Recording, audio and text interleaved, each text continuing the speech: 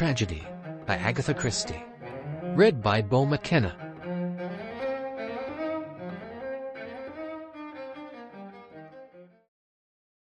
First Act, Suspicion.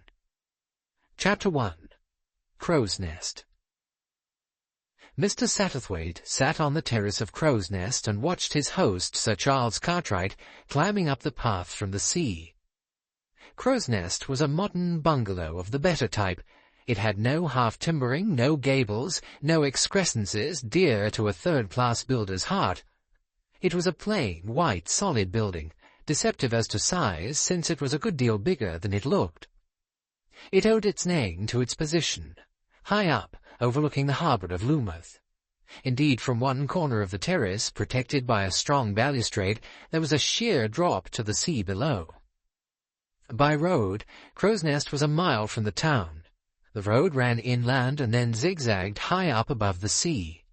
On foot it was accessible in 7 minutes by the steep fisherman's path that Sir Charles Cartwright was ascending at this minute. Sir Charles was a well-built, sunburnt man of middle age. He wore old grey flannel trousers and a white sweater. He had a slight rolling gait, and carried his hands half-closed as he walked. 9 people out of 10 would say, "Retired naval man. Can't mistake the type." The 10th and more discerning would have hesitated, puzzled by something indefinable that did not ring true. And then perhaps a picture would rise, unsought, the deck of a ship. But not a real ship. A ship curtailed by hanging curtains of thick, rich material. A man, Charles Cartwright, standing on that deck, light that was not sunlight streaming down on him, the hands half-clenched, the easy gait, and a voice, the easy, present voice of an English sailor and gentleman, a great deal magnified in tone. "No, sir," Charles Cartwright was saying, "I'm afraid I can't give you an answer to that question." And swish fell the heavy curtains. Up sprang the lights, an orchestra plunged into the latest syncopated measure, girls with exaggerated bows in their hair said, "Chocolates? Lemonade?" The first act of The Call of the Sea, with Charles Cartwright as Commander Vanstone, was over. From his post of vantage looking down, Mr. Satterthwaite smiled. A dried-up little pipkin of a man, Mr. Satterthwaite, a patron of art and the drama, a determined but pleasant snob, always included in the more important house-parties and social functions. The words "and Mr. Satterthwaite" appeared invariably at the tail of a list of guests. Withal a man of considerable intelligence, and a very shrewd observer of people and things. He murmured now, shaking his head, "I wouldn't have thought it. No, really, I wouldn't have thought it." A step sounded on the terrace, and he turned his head. The big grey-haired man who drew a chair forward and sat down had his profession clearly stamped on his keen, kindly, middle-aged face. Doctor, and Harley Street.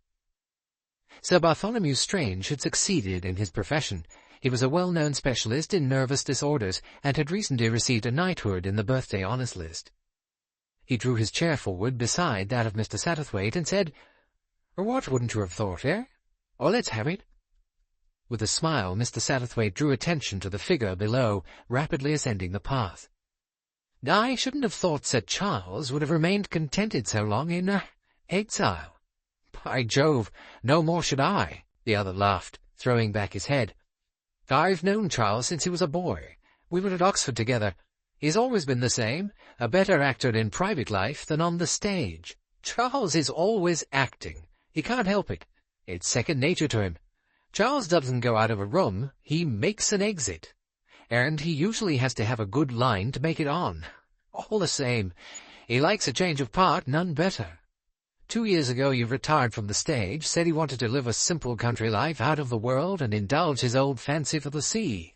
He comes down here and builds this place, his idea of a simple country cottage, 3 bathrooms and all the latest gadgets. I was like you, Satterthwaite. I didn't think it would last. After all, Charles is human. He needs his audience. 2 or 3 retired captains, a bunch of old women, and a parson. That's not much of a house to play to. I thought the simple fellow with his love of the sea would run for 6 months. Then, frankly, I thought he'd tire of the part. I thought the next thing to fill the bill would be the weary man of the world at Monte Carlo, or perhaps a laird in the Highlands. He's versatile, Charles is." The doctor stopped. It had been a long speech. His eyes were full of affection and amusement as he watched the unconscious man below. In a couple of minutes he would be with them. "However," Sir Bartholomew went on, "it seems we were wrong. The attraction of the simple life holds." "A man who dramatizes himself is sometimes misjudged," pointed out Mr. Satterthwaite. "One does not take his sincerities seriously." The doctor nodded. "Yes," he said thoughtfully, "that's true." With a cheerful halloo, Charles Cartwright ran up the steps onto the terrace. "Mirabelle surpassed herself," he said. "You ought to have come, Satterthwaite." Mr. Satterthwaite shook his head.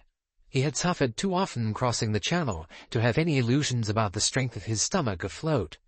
He had observed the Mirabelle from his bedroom window that morning. There had been a stiff sailing breeze, and Mr. Satterthwaite had thanked heaven devoutly for dry land. Sir Charles went to the drawing-room window and called for drinks. "You ought to have come, Tolly," he said to his friend. "Don't you spend half your life sitting in Harley Street telling your patients how good life on the ocean wave would be for them?"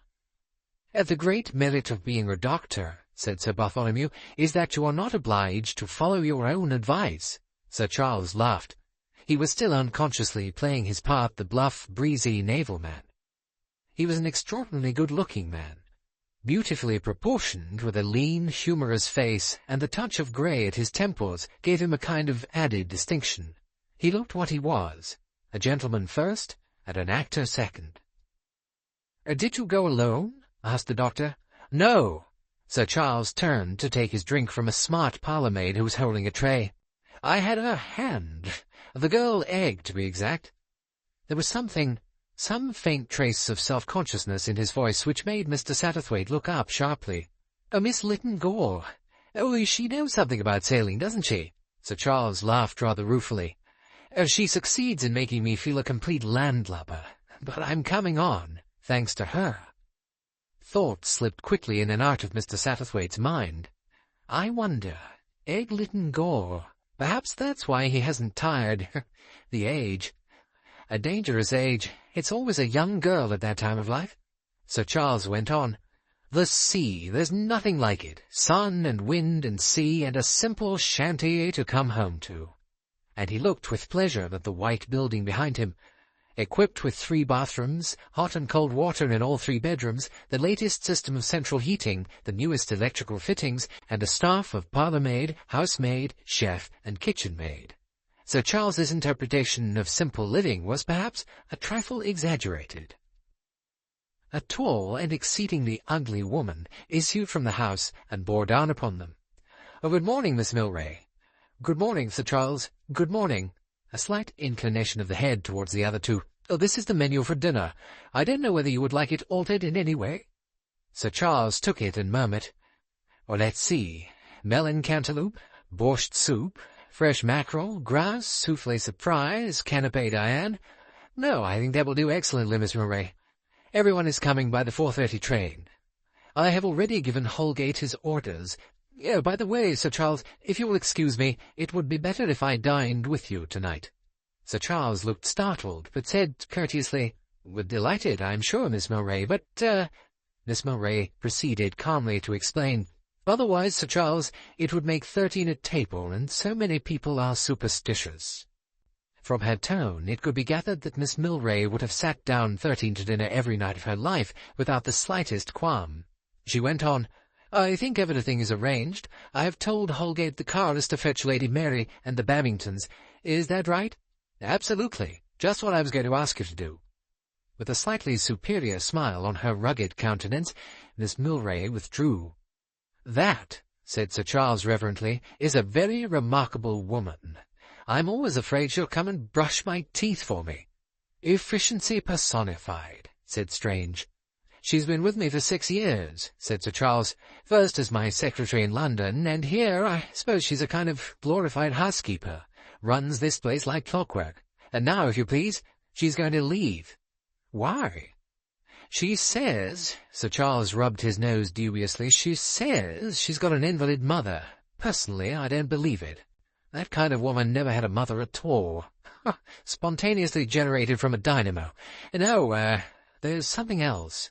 Quite probably, said Sir Bartholomew. People have been talking. Talking? The actor stared. Talking what about? My dear Charles, you know what talking means. You mean talking about her and me, with that face, and at her age? Or she's probably under 50. Well, I suppose she is. Sir Charles considered the matter. But seriously, Tolly, have you noticed her face? It's got 2 eyes, a nose and a mouth, but it's not what you'd call a face. Not a female face. The most scandal-loving old cat in the neighbourhood couldn't seriously connect sexual passion with a face like that. You underrate the imagination of the British spinster. Sir Charles shook his head. I don't believe it. There's a kind of hideous respectability about Miss Milray that even a British spinster must recognize. She is virtue and respectability personified, and a damned useful woman. I always choose my secretaries plain as sin. Wise man. Sir Charles remained deep in thought for some minutes. To distract him, Sir Bartholomew said, Who is coming this afternoon? Angie, for one. Angela Sutcliffe. Oh, that's good. Mr. Satterthwaite leaned forward interestedly, keen to know the composition of the house-party. Angela Sutcliffe was a well-known actress, no longer young, but with a strong hold on the public, and celebrated for her wit and charm. She was sometimes spoken of as Ellen Terry's successor. Then there are the Dacres. Again, Mr. Satterthwaite nodded to himself. Mrs. Dacres was Ambrosine Limited, that successful dressmaking establishment. You saw it on programs. Miss Blank's dresses in the first act by Ambrosine Limited, Brook Street. Her husband, Captain Dacres, was a dark horse in his own racing parlance. He spent a lot of time on racecourses. Had ridden himself in the Grand National in years gone by. There had been some trouble. Nobody knew exactly, though rumours had been spread about. There had been no inquiry, nothing overt, but somehow at the mention of Freddie Dacres, people's eyebrows went up a little. Then there's Anthony Astor, the playwright. Of course, said Mr. Satterthwaite. She wrote One-Way Traffic. I saw it twice. It made a great hit. He rather enjoyed showing that he knew that Anthony Astor was a woman. That's right, said Sir Charles. I forget what her real name is. Wills, I think. I've only met her once. I asked her to please Angela. That's a lot. Of the house party, I mean. And the locals? Asked the doctor. Oh, the locals. Well, there are the Babingtons. He's the parson. Quite a good fellow. Not too parsonical. And his wife's a really nice woman. Lectures me on gardening. They're coming, and Lady Mary and Egg. That's all. Oh, yes, there's a young fellow called Manders. He's a journalist or something. Good-looking young fellow. That completes the party. Mr. Satterthwaite was a man of methodical nature. He counted heads. Miss Sutcliffe, 1, the Dacres, 3, Anthony Astor, 4, Lady Mary and her daughter, 6, the parson and his wife, 8, the young fellow, 9, ourselves, 12. Either you or Miss Milray must have counted wrong, Sir Charles. Well, it couldn't be Miss Milray, said Sir Charles with assurance. That woman's never wrong. Let me see. Yes, by Jove, you're right. I have missed out one guest. He'd slipped my memory. He chuckled. Wouldn't be best pleased at that, either. The fellow is the most conceited little devil I ever met. Mr. Satterthwaite's eyes twinkled. He had always been of the opinion that the vainest men in creation were actors. He did not exempt Sir Charles Cartwright. This instance of the pot calling the kettle black amused him. "Who is the egoist?" he asked. "Rum little beggar," said Sir Charles. "Rather a celebrated little beggar, though. You may have heard of him. Hercule Poirot. He's a Belgian." "The detective," said Mr. Satterthwaite. "I have met him. Rather a remarkable personage." "He's a character," said Sir Charles. "I've never met him," said Sir Bartholomew, "but I've heard a good deal about him. He retired some time ago, though, didn't he? Probably most of what I've heard is legend. Well, Charles, I hope we shan't have a crime this weekend." "Why, because we've got a detective in the house? Rather putting the cart before the horse, aren't you, Tolly?" "Well, it's by way of being a theory of mine." "What is your theory, Doctor?" asked Mr. Satterthwaite. "That events come to people, not people to events. Why do some people have exciting lives and other people dull ones? Because of their surroundings? Not at all. One man may travel to the ends of the earth and nothing would happen to him. There will be a massacre a week before he arrives, and an earthquake the day after he leaves, and the boat that he nearly took will be shipwrecked. And another man may live at Balham and travel to the city every day, and things will happen to him. He will be mixed up with blackmailing gangs and beautiful girls and motor bandits.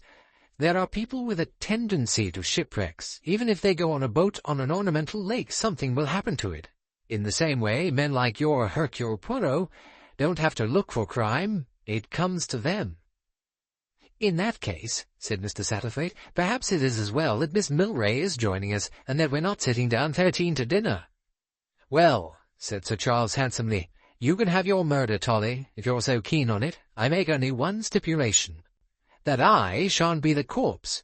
And laughing, the three men went into the house. Chapter 2.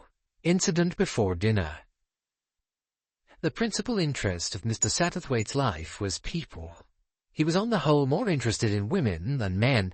For a manly man, Mr. Satterthwaite knew far too much about women. There was a womanish strain in his character which lent him insight into the feminine mind. Women all his life had confided in him, but they had never taken him seriously. Sometimes he felt a little bitter about this. He felt, always in the stalls watching the play, never on the stage taking part in the drama. But in truth, the role of onlooker suited him very well. This evening, sitting in the large room giving onto the terrace, cleverly decorated by a modern fern to resemble a ship's cabin de luxe, he was principally interested in the exact shade of hair dye attained by Cynthia Dacres. It was an entirely new tone, straight from Paris, he suspected, a curious and rather pleasing effect of greenish bronze. What Mrs. Dacres really looked like, it was impossible to tell. She was a tall woman with a figure perfectly disciplined to the demands of the moment. Her neck and arms were her usual shade of summer tan for the country, whether naturally or artificially produced it was impossible to tell. The greenish-bronze hair was set in a clever and novel style that only London's best hairdresser could achieve. Her plucked eyebrows, darkened lashes, exquisitely made-up face, and mouth lipstick to a curve that its natural straight line did not possess, seemed all adjuncts to the perfection of her evening gown of a deep and unusual blue, cut very simply it seemed, though this was ludicrously far from the case, and of an unusual material, dull, but with hidden nights in it. "That's a clever woman," said Mr. Satterthwaite, eyeing her with approval. "I wonder what she's really like." But this time he meant in mind, not in body. Her words came drawlingly, in the mode of the moment. "My dear, it wasn't possible. I mean, things either are possible or they're not. This wasn't. It was simply penetrating." That was the new word just now. Everything was penetrating. Sir Charles was vigorously shaking cocktails and talking to Angela Sutcliffe, a tall, grey-haired woman with a mischievous mouth and fine eyes. Dacres was talking to Bartholomew Strange. "Everyone knows what's wrong with old Larisborn. The whole stable knows." He spoke in a high-clipped voice, a little red, foxy man with a short moustache and slightly shifty eyes. Beside Mr. Satterthwaite sat Miss Wills, whose play One-Way Traffic had been acclaimed as one of the most witty and daring seen in London for some years. Miss Wills was tall and thin, with a receding chin and very badly waved fair hair. She wore pince-nez and was dressed in exceedingly limp green chiffon. Her voice was high and undistinguished. "I went to the south of France," she said, "but really, I didn't enjoy it very much. Not friendly at all. But of course, it's useful to me in my work, to see all the goings on, you know." Mr. Satterthwaite thought, "Poor soul, cut off by success from her spiritual home, a boarding-house in Bournemouth. That's where she'd like to be." He marvelled at the difference between written works and their authors. That cultivated man-of-the-world tone that Anthony Astor imparted to his plays, what faintest spark of it could be perceived in Miss Wills? Then he noticed that the pale blue eyes behind the pince-nez were singularly intelligent. They were turned on him now with an appraising look that slightly disconcerted him. It was as though Miss Wills were painstakingly learning him by heart. Sir Charles was just pouring out the cocktails. "Let me get you a cocktail," said Mr. Satterthwaite, springing up. Miss Wills giggled. "I don't mind if I do," she said. The door opened, and Temple announced Lady Mary Lytton Gore, and Mr. and Mrs. Babington, and Miss Lytton Gore. Mr. Satterthwaite supplied Miss Wills with her cocktail, and then sidled into the neighbourhood of Lady Mary Lytton Gore. As has been stated before, he had a weakness for titles. Also, apart from snobbishness, he liked a gentlewoman, and that Lady Mary most undeniably was. Left as a widow, very badly off with a child of 3, she had come to Loomuth and taken a small cottage, where she had lived with one devoted maid ever since. She was a tall, thin woman, looking older than her 55 years. Her expression was sweet and rather timid. She adored her daughter, but was a little alarmed by her. Hermione Lytton Gore, usually known for some obscure reason as Egg, bore little resemblance to her mother. She was of a more energetic type. She was not, Mr. Satterthwaite decided, beautiful, but she was undeniably attractive, and the cause of that attraction, he thought, lay in her abounding vitality. She seemed twice as alive as anyone in that room. She had dark hair and grey eyes, and was a medium height. It was something in the way the hair curled crisply in her neck, in the straight glance of the grey eyes, in the curve of the cheek, in the infectious laugh that gave one the impression of riotous youth and vitality. She stood talking to Oliver Manders, who had just arrived. "I can't think why sailing bores you so much. You used to like it." "Egg, my dear, one grows up." He drawled the words, raising his eyebrows. "A handsome young fellow, 25 at a guess. Something perhaps a little sleek about his good looks. Something else. Was it foreign? Something un-English about him." Somebody else was watching Oliver Manders. A little man with an egg-shaped head and very foreign-looking moustaches. Mr. Satterthwaite had recalled himself to Monsieur Hercule Poirot's memory. The little man had been very affable. Mr. Satterthwaite suspected him of deliberately exaggerating his foreign mannerisms. His small, twinkly eyes seemed to say, "You expect me to be the buffoon? To play the comedy for you? Tiens, it shall be as you wish." But there was no twinkle now in Hercule Poirot's eyes. He looked grave, and a little sad. The Reverend Stephen Babington, rector of Loomuth, came and joined Lady Mary and Mr. Satterthwaite. He was a man of 60-odd, with kind, faded eyes and a disarming, diffident manner. He said to Mr. Satterthwaite, "We're very lucky to have Sir Charles living among us. He has been most kind, most generous. A very pleasant neighbour to have, Lady Mary agrees, I'm sure." Lady Mary smiled. "I like him very much. His success hasn't spoiled him. In many ways he is," her smile deepened, "a child still." The parlour-maid approached with a tray of cocktails, as Mr. Satterthwaite reflected how unendingly maternal women were. Being of the Victorian generation, he approved that trait. "You can have a cocktail, mums," said Egg, flashing up to them, glass in hand. "Just one." "Thank you, dear," said Lady Mary meekly. "I think," said Mr. Babington, "that my wife would allow me to have one," and he laughed a little gentle clerical laugh. Mr. Satterthwaite glanced over at Mrs. Babington, who was talking earnestly to Sir Charles on the subject of manure. "She's got fine eyes," he thought. Mrs. Babington was a big, untidy woman. She looked full of energy and likely to be free from petty-mindedness. As Sir Charles Cartwright had said, a nice woman. "Tell me," Lady Mary leaned forward, "who is the young woman you were talking to when we came in? The one in green." "That's the playwright, Anthony Astor." "What? That anemic-looking young woman? Oh!" She caught herself up. "Oh, how dreadful of me. But it was a surprise. She doesn't look... I mean, she looks exactly like an inefficient nursery governess." It was such an apt description of Miss Will's appearance that Mr. Satterthwaite laughed. Mr. Babington was peering across the room with amiable, short-sighted eyes. He took a sip of his cocktail and choked a little. He was unused to cocktails, thought Mr. Satterthwaite amusedly. Probably they've represented modernity to his mind, but he didn't like them. Mr. Babington took another determined mouthful with a slightly wry face and said, "Is it the lady over there?" "Oh, dear!" His hand went to his throat. Egg Lytton Gore's voice rang out, "Oliver, you slippery snake!" What a handsome pair they made, thought Mr. Satterthwaite, both so young and good-looking, and quarrelling too, always a healthy sign. He was distracted by a sound at his side.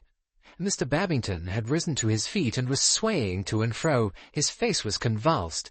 It was Egg's clear voice that drew the attention of the room, though Lady Mary had risen and stretched out an anxious hand. "Look," said Egg's voice, "Mr. Babington is ill." Sir Bartholomew Strange came forward hurriedly, supporting the stricken man and half lifting him to a couch at one side of the room. The others crowded round, anxious to help, but impotent. 2 minutes later, Strange straightened himself and shook his head. He spoke bluntly, aware that it was no use to beat about the bush. "I'm sorry," he said. "He's dead." Chapter 3. Sir Charles Wonders. "Come in here a minute, Satterthwaite, will you?" Sir Charles poked his head out of the door. An hour and a half had passed. To confusion had succeeded peace. Lady Mary had led the weeping Mrs. Babington out of the room, and had finally gone home with her to the vicarage.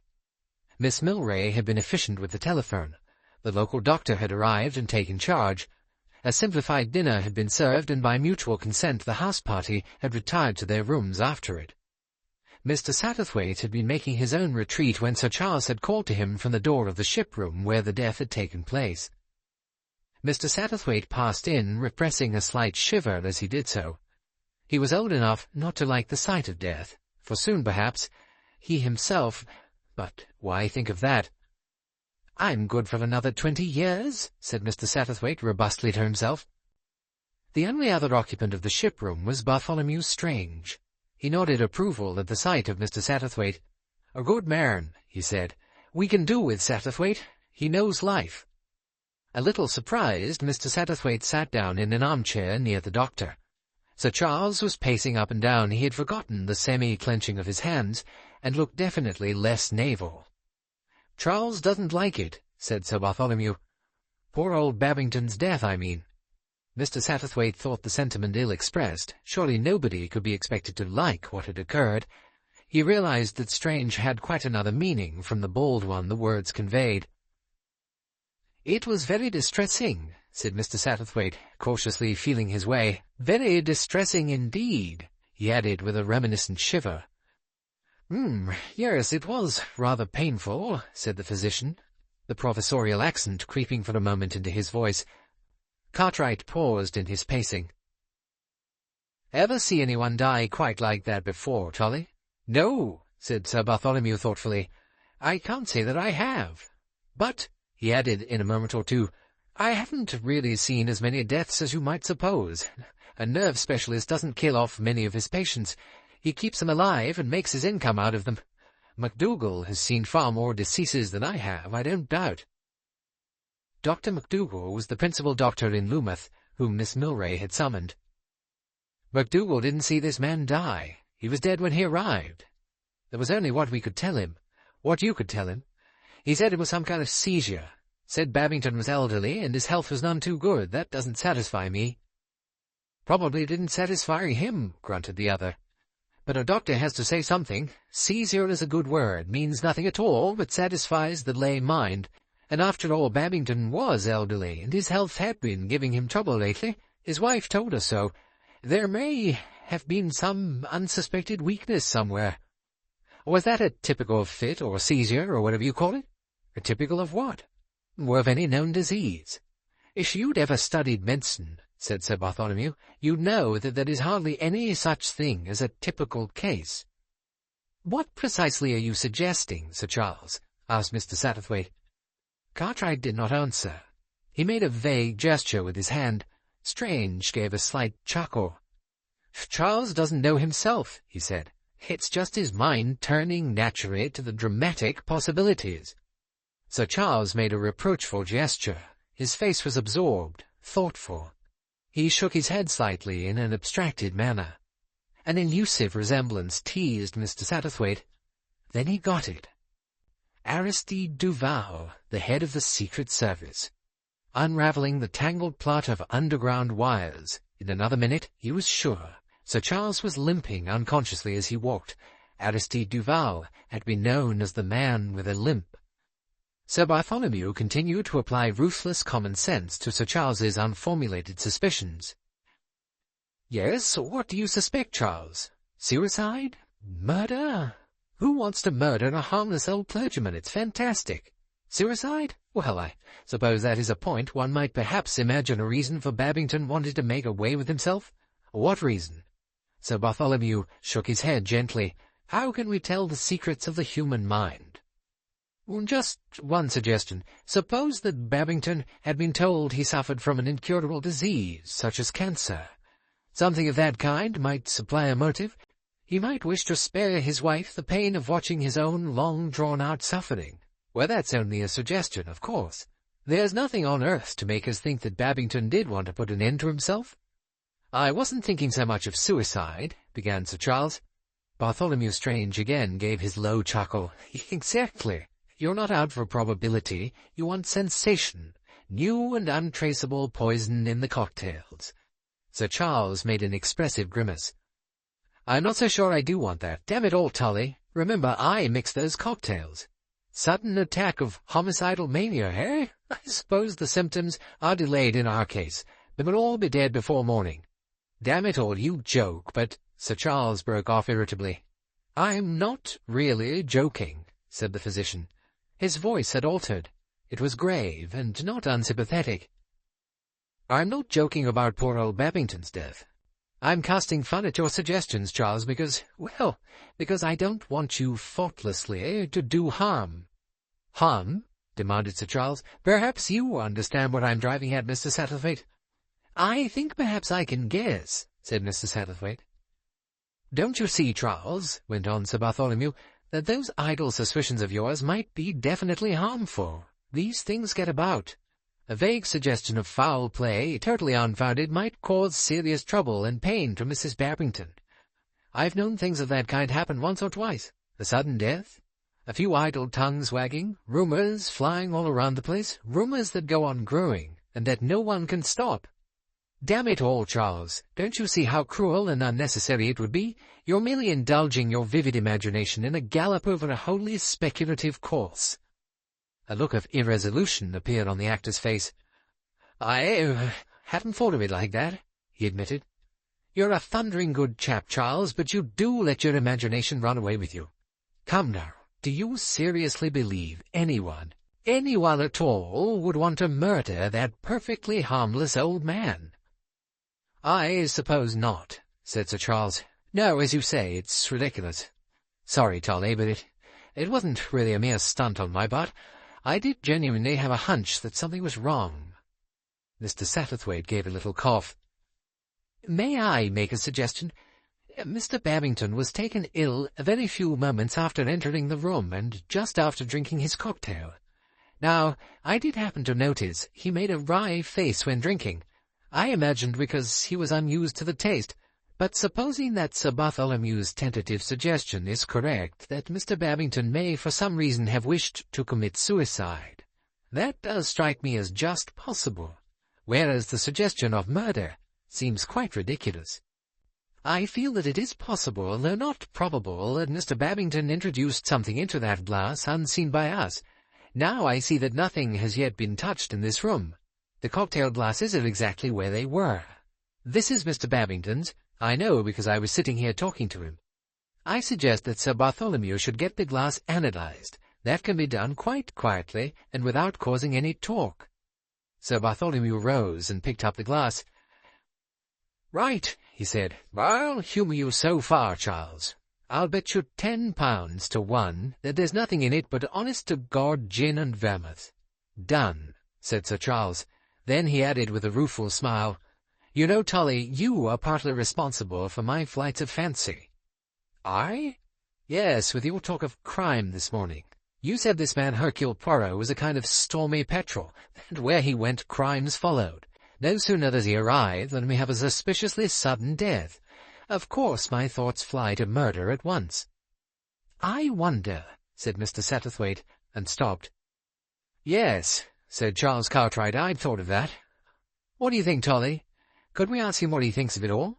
Is it etiquette, I mean? A nice point, murmured Mr. Satterthwaite. Barring no medical etiquette, but I'm hanged if I know anything about the etiquette of detection. You can't ask a professional singer to sing, murmured Mr. Satterthwaite. Can one ask a professional detective to detect? Yes, a very nice point. Just an opinion, said Sir Charles. There was a gentle tap on the door, and Hercule Poirot's face appeared, peering in with an apologetic expression. "Oh, come in, man," cried Sir Charles, springing up. "We were just talking of you." "I thought perhaps I might be intruding." "Not at all. Have a drink." "I thank you, no. I seldom drink the whiskey. A glass of sirop now, or—" But sirop was not included in Sir Charles's conception of drinkable fluids. Having settled his guest in a chair, the actor went straight to the point. "I'm not going to beat about the bush," he said. "We were just talking of you, Monsieur Poirot, and of what happened tonight. Look here, do you think there's anything wrong about it?" Poirot's eyebrows rose. He said, "Wrong? How do you mean that, wrong?" Bartholomew Strange said, "My friend has got an idea into his head that old Babington was murdered." "And you do not think so, eh?" "We'd like to know what you think." Poirot said thoughtfully, "He was taken ill, of course, sir, very suddenly indeed." "Just so." Mr. Satterthwaite explained the theory of suicide, and his own suggestion of having a cocktail glass analyzed. Poirot nodded approval. "That, at any rate, can do no harm. As a judge of human nature, it seems to me unlikely in the extreme that anyone could wish to do away with a charming and harmless old gentleman. Still less does the solution of suicide appeal to me. However, the cocktail glass will tell us one way or another." "And the result of the analysis, you think, will be what?" Poirot shrugged his shoulders. "Me, I can only guess. You ask me to guess what will be the result of the analysis?" "Yes." "Then I guess that they will find only the remains of a very excellent dry martini." He bowed to Sir Charles. "To poison the man in a cocktail, one of many handed round on a tray, well, it would be a technique very, very difficult. And if that charming old clergyman wanted to commit suicide, I do not think he would do it at a party. That would show a very decided lack of consideration for others, and Mr. Babington struck me as a very considerate person." He paused.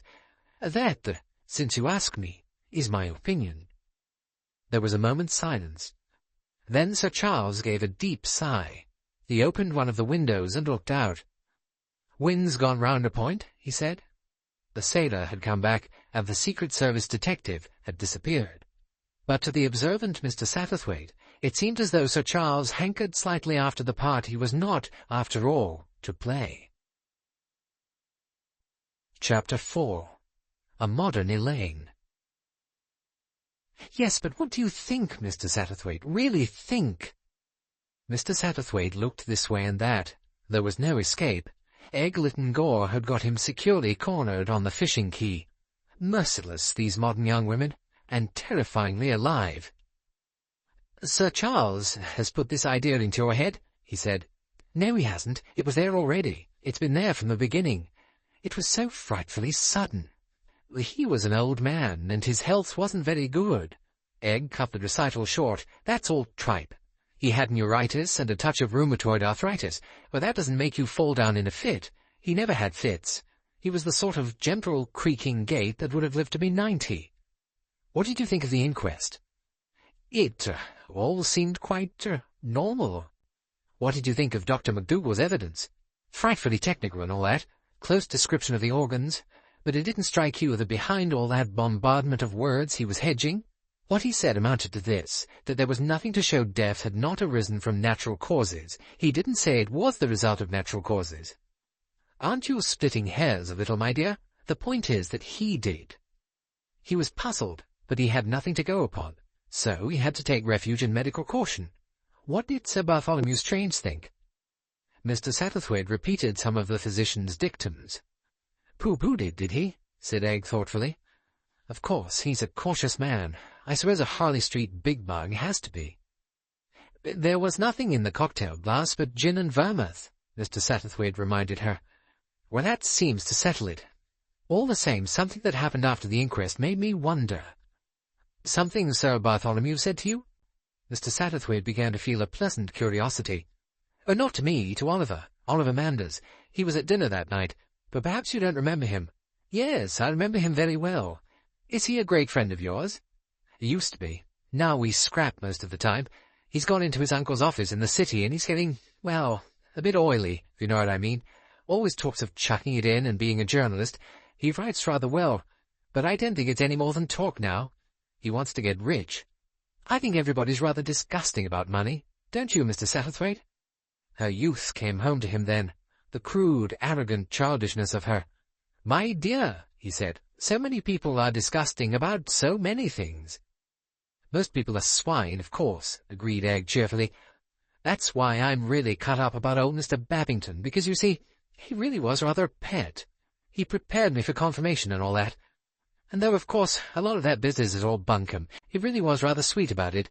You see, Mr. Satterthwaite, I really believe in Christianity, but not like Mother does, with little books and early service and things, but intelligently and as a matter of history. The Church is all totted up with the Pauline tradition.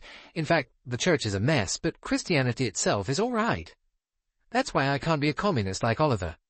In practice, our beliefs would work out much the same. Things in common and ownership by all, but the difference, well, I needn't go into that. But the Babingtons really were Christians. They didn't poke and pry and condemn, and they were never unkind about people or things. They were pets. And there was Robin. Robin? Their son. He was out in India and got killed. I had rather a pash on Robin. Egg blinked. Her gaze went out to sea. Then her attention returned to Mr. Satterthwaite and the present. So you see, I feel rather strongly about this. Supposing it wasn't a natural death. My dear child, when it's damned odd, you must admit it's damned odd. But surely you yourself have just practically admitted that the Babingtons hadn't an enemy in the world. Well, that's what's so queer about it.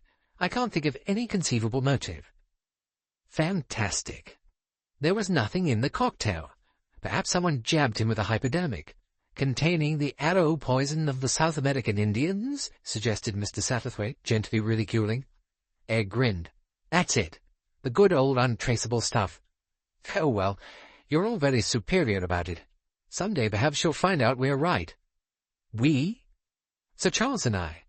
She flushed slightly. Mr. Satterthwaite thought in the words and metre of his generation when quotations for all occasions was to be found in every bookcase. Of more than twice her years, seamed with an ancient sword-cut on the cheek, and bruised and bronzed, she lifted up her eyes, and loved him with that love which was her doom. He felt a little ashamed of himself for thinking in quotations. Tennyson, too, was very little thought of nowadays. Besides, though Sir Charles was bronzed, he was not scarred, and Eglin Gore, though doubtless capable of a healthy passion, did not look at all likely to perish of love and drift about rivers on a barge. There was nothing of the lily maid of Astolat about her. Except, thought Mr. Satterthwaite, her youth. Girls were always attracted to middle-aged men with interesting pasts. Egg seemed to be no exception to this rule. "Why hasn't he ever married?" she asked abruptly. "Well," Mr. Satterthwaite paused. His own answer, put bluntly, would have been caution, but he realized that such a word would be unacceptable to Eglin Gore. Sir Charles Cartwright had had plenty of affairs with women, actresses and others, but he had always managed to steer clear of matrimony. Egg was clearly seeking for a more romantic explanation. "That girl who died of consumption, some actress, name began with an M. Wasn't he supposed to be very fond of her?" Mr. Satterthwaite remembered the lady in question. Rumour had coupled Charles Cartwright's name with hers, but only very slightly, and Mr. Satterthwaite did not for a moment believe that Sir Charles had remained unmarried in order to be faithful to her memory. He conveyed as much tactfully. "I suppose he's had lots of affairs," said Egg. Probably," said Mr. Satterthwaite, feeling Victorian.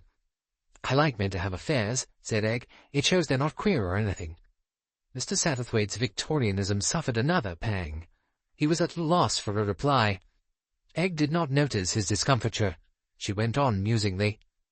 "You know, Sir Charles is really cleverer than you'd think. He poses a lot, of course, dramatizes himself, but behind all that he's got brains. He's far better sailing a boat than you'd ever think to hear him talk. You'd think to listen to him that it was all pose, but it isn't. It's the same about this business. You think it's all done for effect, that he wants to play the part of the great detective. All I say is, I think he played rather well." "Possibly," agreed Mr. Satterthwaite. The inflection of his voice showed his feelings clearly enough. Egg pounced on them and expressed them in words. But your view is that Death of a Clergyman isn't a thriller. It's merely regrettable incident at a dinner party. Purely a social catastrophe. What did Monsieur Poirot think? He ought to know. Monsieur Poirot advised us to wait for the analysis of the cocktail, but in his opinion everything was quite all right. Oh, well, said Egg, he's getting old. He's a back number. Mr. Satterthwaite winced. Egg went on, unconscious of brutality. Come home and have tea with Mother. She likes you. She said so. Delicately flattered, Mr. Satterthwaite accepted the invitation. On arrival, Egg volunteered to ring up Sir Charles and explain the non-appearance of his guest. Mr. Satterthwaite sat down in the tiny sitting-room with its faded chintzes and its well-polished pieces of old furniture. It was a Victorian room, what Mr. Satterthwaite called in his own mind a ladies' room, and he approved of it. His conversation with Lady Mary was agreeable, nothing brilliant but pleasantly chatty. They spoke of Sir Charles. Did Mr. Satterthwaite know him well? Not intimately, Mr. Satterthwaite said. He had a financial interest in one of Sir Charles's plays some years ago. They had been friends ever since. He has great charm, said Lady Mary, smiling. I feel it as well as Egg. I suppose you've discovered that Egg is suffering badly from hero worship. Mr. Satterthwaite wondered if, as a mother, Lady Mary was not made slightly uneasy by that hero worship, but it did not seem so. Egg sees so little of the world, she said, sighing. We're so badly off. One of my cousins presented her and took her to a few things in town, but since then she has hardly been away from here, except for an occasional visit. Young people, I feel, should see plenty of people and places, especially people. Otherwise, well, propinquity is sometimes a dangerous thing. Mr. Satterthwaite agreed, thinking of Sir Charles and the sailing. But that this was not what was in Lady Mary's mind she showed a moment or two later. Sir Charles' coming has done a lot for Egg. It has widened her horizon. You see, there are very few young people down here, especially men. I've always been afraid that Egg might marry someone simply from being thrown with one person only and seeing no one else. Mr. Satterthwaite had a quick intuition. Are you thinking of young Oliver Manders? Lady Mary blushed in ingenuous surprise. Oh, Mr. Satterthwaite, I didn't know you knew. I was thinking of him. He and Egg were together a lot at one time, and I know I'm old-fashioned, but I don't like some of his ideas. Youth must have its fling, said Mr. Satterthwaite. Lady Mary shook her head. I've been so afraid. It's quite suitable, of course. I know all about him. And his uncle, who has recently taken him into his firm, is a very rich man. It's not that. It's silly of me, but— She shook her head, unable to express herself further. Mr. Satterthwaite felt curiously intimate. He said quietly and plainly, All the same, Lady Mary, you wouldn't like your girl to marry a man twice her own age. Her answer surprised him. It might be safer so. If you do that, at least you know where you are. At that age, a man's follies and sins are definitely behind him. They are not still to come. Before Mr. Satterthwaite could say more, Egg rejoined them. You've been a long time, darling, said her mother. I was talking to Sir Charles, my sweet. He's all alone in his glory. She turned reproachfully to Mr. Satterthwaite. You didn't tell me the house-party had flitted. They went back yesterday, all but Sir Bartholomew Strange. He was staying till tomorrow, but he was recalled to London by an urgent telegram this morning. One of his patients was in a critical condition. It's a pity, said Egg, because I meant to study the house-party. I might have got a clue. A clue to what, darling? Mr. Satterthwaite knows. Oh, well, it doesn't matter. Oliver's still here. We'll rope him in. He's got brains when he likes. When Mr. Satterthwaite arrived back at Crow's Nest, he found his host sitting on the terrace overlooking the sea. Hello, Satterthwaite. Been having tea with the little Gores? Yes, you don't mind? Of course not. Egg telephoned. Odd sort of girl, Egg. Attractive, said Mr. Satterthwaite. Yes. I suppose she is. He got up and walked a few aimless steps. I wish to God, he said suddenly and bitterly, that I'd never come to this cursed place. Chapter 5. Flight from a Lady. Mr. Satterthwaite thought to himself, he's got it badly. He felt a sudden pity for his host. At the age of 52, Charles Cartwright, the gay, debonair breaker of hearts, had fallen in love. And, as he himself realized, his case was doomed to disappointment. Youth turns to youth. "Girls don't wear their hearts on their sleeves," thought Mr. Satterthwaite. "Egg makes a great parade of her feeling for Sir Charles. She wouldn't if it really meant anything. Young Manders is the one." Mr. Satterthwaite was usually fairly shrewd in his assumptions. Still, there was probably one factor that he did not take into account, because he was unaware of it himself. That was the enhanced value placed by age on youth. To Mr. Satterthwaite, an elderly man, the fact that Egg might prefer a middle-aged man to a young one was frankly incredible. Youth was to him so much the most magical of all gifts. He felt strengthened in his beliefs when Egg rang up after dinner and demanded permission to bring Oliver along and have a consultation.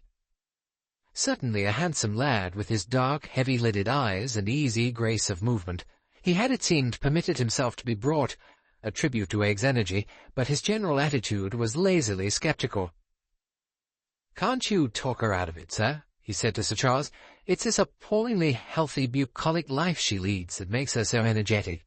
You know, Egg, you really are detestably hearty, and your tastes are childish. Crime, sensation, and all that bunk. You're a sceptic, Manders." "Well, really, sir, that dear old bleating fellow, it's fantastic to think of anything else but natural causes."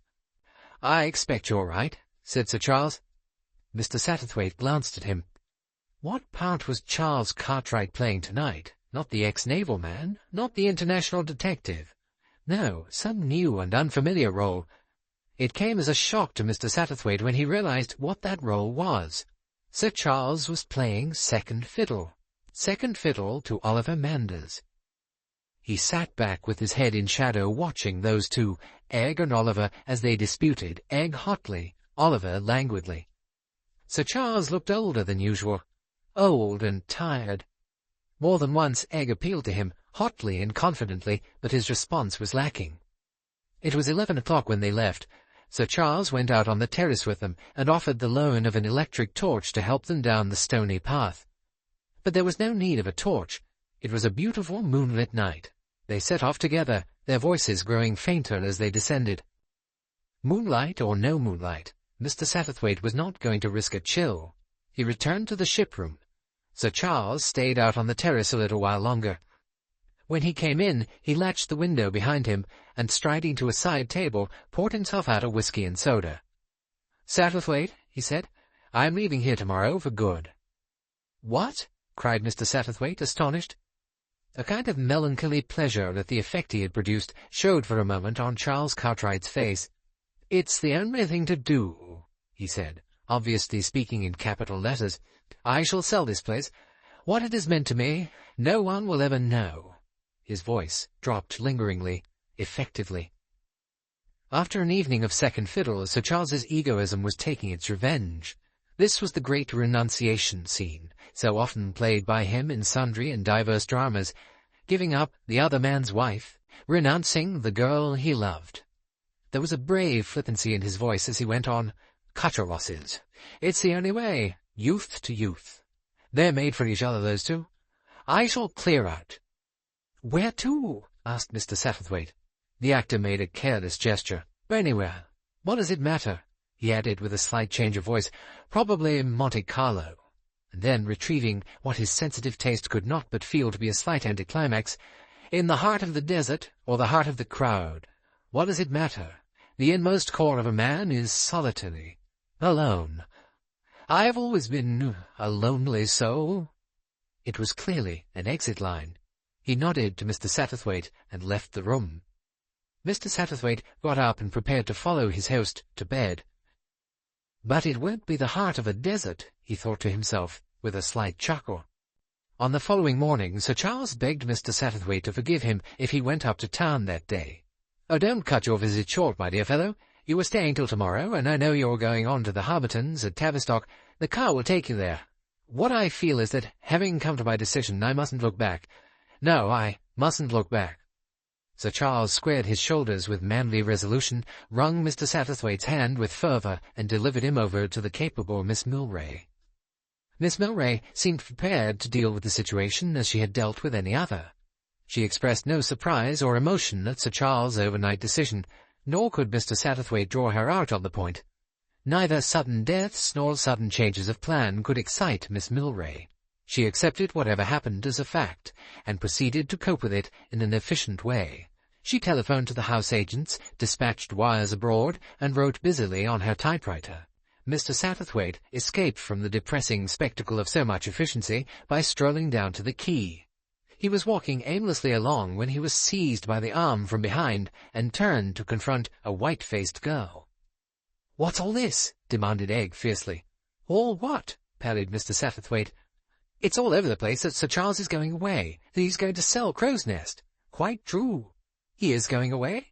"He's gone." "Oh!" Egg relinquished his arm. She looked suddenly like a very small child who has been cruelly hurt. Mr. Satterthwaite did not know what to say. "Where has he gone?" "Abroad, to the south of France." "Oh!" Still, he did not know what to say, for clearly there was more than hero-worship here. Pitying her, he was turning over various consolatory words in his mind when she spoke again and startled him. "Which of those damned bitches is it?" asked Egg fiercely. Mr. Satterthwaite stared at her, his mouth fallen open in surprise. Egg took him by the arm again and shook him violently. "You must know," she cried. "Which of them? The grey-haired one or the other?" "My dear, I don't know what you're talking about." "You do. You must. Of course it's some woman. He liked me. I know he liked me. One of those women the other night must have seen it too and determined to get him away from me. I hate women. Lousy cats. Did you see her clothes? That one with the green hair? They made me gnash my teeth with envy. A woman who has clothes like that has a pull. You can't deny it. She's quite old and ugly as sin, really, but what does it matter? She makes everyone else look like a dowdy curate's wife. Is it her, or is it the other one with the grey hair? She's amusing, you can see that. She's got masses of S.A., and he called her Angie. It can't be the one like a wilted cabbage. Is it the smart one, or is it Angie? My dear, you've got the most extraordinary ideas into your head. Charles Cartwright isn't the least interested in either of those women." "I don't believe you. They're interested in him anyway." "No, no, no, you're making a mistake. This is all imagination." "Bitches," said Egg. "That's what they are." "You mustn't use that word, my dear." "I can think of a lot worse things to say than that. Possibly, but pray don't do so. I can assure you that you are labouring under the misapprehension." "Then why has he gone away like this?" Mr. Satterthwaite cleared his throat. "I fancy he, thought it best." Egg stared at him piercingly. "Do you mean because of me?" "Well, something of the kind, perhaps." "And so he's legged it." "I suppose I did show my hand of it plainly. Men do hate being chased, don't they? Mums is right, after all. You've no idea how sweet she is when she talks about men, always in the third person, so Victorian and polite. A man hates being run after. A girl should always let the man make the running. Don't you think it's a sweet expression, make the running? Sounds the opposite of what it means. Actually, that's just what Charles has done, made the running. He's running away from me. He's afraid, and the devil if it is, I can't go after him. If I did, I suppose he'd take a boat to the wilds of Africa or somewhere." "Hermione," said Mr. Satterthwaite, "are you serious about Sir Charles?" The girl flung him an impatient glance. "Of course I am." "Or what about Oliver Manders?" Egg dismissed Oliver Manders with an impatient whisk of the head. She was following out a train of thought of her own. "Do you think I might write to him? Nothing alarming. Just chatty, girlish stuff, you know. Put him at his ease, so that he'd get over his scare." She frowned. "What a fool I've been. Mums would have managed it much better. They knew how to do the trick, those Victorians, or blushing retreat. I've been all wrong about it. I actually thought he needed encouraging. He seemed to need a bit of help. Tell me," she turned abruptly on Mr. Satterthwaite, "did he see me do my kissing act with Oliver last night? Not that I know of. When?" "All in the moonlight. As we were going down the path, I thought he was still looking from the terrace. I thought perhaps if he saw me and Oliver, well, I thought it might wake him up a bit, because he did like me. I could swear he liked me." "Wasn't that a little hard on Oliver?" Egg shook her head decisively. "Not in the least. Oliver thinks it's an honour for any girl to be kissed by him. It was damned bad for his conceit, of course, but one can't think of everything. I wanted to ginger up Charles. He's been different lately, more standoffish." "My dear child," said Mr. Satterthwaite, "I don't think you realize quite why Sir Charles went away so suddenly. He thought that you cared for Oliver. He went away to save himself further pain." Egg whisked round. She caught hold of Mr. Satterthwaite by the shoulders and peered into his face. "Is that true? Is that really true? The mutt! The boob! Oh!" She released Mr. Satterthwaite suddenly and moved along beside him with a skipping motion. "Then he'll come back," she said. "He'll come back, if he doesn't." "Well, if he doesn't?" Egg laughed. "I'll get him back somehow. You see if I don't." It seemed as though, allowing for difference of language, Egg and the Lily Maid of Astolat had much in common. But Mr. Satterthwaite felt that Egg's methods would be more practical than those of Elaine, and that dying of a broken heart would form no part of them. Second Act. Certainty. Chapter 1. Sir Charles receives a letter. Mr. Satterthwaite had come over for the day to Monte Carlo. His round of house parties was over, and the Riviera in September was a rather favourite haunt of his. He was sitting in the gardens enjoying the sun and reading a 2-days-old Daily Mail. Suddenly, a name caught his attention. Strange. Death of Sir Bartholomew Strange. He read the paragraph through. "We much regret having to announce the death of Sir Bartholomew Strange, the eminent nerve specialist. Sir Bartholomew was entertaining a party of friends at his house in Yorkshire. Sir Bartholomew appeared to be in perfect health and spirits, and his demise occurred quite suddenly at the end of dinner. He was chatting with his friends and drinking a glass of port when he had a sudden seizure and died before medical aid could be summoned. Sir Bartholomew will be deeply regretted. He was—" Here followed a description of Sir Bartholomew's career and work. Mr. Satterthwaite let the paper slip from his hand. He was very disagreeably impressed. A vision of the physician as he had seen him last flashed across his mind, big, jocund, in the pink of condition, and now dead. Certain words detached themselves from their context and floated about disagreeably in Mr. Satterthwaite's mind. Drinking a glass of port, sudden seizure, died before medical aid could be summoned. Port, not a cocktail, but otherwise curiously reminiscent of that death in Cornwall. Mr. Satterthwaite saw again the convulsed face of the mild old clergyman. Supposing that, after all— He looked up to see Sir Charles Cartwright coming towards him across the grass. "Satterthwaite, by all that's wonderful, just the man I'd have chosen to see. Have you seen about poor old Tolly?" "I was just reading it now." Sir Charles dropped into a chair beside him. He was immaculately got up in yachting costume, no more grey flannels and old sweaters. He was the sophisticated yachtsman of the south of France. "Listen, Satterthwaite, Tolly was as sound as a bell. Never had anything wrong with him. Am I being a complete fanciful ass, or does this business remind you of that business at Lumouth?" "Yes, it does. But of course we may be mistaken. The resemblance may be only superficial. After all, sudden deaths occur the whole time from a variety of causes." Sir Charles nodded his head impatiently. Then he said, "I've just got a letter from Eglin Gore." Mr. Satterthwaite concealed a smile. "The first you've had from her?" Sir Charles was unsuspecting. "No, I had a letter soon after I got here. It followed me about a bit, just giving me the news and all that. But I didn't answer it. Dash it all, Satterthwaite, I didn't dare answer it. The girl had no idea, of course, but I didn't want to make a fool of myself." Mr. Satterthwaite passed his hand over his mouth, where the smile still lingered. "And this one?" he asked. "This is different. It's an appeal for help." "Help?" Mr. Satterthwaite's eyebrows went up. "She was there, you see, in the house when it happened." "You mean she was staying with Sir Bartholomew Strange at the time of his death?" "Yes." "What does she say about it?" Sir Charles had taken a letter from his pocket. He hesitated for a moment, then he handed it to Mr. Satterthwaite. "Well, you had better read it for yourself." Mr. Satterthwaite opened out the sheet with lively curiosity. "Dear Sir Charles, I don't know when this will get to you. I do hope soon. I'm so worried, I don't know what to do. You'll have seen, I expect, in the papers that Sir Bartholomew Strange is dead. Well, he died just the same way as Mr. Babington.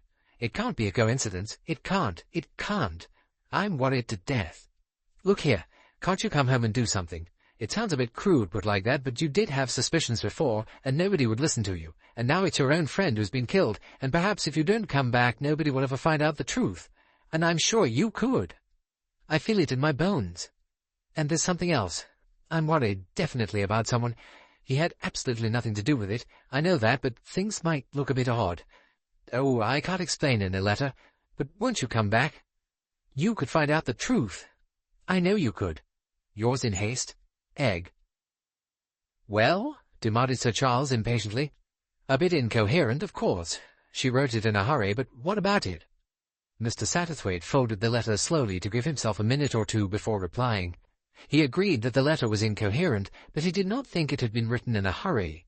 It was, in his view, a very careful production.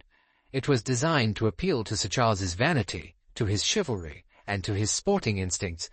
From what Mr. Satterthwaite knew of Sir Charles, that letter was a certain draw.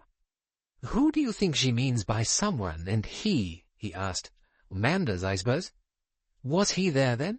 "Must have been. I don't know why. Tolly never met him except on that occasion at my house. Why he should ask him to stay, I can't imagine."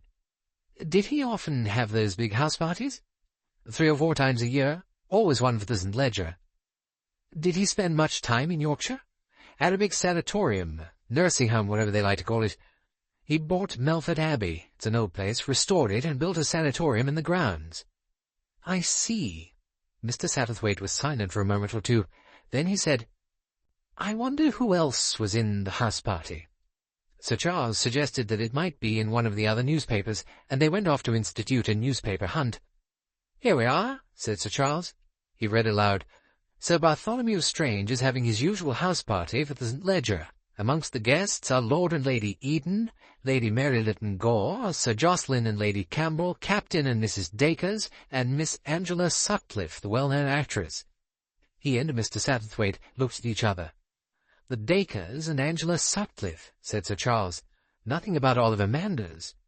"Let's get today's Continental Daily Mail," said Mr. Satterthwaite. "There might be something in that." Sir Charles glanced over the paper. Suddenly he stiffened. "My God, Satterthwaite, listen to this. Sir Bartholomew Strange. At the inquest today on the late Sir Bartholomew Strange, a verdict of death by nicotine poisoning was returned, there being no evidence to show how or by whom the poison was administered." He frowned. Nicotine poisoning sounded mild enough. Not the sort of thing to make a man fall down in a fit. I don't understand all this. What are you going to do?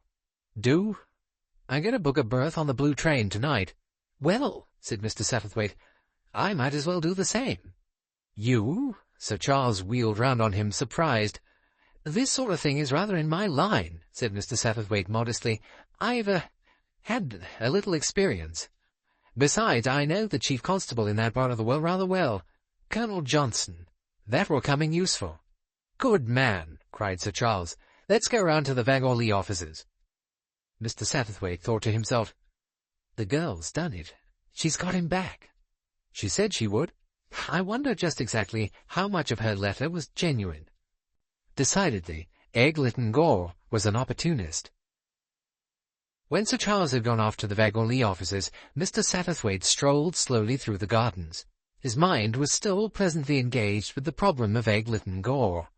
He admired her resource and her driving power, and stifled that slightly Victorian side of his nature which disapproved of a member of the fairer sex taking the initiative in affairs of the heart. Mr. Satterthwaite was an observant man.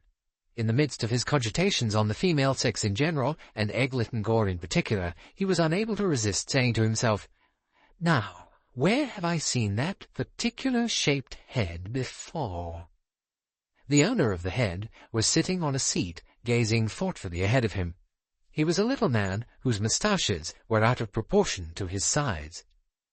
A discontented-looking English child was standing nearby, standing first on one foot, then the other, and occasionally meditatively kicking the lobelia edging.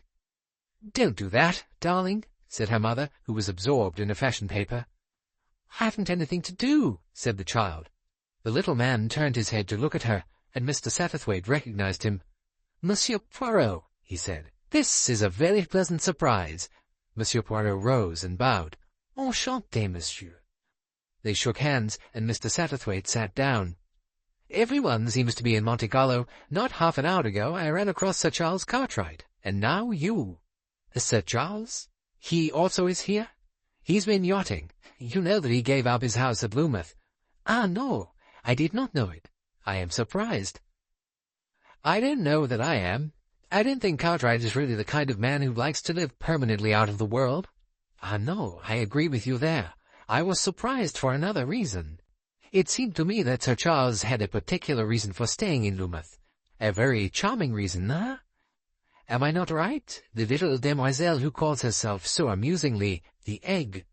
His eyes were twinkling gently. "Oh, so you noticed that?" "Assuredly I noticed. I have the heart very susceptible to lovers. You too, I think. And la jeunesse. It is always touching." He sighed. "I think," said Mr. Satterthwaite, "that actually you have hit on Sir Charles's reason for leaving Loomuth. He was running away. From Mademoiselle Egg. But it is obvious that he adores her. Why then run?" "Ha!" said Mr. Satterthwaite, "you don't understand our Anglo-Saxon complexes." Monsieur Poirot was following his own line of reasoning. "Of course," he said, "it is a good move to pursue. Run from a woman, immediately she follows. Doubtless Sir Charles, a man of much experience, knows that." Mr. Satterthwaite was rather amused. "I don't think it was quite that way," he said. "Tell me, what are you doing out here? The holiday?" "My time is all holidays nowadays. I have succeeded. I am rich. I retire. Now I travel about seeing the world." "Splendid," said Mr. Satterthwaite. "N'est-ce pas?" "Mummy," said the English child, "isn't there anything to do?" "Darling," said her mother reproachfully, "isn't it lovely to have come abroad and to be in the beautiful sunshine?" "Yes, but there's nothing to do." "Run about, amuse yourself. Go and look at the sea." "Maman," said a French child, suddenly appearing, "joue avec moi." A French mother looked up from her book. "Amuse-toi avec ta balle, Marcel." Obediently the French child bounced her ball with a gloomy face. "Je m'amuse," said Hercule Poirot, and there was a very curious expression on his face. Then, as if in answer to something he read in Mr. Satterthwaite's face, he said, "But yet you have the quick perceptions. It is as you think." He was silent for a minute or two. Then he said, "See you, as a boy I was poor. There were many of us. We had to get on in the world. I entered the police force. I worked hard. Slowly I rose in that force. I began to make a name for myself. I made a name for myself. I began to acquire an international reputation. At last I was due to retire. There came the war. I was injured. I came, a sad and weary refugee, to England. A kind lady gave me hospitality. She died. Not naturally. No. She was killed. Eh bien, I set my wits to work. I employed my little Gracieuse. I discovered her murderer. I found that I was not yet finished. No, indeed, my powers were stronger than ever. Then began my second career, that of a private inquiry agent in England. I have solved many fascinating and baffling problems. Ah, monsieur, I have lived. The psychology of human nature, it is wonderful. I grew rich. Some day I said to myself, I would have all the money I need. I would realize all my dreams. He laid a hand on Mr. Satterthwaite's knee. My friend, beware of the day when your dreams come true. That child near us, doubtless she too has dreamt of coming abroad, of the excitement, of how different everything would be. You understand? I understand, said Mr. Satterthwaite, that you are not amusing yourself. Poirot nodded. Exactly. There were moments when Mr. Satterthwaite looked like Puck. This was one of them. His little wrinkled face twitched impishly. He hesitated. Should he? Should he not? Slowly he unfolded the newspaper he was still carrying. Have you seen this, Monsieur Poirot? With his forefinger he indicated the paragraph he meant. The little Belgian took the paper. Mr. Satterthwaite watched him as he read. No change came over his face, but the Englishman had the impression that his body stiffened, as does that of a terrier when it sniffs a rat-hole. Hercule Poirot read the paragraph twice. Then he folded the paper and returned it to Mr. Satterthwaite. "That is interesting," he said. "Yes, it looks, does it not, as though Sir Charles Cartwright has been right, and we have been wrong?" "Yes," said Poirot. "It seems as though we have been wrong. I will admit it, my friend. I could not believe that so harmless, so friendly an old man could have been murdered. Well, it may be that I was wrong. Although, you see, this other death may be coincidence. Coincidences do occur. The most amazing coincidences. I, Hercule Poirot, have known coincidences that would surprise you." He paused and went on. "Sir Charles Cartwright's instinct may have been right. He is an artist, sensitive, impressionable. He feels things rather than reasons about them. Such a method in life is often disastrous, but it is sometimes justified. I wonder where Sir Charles is now." Mr. Satterthwaite smiled. "I can tell you that. He is in the offices of the Wagon-Lit Company. He and I are returning to England tonight." "Aha!" Poirot put immense meaning into the exclamation. His eyes, bright, inquiring, roguish, asked a question. "What zeal he has!" asked Sir Charles. "He is determined then to play this role, the role of the amateur policeman. Or is there another reason?" Mr. Satterthwaite did not reply, but from his silence Poirot seemed to deduce an answer. "I see," he said. "The bright eyes of Mademoiselle are concerned in this. It is not only crime that calls." "She wrote to him," said Mr. Satterthwaite, "begging him to return." Poirot nodded. "I wonder now," he said. "I do not quite understand." Mr. Satterthwaite interrupted. "You do not understand the modern English girl. Well, that is not surprising. I do not always understand them myself. A girl like Miss Lytton Gore—" In his turn, Poirot interrupted. "Pardon, you have misunderstood me. I understand Miss Lytton Gore very well. I have met such another, many such others. You call the type modern, but it is, how shall I say, age-long." Mr. Satterthwaite was slightly annoyed. He felt that he, and only he, understood Egg. This preposterous foreigner knew nothing about young English womanhood. Poirot was still speaking. His tone was dreamy, brooding. "A knowledge of human nature. What a dangerous thing it can be." "A useful thing," corrected Mr. Satterthwaite. "Perhaps it depends upon the point of view." "Well," Mr. Satterthwaite hesitated and got up. He was a little disappointed. He had cast the bait, and the fish had not risen. He felt that his own knowledge of human nature was at fault. "I wish you a pleasant holiday." "I thank you. I hope that when you are next in London you will come and see me." He produced a card. "This is my address." "You are most amiable, Mr. Satterthwaite. I shall be charmed. Goodbye for the present, then." "Goodbye, and bon voyage." Mr. Satterthwaite moved away. Poirot looked after him for a moment or two. Then, once more, he stared straight ahead of him, looking out over the blue Mediterranean. So he sat for at least 10 minutes. The English child reappeared. "I've looked at the sea, Mummy. What shall I do next?" "An admirable question," said Hercule Poirot under his breath. He rose and walked slowly away, in the direction of the Wagon-Lit offices. Chapter 2. The Missing Butler. Sir Charles and Mr. Satterthwaite were sitting in Colonel Johnson's study. The chief constable was a big, red-faced man with a barrack-room voice and hearty manner. He had greeted Mr. Satterthwaite with every sign of pleasure, and was obviously delighted to make the acquaintance of the famous Charles Cartwright. "My missus is a great playgoer. She's one of your, what do the Americans call it? Fans. That's it, fans. I like a good play myself. Good, clean stuff, that is. Some of the things they put on the stage nowadays. Ugh!" Sir Charles, conscious of rectitude in this respect, he had never put on daring plays, responded suitably with all his easy charm of manner. When they came to mention the object of their visit, Colonel Johnson was only too ready to tell them all he could. "Friend of yours, you say? Too bad, yes. He was very popular around here. That sanatorium of his is very highly spoken of, and by all accounts Bartholomew was a first-rate fellow, as well as being at the top of his profession. Kind, generous, popular all round. Last man in the world you'd expect to be murdered, and murder is what it looks like. There's nothing to indicate suicide, and anything like accident seems out of the question." "Satterthwaite and I have just come back from abroad," said Sir Charles. "We've only seen snippets here and there in the papers. And naturally you want to know all about it. Well, I'll tell you exactly how the matter stands. I think there's no doubt the butler's the man we've got to look for. He was a new man. Sir Bartholomew had only had him a fortnight, and the moment after the crime he disappears, vanishes into thin air. That looks a bit fishy, doesn't it? Eh, what? You've no notion where he went?" Colonel Johnson's naturally red face got a little redder.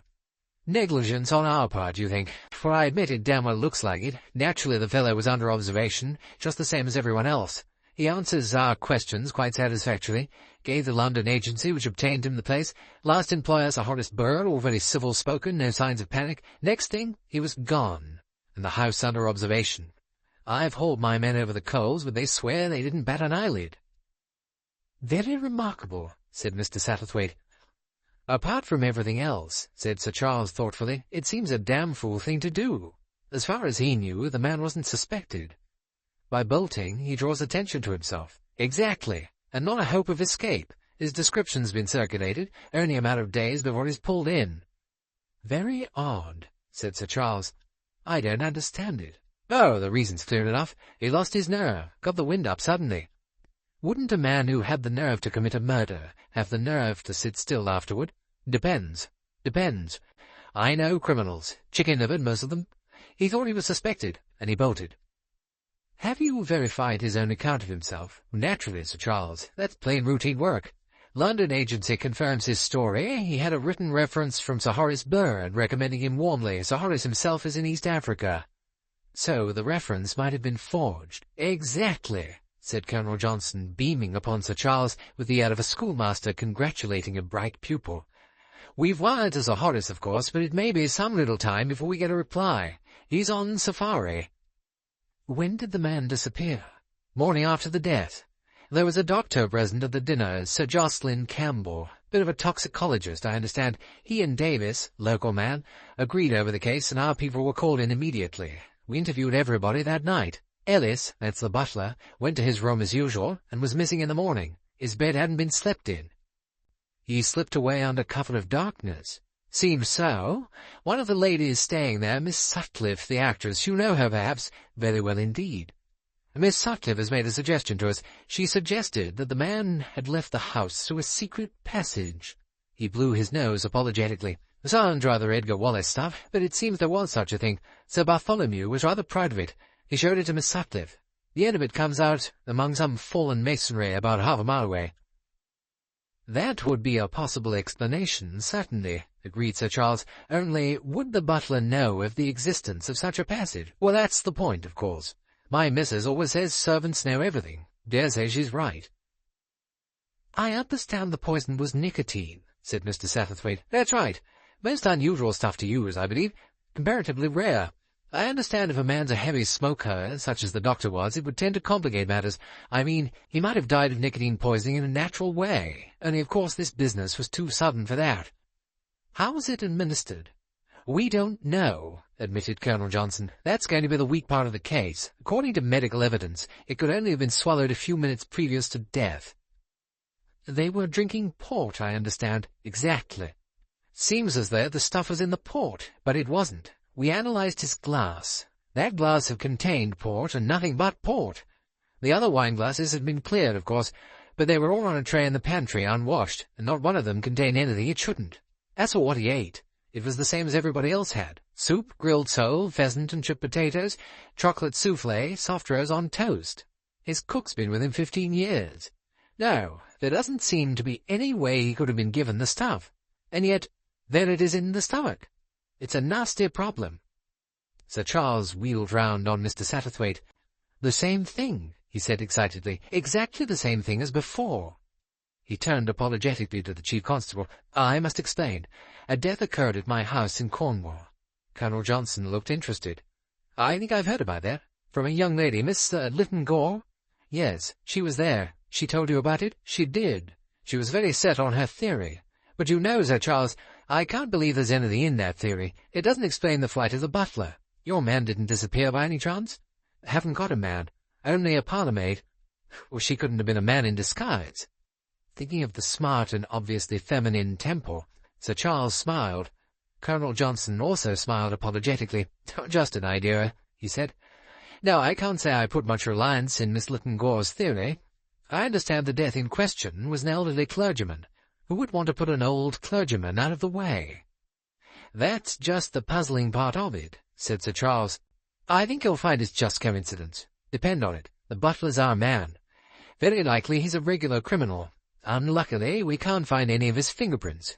We had a fingerprint expert go over his bedroom and the butler's pantry, but he had no luck." "If it was the butler, what motive can you suggest?" "That, of course, is one of our difficulties," admitted Colonel Johnson.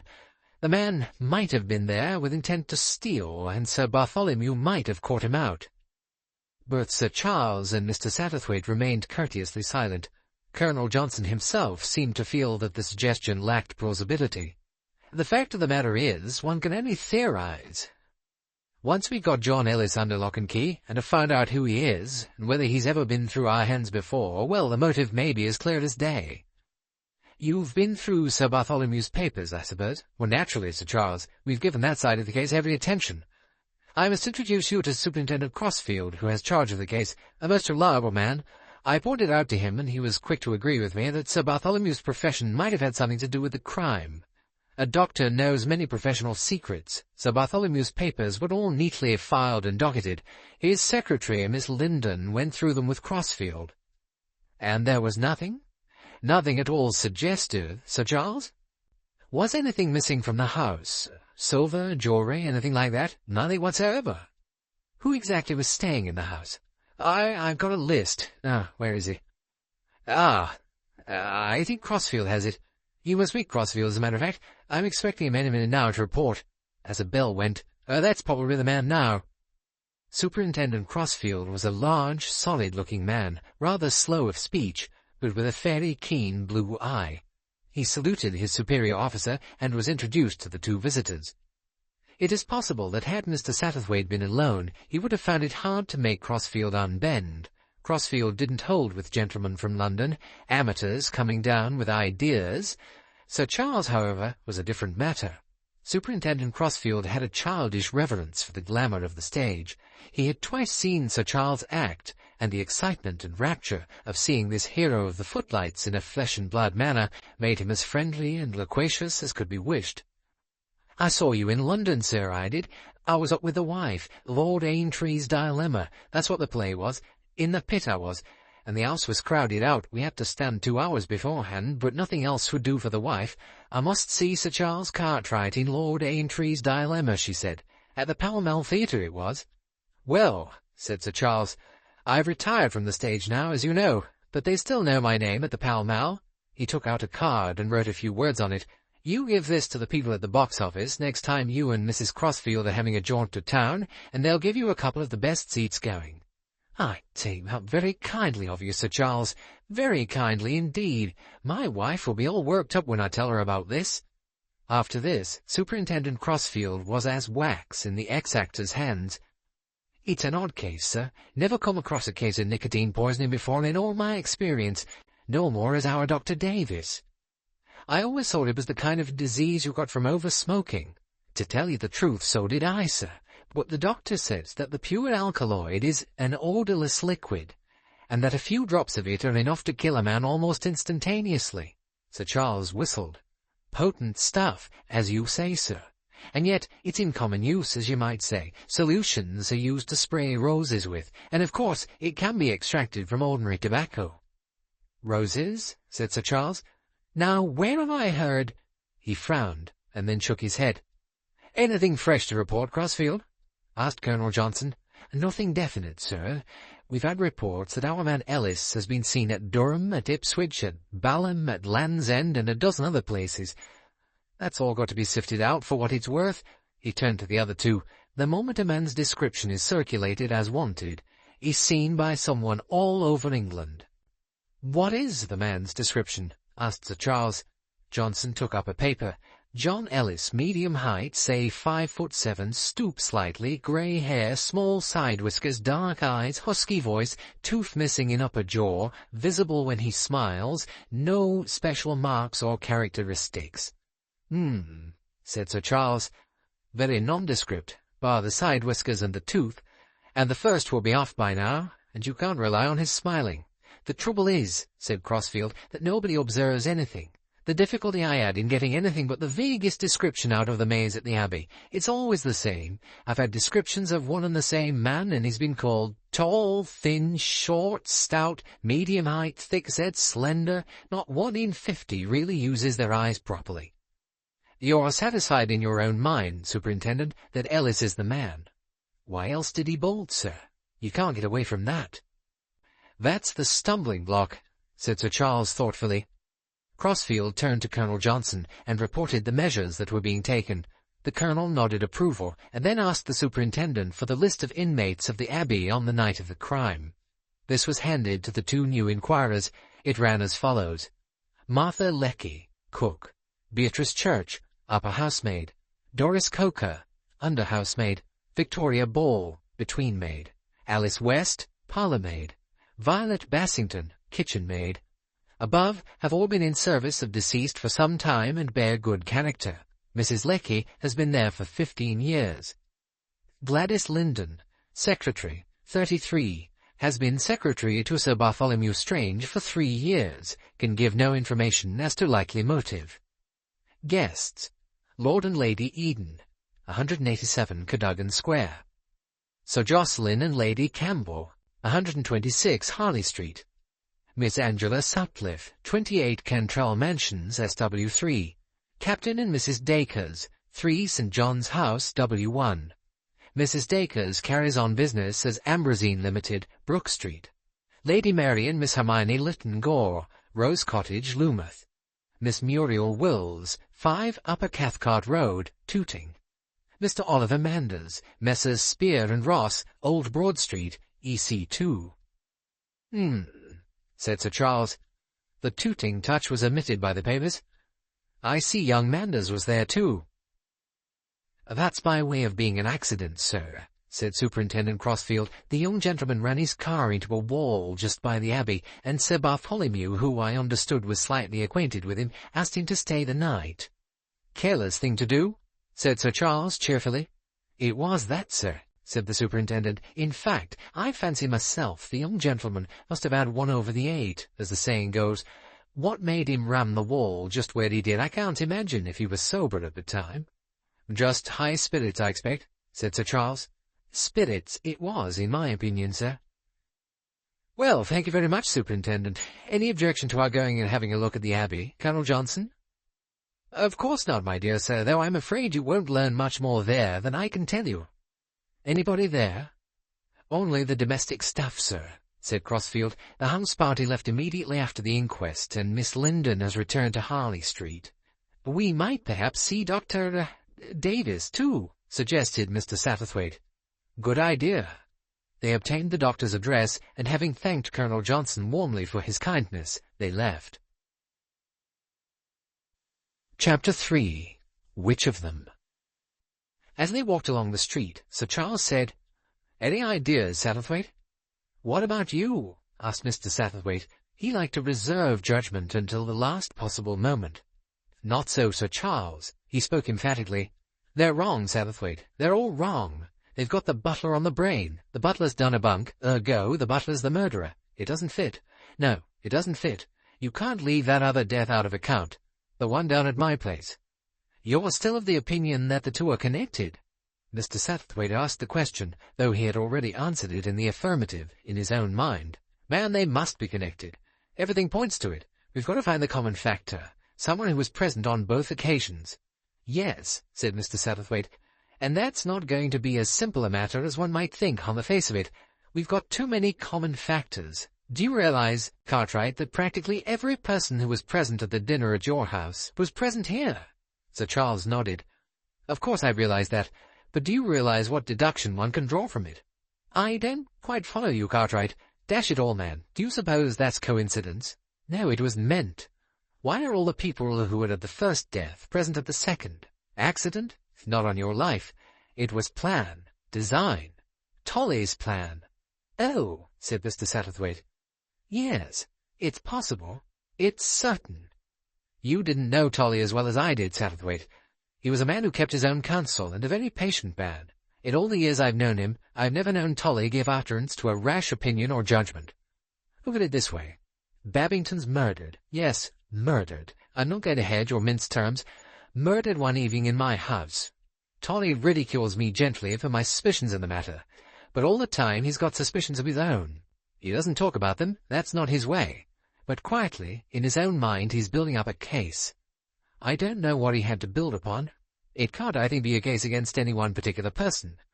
He believed that one of those people was responsible for the crime, and he made a plan, a test of some kind, to find out which person it was. Or what about the other guests, the Edens and the Campbells? Camouflage. It made the whole thing less obvious. What do you think the plan was? Sir Charles shrugged his shoulders, an exaggerated foreign gesture. He was Aristide Duval, that mastermind of the Secret Service. His left foot limped as he walked. How can we know? I'm not a magician, I cannot guess, but there was a plan. It went wrong because the murderer was just 1 degree cleverer than Tolly thought. He struck first. He, or she. Poison is as much a woman's weapon as a man's, more so. Mr. Satterthwaite was silent. Sir Charles said, "Come now, don't you agree, or are you on the side of public opinion? The butler's the man. He done it." "What's your explanation of the butler?" "I haven't thought about him. In my view, he doesn't matter." "I could suggest an explanation." "Such as?" "Well, say that the police are right so far. Ellis is a professional criminal, working in, shall we say, with a gang of burglars. Ellis obtains this post with false credentials. Then Tolly is murdered. What is Ellis's position? A man is killed, and in the house is a man whose fingerprints are at Scotland Yard and who is known to the police. Naturally, he gets the wind up and bolts. By the secret passage? Secret passage be damned. He dodged out of the house while one of the fat-headed constables who were watching the house was taking 40 winks. It certainly seems more probable." "Well, Satterthwaite, what's your view?" "Mine?" said Mr. Satterthwaite. "Oh, it's the same as yours. It has been all along. The butler seems to me a very clumsy red herring. I believe that Sir Bartholomew and poor old Babington were killed by the same person." "One of the house party?" "One of the house party." There was a silence for a minute or two, and then Mr. Satterthwaite asked casually, "Which one of them do you think it was?" "My God, Satterthwaite, how can I tell?" "Well, you can't tell, of course," said Mr. Satterthwaite mildly. "I just thought you might have some idea. You know, nothing scientific or reasoned, just an ordinary guess." "Well, I haven't." He thought for a minute, and then burst out, "You know, Satterthwaite, the moment you begin to think, it seems impossible that any of them did it." "I suppose your theory is right," mused Mr. Satterthwaite. "As to the assembling of the suspects, I mean. We've got to take it into account that there were certain definite exclusions. Yourself, and myself, and Mrs. Babington, for instance. Young Manders, too, he was out of it." "Manders?" "Yes, his arrival on the scene was an accident. He wasn't asked or expected. That lets him out of the circle of suspects. The dramatist woman, too, Anthony Astor." No, she was there. Miss Muriel Wills of Tooting." "So she was. I'd forgotten the woman's name was Wills." He frowned. Mr. Satterthwaite was fairly good at reading people's thoughts. He estimated with fair accuracy what was passing through the actor's mind. When the other spoke, Mr. Satterthwaite mentally patted himself on the back. "You know, Satterthwaite, you're right. I don't think it was definitely suspected people that he asked, because after all Lady Mary and Egg were there. No, he wanted to stage some reproduction of the first business. Perhaps he suspected someone. But he wanted other eyewitnesses there to confirm matters. Something of that kind." "Something of the kind," agreed Mr. Satterthwaite. "One can only generalize at this stage. Very well, the Lytton Gores are out of it. You and I and Mrs. Babington and Oliver Manders are out of it. Who is left? Angela Sutcliffe?" "Angie, my dear fellow, she's been a friend of Tolly's for years." "Then it boils down to the Dacres. In fact, Cartwright, you suspect the Dacres. You might just as well have said so when I asked you." Sir Charles looked at him. Mr. Satterthwaite had a mildly triumphant air. "I suppose," said Cartwright slowly, "that I do." At least, I don't suspect them. They just seem rather more possible than anyone else. I don't know them very well, for one thing, but for the life of me, I can't see why Freddie Dacres, who spends his life on the racecourse, or Cynthia, who spends her time designing fabulously expensive clothes for women, should have any desire to remove a dear, insignificant old clergyman. He shook his head. Then his face brightened. There's the Wills woman. I forgot her again. What is there about her that continually makes you forget her? She's the most damnably nondescript creature I've ever seen. Mr. Satterthwaite smiled. I rather fancy she might embody Burns' famous line, "Achille among ye taking notes." I rather fancy that Miss Wills spends her time taking notes. There are sharp eyes behind that pair of glasses. I think you'll find that anything worth noticing in this affair has been noticed by Miss Wills. Do you? Said Sir Charles doubtfully. The next thing to do, said Mr. Satterthwaite, is to have some lunch. After that, we'll go out to the Abbey and see what we can discover on the spot. You seem to be taking very kindly to this, Satterthwaite, said Sir Charles with a twinkle of amusement. The investigation of crime is not new to me, said Mr. Satterthwaite. Once, when my car broke down, and I was staying at a lonely inn, he got no further. I remember, said Sir Charles in his high, clear, carrying actor's voice, when I was touring in 1921. Sir Charles won. Chapter 4. The Evidence of the Servants. Nothing could have been more peaceful than the grounds and building of Melfort Abbey, as the two men saw it that afternoon in the September sunshine. Portions of the Abbey were 15th century. It had been restored and a new wing added onto it. The new sanatorium was out of sight of the house, with grounds of its own. Sir Charles and Mr. Satterthwaite were received by Mrs. Lecky, the cook, a portly lady, decorously gowned in black, who was tearful and voluble. Sir Charles she already knew, and it was to him she addressed most of her conversation. You understand, I'm sure, sir, what it's meant to me. The master's death and all. Policemen all over the place poking their noses here and there. Would you believe it? Even the dustbins they had to have their noses in. And questions? They wouldn't have done with asking questions. Oh, that I should have lived to see such a thing. The doctor, such a quiet gentleman as he always was, and made Sir Bartholomew too, which a proud day it was to all of us, as Beatrice and I well remember, though she's been here 2 years less than I have. And such questions as that police fellow, for gentleman I will not call him, having been accustomed to gentlemen and their ways, and knowing what's what. Fellow, I say, whether or not he is a superintendent. Mrs. Lecky paused, took breath, and extricated herself from the somewhat complicated conversational morass into which she had fallen. Questions, that's what I say, about all the maids in the house.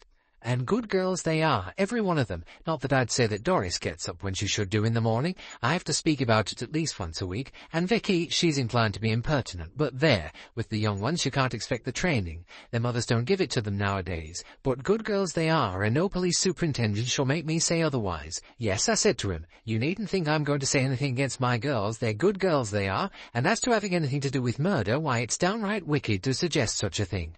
Mrs. Lecky paused.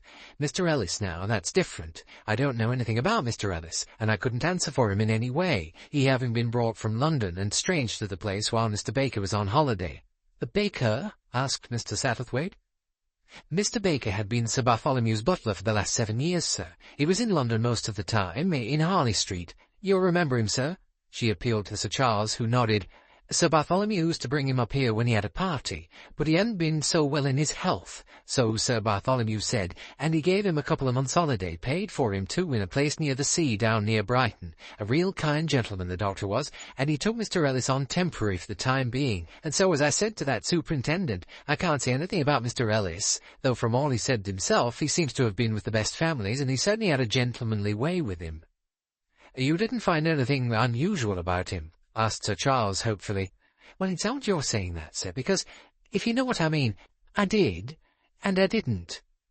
Sir Charles looked encouraging, and Mrs. Lecky went on, I couldn't exactly say what it was, sir, but there was something. There always is, after the event, thought Mr. Satterthwaite to himself grimly. However much Mrs. Lecky had despised the police, she was not proof against suggestion. If Ellis turned out to be the criminal, well, Mrs. Lecky would have noticed something. For one thing, He was standoffish, quite polite, quite the gentleman. As I said, he'd been used to good houses, but he kept himself to himself, spent a lot of time in his own room, and he was, well, I don't know how to describe it. I'm sure he was, well, there was something. You didn't suspect he wasn't, not really a butler, suggested Mr. Satterthwaite. Oh, he'd been in service right enough, sir. The things he knew, and about well-known people in society, too. Such as, suggested Sir Charles gently, but Mrs. Lecky became vague and non-committal. She was not going to retail servants' hall gossip. Such a thing would have offended her sense of fitness. To put her at her ease, Mr. Satterthwaite said, "Perhaps you can describe his appearance." Mrs. Lecky brightened. "Oh, yes, sir, indeed. He was a very respectable-looking man, side whiskers and grey hair stooped a little, and he was growing stout. It worried him, that did. He had a rather shaky hand, too, but not from the cause you might imagine. He was a most abstemious man, not like many I've known. His eyes were a bit weak, I think, sir. The light hurt them, especially a bright light, used to make them water, something cruel. Out with us he wore glasses, but not when he was on duty." "And no special distinguishing marks?" asked Sir Charles. "No scars, or broken fingers, or birthmarks?" "Oh, no, sir, nothing of that kind." "How superior detective stories are to life," sighed Sir Charles. "In fiction there is always some distinguishing characteristic." "He had a tooth missing," said Mr. Satterthwaite. "I believe so, sir. I never noticed it myself." "What was his manner on the night of the tragedy?" asked Mr. Satterthwaite in a slightly bookish manner. "Oh, really, sir, I couldn't say. I was busy, you see, in my kitchen. I hadn't time for noticing things. No, quite so. When the news came out that the master was dead, we were struck all of a heap. I cried, and I couldn't stop. So did Beatrice. The young ones, of course, were excited-like, though very upset. Mr. Ellis naturally wasn't so upset as we were, he being new, but he behaved very considerate and insisted on Beatrice and me taking a little glass of port to counteract the shock, and to think that all the time it was he, the villain." Words failed Mrs. Lecky. Her eyes shone with indignation. "He disappeared that night, I understand." "Yes, sir. Went to his room like the rest of us, and in the morning he wasn't there. That's what set the police on him, of course." Yes, very foolish of him. Have you any idea how he left the house?" "Not the slightest." "It seems the police were watching the house all night, and they never saw him go. But there, that's what the police are. Human like everyone else, in spite of the airs they give themselves, coming into a gentleman's house and nosing around." "I hear there's some question of a secret passage," Sir Charles said. Mrs. Lecky sniffed. "Well, that's what the police say." "Is there such a thing?" "Well, I've heard mention of it," Mrs. Lecky agreed cautiously. "Do you know where it starts from?" "No, I don't, sir." "Secret passages are all very well, but they're not things to be encouraged in the servants' hall. It gives the girls ideas. They might think of slipping out that way. My girls go out by the back door and in by the back door, and then we know where they are." "Splendid, Mrs. Lecky. I think you're very wise." Mrs. Lecky bridled in the sun of Sir Charles's approval. "I wonder," he went on, "if we might just ask a few questions of the other servants." "Oh, of course, sir. But they can't tell you anything more than I can." "Oh, I know. I didn't mean so much about Ellis as about Sir Bartholomew himself. His manner that night and so on. You see, he was a friend of mine." "I know, sir. I quite understand. There's Beatrice and there's Alice. She waited at table, of course." "Yes, I'd like to see Alice." Mrs. Lecky, however, had a belief in seniority. Beatrice Church, the upper housemaid, was the first to appear. She was a tall, thin woman, with a pinched mouth, who looked aggressively respectable. After a few unimportant questions, Sir Charles led the talk to the behaviour of the house-party on the fatal evening. Had they all been terribly upset? What had they said or done? A little animation entered into Beatrice's manner. She had the usual ghoulish relish for tragedy. "Miss Sutcliffe, she quite broke down. A very warm-hearted lady. She stayed here before. I suggested bringing her a little drop of brandy or a nice cup of tea, but she wouldn't hear of it. She took some aspirin, though. She said she was sure she couldn't sleep, but she was sleeping like a little child the next morning when I brought her her early tea." "And Mrs. Dacres?" "Oh, I don't think anything would upset that lady much." From Beatrice's tone, she had not liked Cynthia Dacres. Just anxious to get away, she was. Said her business would suffer. She's a big dressmaker in London, so Mr. Ellis told us. A big dressmaker to Beatrice meant trade, and trade she looked down upon. And her husband? Beatrice sniffed. Steadied his nerves with brandy, he did, or unsteadied them, some would say. What about Lady Mary Lytton Gore? Oh, very nice lady, said Beatrice, her tone softening. My great-aunt was in service with her father at the castle. Pretty young girl she was, so I've always heard. Poor she may be, but you can see she's someone, and so considerate, never giving trouble, always speaking so pleasant. Her daughter's a nice young lady, too. They didn't know Sir Bartholomew well, of course, but they were very distressed. Miss Wills? Some of Beatrice's rigidity returned. I'm sure I couldn't say, sir, what Miss Wills thought about it. Or what you thought about her, asked Sir Charles. Come now, Beatrice, be human. An unexpected smile dinted Beatrice's wooden cheeks. There was something appealingly schoolboyish in Sir Charles's manner. She was not proof against the charm that nightly audiences had felt so strongly. Really, sir, I don't know what you want me to say. Just what you thought and felt about Miss Wills. Oh, nothing, sir. Nothing at all. She wasn't, of course, Beatrice hesitated. Go on, Beatrice. Well, she wasn't quite the class of the others, sir. She couldn't help it, I know, went on Beatrice kindly, but she did things a real lady wouldn't have done. She pried, if you know what I mean, sir, poked and pried about. Sir Charles tried hard to get this statement amplified, but Beatrice remained vague. Miss Wills had poked and pried, but asked to produce a special instance of the poking, Beatrice seemed unable to do so. She merely repeated that Miss Wills pried into things that were no business of hers. They gave it up at last, and Mr. Satterthwaite said, "A young Mr. Manders arrived unexpectedly, didn't he?" "Yes, sir. He had an accident with his car, just by the lodge gates it was. He said it was a bit of luck it happened just here. The house was full, of course, but Miss Linden had a bed made up for him in the little study." "Was everyone very surprised to see him?" "Oh, yes, sir. Naturally, sir." Asked her opinion of Ellis, Beatrice was non-committal. She'd seen very little of him. Going off the way he did looked bad, though why he should want to harm the master she couldn't imagine. Nobody could. What was he like? The doctor, I mean. Did he seem to be looking forward to the house party? Had he anything on his mind? Oh, he seemed particularly cheerful, sir. Smiled to himself he did, as though he had some joke on. I even heard him make a joke with Mr. Ellis, a thing he'd never done with Mr. Baker. He was usually a bit brusque with the servants, kind always, but not speaking to them much. What did he say? Asked Mr. Satterthwaite eagerly. Well, I forget exactly now, sir. Mr. Ellis had come up with a telephone message, and Sir Bartholomew asked him if he was sure he got the names right, and Mr. Ellis said quite sure, speaking respectful, of course, and the doctor, he laughed and said, "You're a good fellow, Ellis, a first-class butler, eh? Beatrice, what do you think?" And I was so surprised, sir, at the master speaking like that, quite unlike his usual self, that I didn't know what to say. And Ellis? He looked kind of disapproving, sir, as though it was the kind of thing he hadn't been used to. Stiff-like. What was the telephone message? Asked Sir Charles. The message, sir?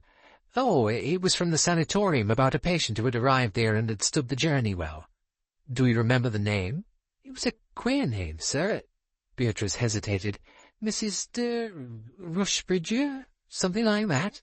Ah, yes, said Sir Charles soothingly. Not an easy name to get right on the telephone. Well, thank you very much, Beatrice. Perhaps we could see Alice now. When Beatrice had left the room, Sir Charles and Mr. Satterthwaite compared notes by an interchange of glances. Miss Wills poked and pried. Captain Dacres got drunk.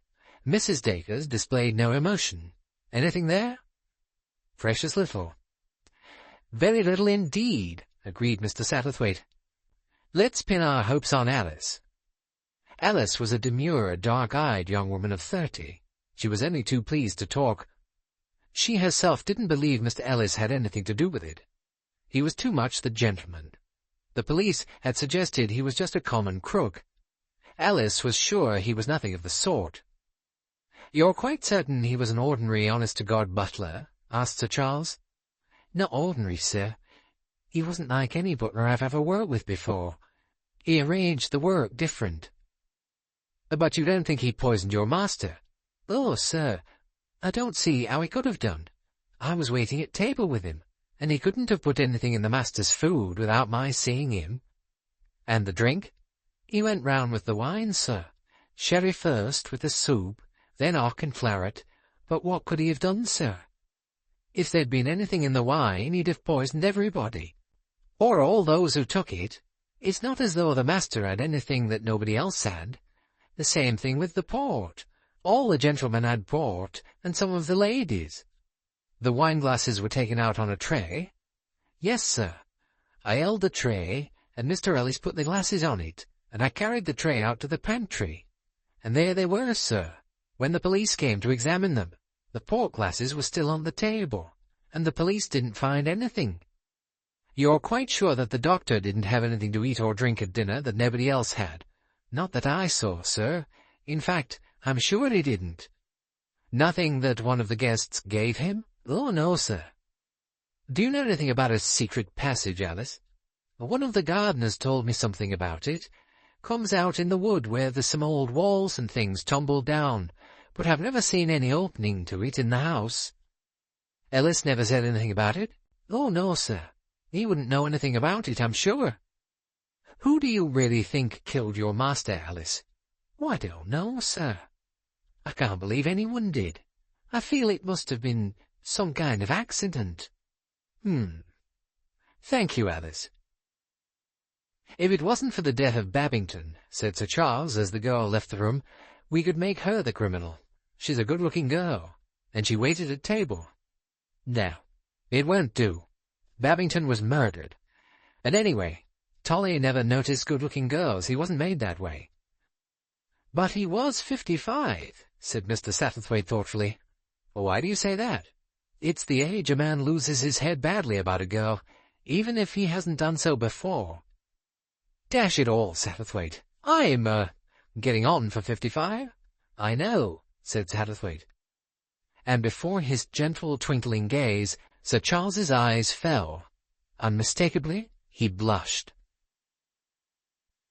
Chapter 5. In the butler's room.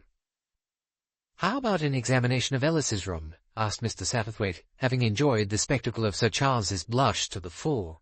The actor seized at the diversion. Excellent, excellent, just what I was about to suggest myself.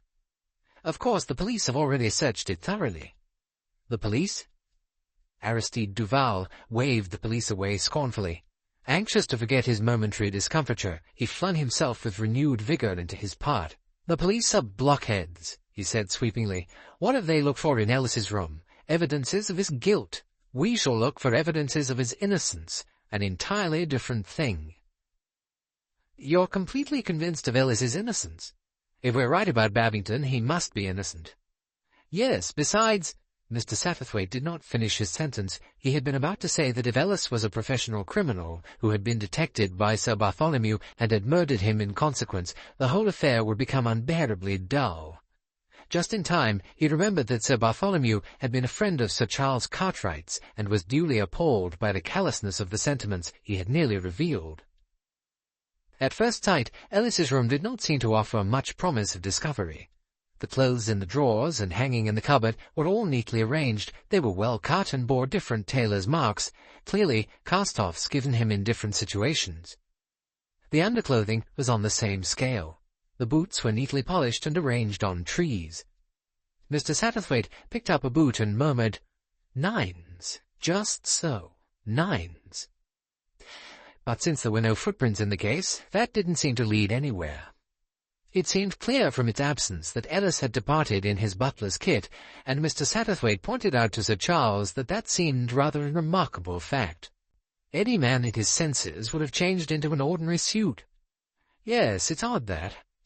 Looks almost, though that's absurd, as if he hadn't gone at all. Nonsense, of course. They continued their search. No letters, no papers, except a cutting from a newspaper regarding a cure for corns, and a paragraph relating to the approaching marriage of a duke's daughter. There was a small blotting book and a penny bottle of ink on a side table. No pen. Sir Charles held up the blotting book to the mirror, but without result. One page of it was very much used, a meaningless jumble, and the ink looked to both men old. Either he hasn't written any letters since he was here, or he hasn't blotted them, deduced Mr. Satterthwaite. This is an old blotter. Ah, yes. With some gratification, he pointed to a barely decipherable L. Baker amidst the jumble. "I should say Ellis hadn't used this at all." "That's rather odd, isn't it?" said Sir Charles slowly. "What do you mean?" "Well, a man usually writes letters. Not if he's a criminal.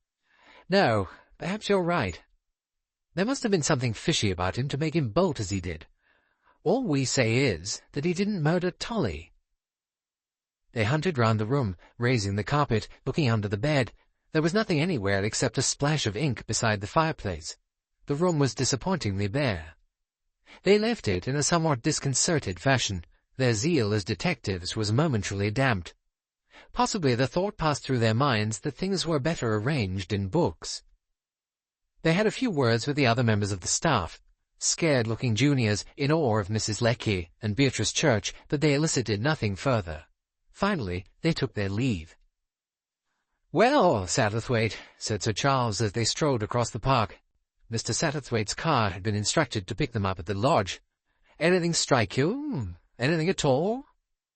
Mr. Satterthwaite thought. He was not to be hurried into an answer, especially as he felt something ought to have struck him. To confess that the whole expedition had been a waste of time was an unwelcome idea. He passed over in his mind the evidence of one servant after another. The information was extraordinarily meagre.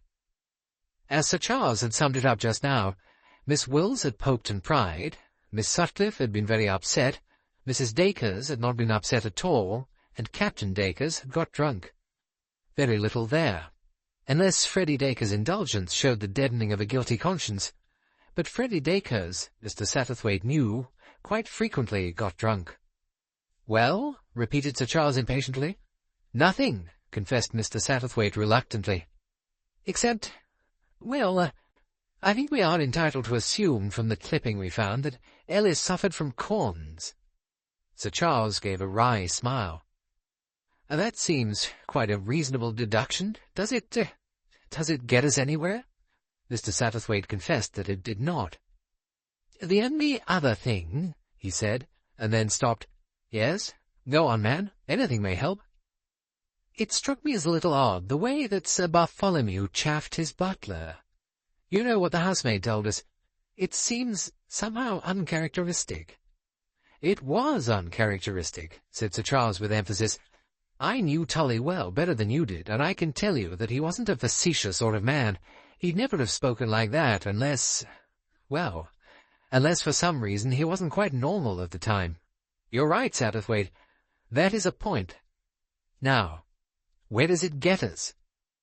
"Well," began Mr. Satterthwaite, but it was clear that Sir Charles's question had been merely a rhetorical one. He was anxious, not to hear Mr. Satterthwaite's views, but to air his own. "You remember when that incident occurred, Satterthwaite? Just after Ellis had brought him a telephone message. I think it's a fair deduction to assume that it was that telephone message which was the cause of Tolly's sudden unusual hilarity. You may remember I asked the housemaid woman what that message had been." Mr. Satterthwaite nodded. "It was to say that a woman named Mrs. de Rushbridger had arrived at the sanatorium," he said, to show that he, too, had paid attention to the point. "It doesn't sound particularly thrilling." "It doesn't sound so, certainly, but if our reasoning is correct, there must be some significance in that message." "Yes," said Mr. Satterthwaite doubtfully. "Indubitably," said Sir Charles. "We've got to find out what that significance was. It just crosses my mind that it may have been a code message of some kind, a harmless-sounding, natural thing, but which really meant something entirely different. If Tolly had been making inquiries into Babington's death, this may have had something to do with those inquiries. Say even that he employed a private detective to find out a certain fact. He may have told him, in the event of this particular suspicion being justified, to ring up and use that particular phrase, which would convey no hint of the truth to anyone taking it. That would explain his jubilation.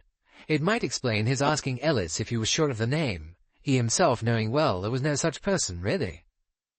In fact, the slight lack of balance a person shows when they have brought off what can be described as a long shot."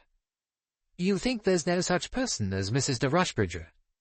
"Well, I think we ought to find out for certain." "How?" "We might run along to the sanatorium now and ask the matron." "She may think it rather odd." Sir Charles laughed. "You leave it to me," he said. They turned aside from the drive and walked in the direction of the sanatorium. Mr. Satterthwaite said, "What about you, Cartwright? Does anything strike you at all, arising out of our visit to the house, I mean?" Sir Charles answered slowly, "Yes, there is something. The devil if it is, I can't remember what." Mr. Satterthwaite stared at him in surprise. The other frowned. "How can I explain? There was something which at the moment struck me as wrong, as unlikely, only I hadn't the time to think about it then. I put it aside in my own mind. And now you can't remember what it was. No, only that at some moment I said to myself, 'That's odd.'" "Was it when we were questioning the servants?" "Which servant?" "I tell you I can't remember. The more I think, the less I shall remember. If I leave it alone, it may come back to me." They came into view of the sanatorium, a big, white, modern building, divided from the park by palings. There was a gate through which they passed, and they rang the front door-bell and asked for the matron. The matron, when she came, was a tall, middle-aged woman with an intelligent face and a capable manner. Sir Charles she clearly knew by name, as a friend of the late Sir Bartholomew Strange.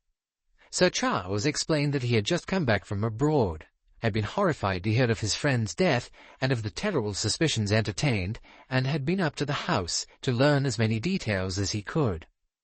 The matron spoke in moving terms of the loss Sir Bartholomew would be to them, and of his fine career as a doctor. Sir Charles professed himself anxious to know what was going to happen to the sanatorium. The matron explained that Sir Bartholomew had had 2 partners, both capable doctors. One was in residence at the sanatorium. "Bartholomew was very proud of this place, I know," said Sir Charles. "Yes, his treatments were a great success. Mostly nerve cases, isn't it?" "Yes." "That reminds me. The fellow I met out at Monte had some kind of relation coming here. I forget her name now. Odd sort of name. Rushbridger, something like that." "Mrs. de Rusbridger, you mean?" "That's it. Is she here now?" "Oh, yes, but I'm afraid she won't be able to see you. Not for some time yet. She's having a very strict rest cure." The matron smiled, just a trifle archly. "No letters, no exciting visitors." "I say, she's not very bad, is she?" "Rather a bad nervous breakdown, lapses of memory, and severe nervous exhaustion. Oh, we shall get her right in time." The matron smiled reassuringly. "Let me see, haven't I heard Sir Bartholomew speak of her? She was a friend of his as well as a patient, wasn't she?" "I don't think so, Sir Charles.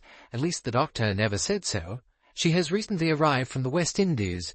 Really, it was very funny, I must tell you. Rather a difficult name for a servant to remember. The parlour-maid here is rather stupid. She came and said to me, 'Mrs. West India has come.'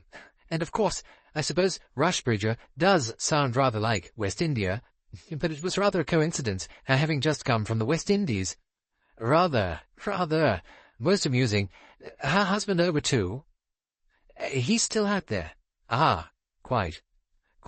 I must be mixing it up with someone else. It was a case the doctor was specially interested in?" "Cases of amnesia are fairly common, but they're always interesting to a medical man. It's variations, you know. 2 cases are seldom alike." "Seems all very odd to me." "Well, thank you, matron. I'm glad to have had a little chat with you. I know how much Tolly thought of you. He often spoke about you," finished Sir Charles mendaciously. "Oh, I'm glad to hear that." The matron flushed and bridled. "Such a splendid man, such a loss to us all. We were absolutely shocked. Well, stunned would describe it better." "Murder! Who ever would murder Dr. Strange?" I said. "It's incredible. That awful butler. I hope the police catch him, and no motive or anything." Sir Charles shook his head sadly, and they took their departure, going round by the road to the spot where the car awaited them. In revenge for his enforced quiescence during the interview with the matron, Mr. Satterthwaite displayed a lively interest in the scene of Oliver Mander's accident, plying the lodge-keeper, a slow-witted man of middle age, with questions. Yes, that was the place where the wall was broken away. On a motorcycle the young gentleman was. No, he didn't see it happen. He heard it, though, and came out to see. The young gentleman was standing there, just where the other gentleman was standing now. He didn't seem to be hurt, just looking rueful-like at his bike. And a proper mess that was. Just asked what the name of the place might be, and when he heard it was Sir Bartholomew Strange's, he said, 'That's a piece of luck,' and went up to the house. A very calm young gentleman he seemed to be, tired-like. How he came to have such an accident, the lodge-keeper couldn't see, but he supposed them things went wrong sometimes. "It was an odd accident," said Mr. Satterthwaite thoughtfully. He looked at the wide, straight road. No bends, no dangerous crossroads, nothing to cause a motorcyclist to swerve suddenly into a 10-foot wall. Yes, an odd accident. "What's in your mind, Satterthwaite?" asked Sir Charles curiously. "Nothing," said Mr. Satterthwaite. "Nothing." "It's odd, certainly," said Sir Charles, and he too stared at the scene of the accident in a puzzled manner. They got into the car and drove off. Mr. Satterthwaite was busy with his thoughts. Mrs. de Rushbridger. Cartwright's theory wouldn't work. It wasn't a code message. There was such a person. But could there be something about the woman herself? Was she perhaps a witness of some kind? Or was it just because she was an interesting case that Bartholomew Strange had displayed this unusual elation? Was she perhaps an attractive woman? To fall in love at the age of 55 did, Mr. Satterthwaite had observed it many a time, change a man's character completely. It might perhaps make him facetious, where before he had been aloof. His thoughts were interrupted. Sir Charles leaned forward.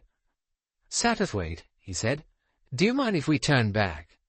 Without waiting for a reply, he took up the speaking tube and gave the order. The car slowed down, stopped, and the chauffeur began to reverse into a convenient lane. A minute or two later, they were bowling along the road in the opposite direction. "What is it?" asked Mr. Satterthwaite. "I've remembered," said Sir Charles, "what struck me as odd. It was the ink stain on the floor in the butler's room." Chapter 6. Concerning an ink stain. Mr. Satterthwaite stared at his friend in surprise. "The ink stain? What do you mean, Cartwright? You remember it?" "I remember there was an ink stain, yes." "You remember its position?" "Well, not exactly." "It was close to the skirting board near the fireplace." "Yes, so it was. I remember now. How do you think that stain was caused, Satterthwaite?" "It wasn't a big stain," he said at last. "It couldn't have been an upset ink bottle. I should say in all probability that the man dropped his fountain pen there. There was no pen in the room, you remember." "You shall see I notice things just as much as he does," thought Mr. Satterthwaite. "So it seems clear the man must have had a fountain pen, if he ever wrote at all, and there's no evidence that he ever did." "Yes, there is, Satterthwaite. There's the ink stain." "He may have been writing," snapped Satterthwaite. "He may just have dropped the pen on the floor." "But there wouldn't have been a stain unless the top had been off the pen." "I dare say you're right," said Mr. Satterthwaite, "but I can't see what's odd about it." "Perhaps there isn't anything odd," said Sir Charles. "I can't tell till I get back and see for myself." They were turning in at the lodge gates. A few minutes later they had arrived at the house, and Sir Charles was allaying the curiosity caused by his return by inventing a pencil left behind in the butler's room. "And now," said Sir Charles, shutting the door of Ellis's room behind him, having with some skill shaken off the helpful Mrs. Lecky, "let's see if I'm making an infernal fool of myself, or whether there's anything in my idea." In Mr. Satterthwaite's opinion, the former alternative was by far the more probable, but he was much too polite to say so. He sat down on the bed and watched the other. "Here's our stain," said Sir Charles, indicating the mark with his foot, "right up against the skirting board at the opposite side of the room to the writing table. Under what circumstances would a man drop a pen just there?" "Well, you can drop a pen anywhere," said Mr. Satterthwaite.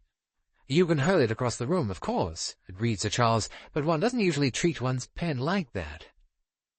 "I don't know, though. Fountain pens are damned annoying things. Dry up and refuse to write just when you want them to.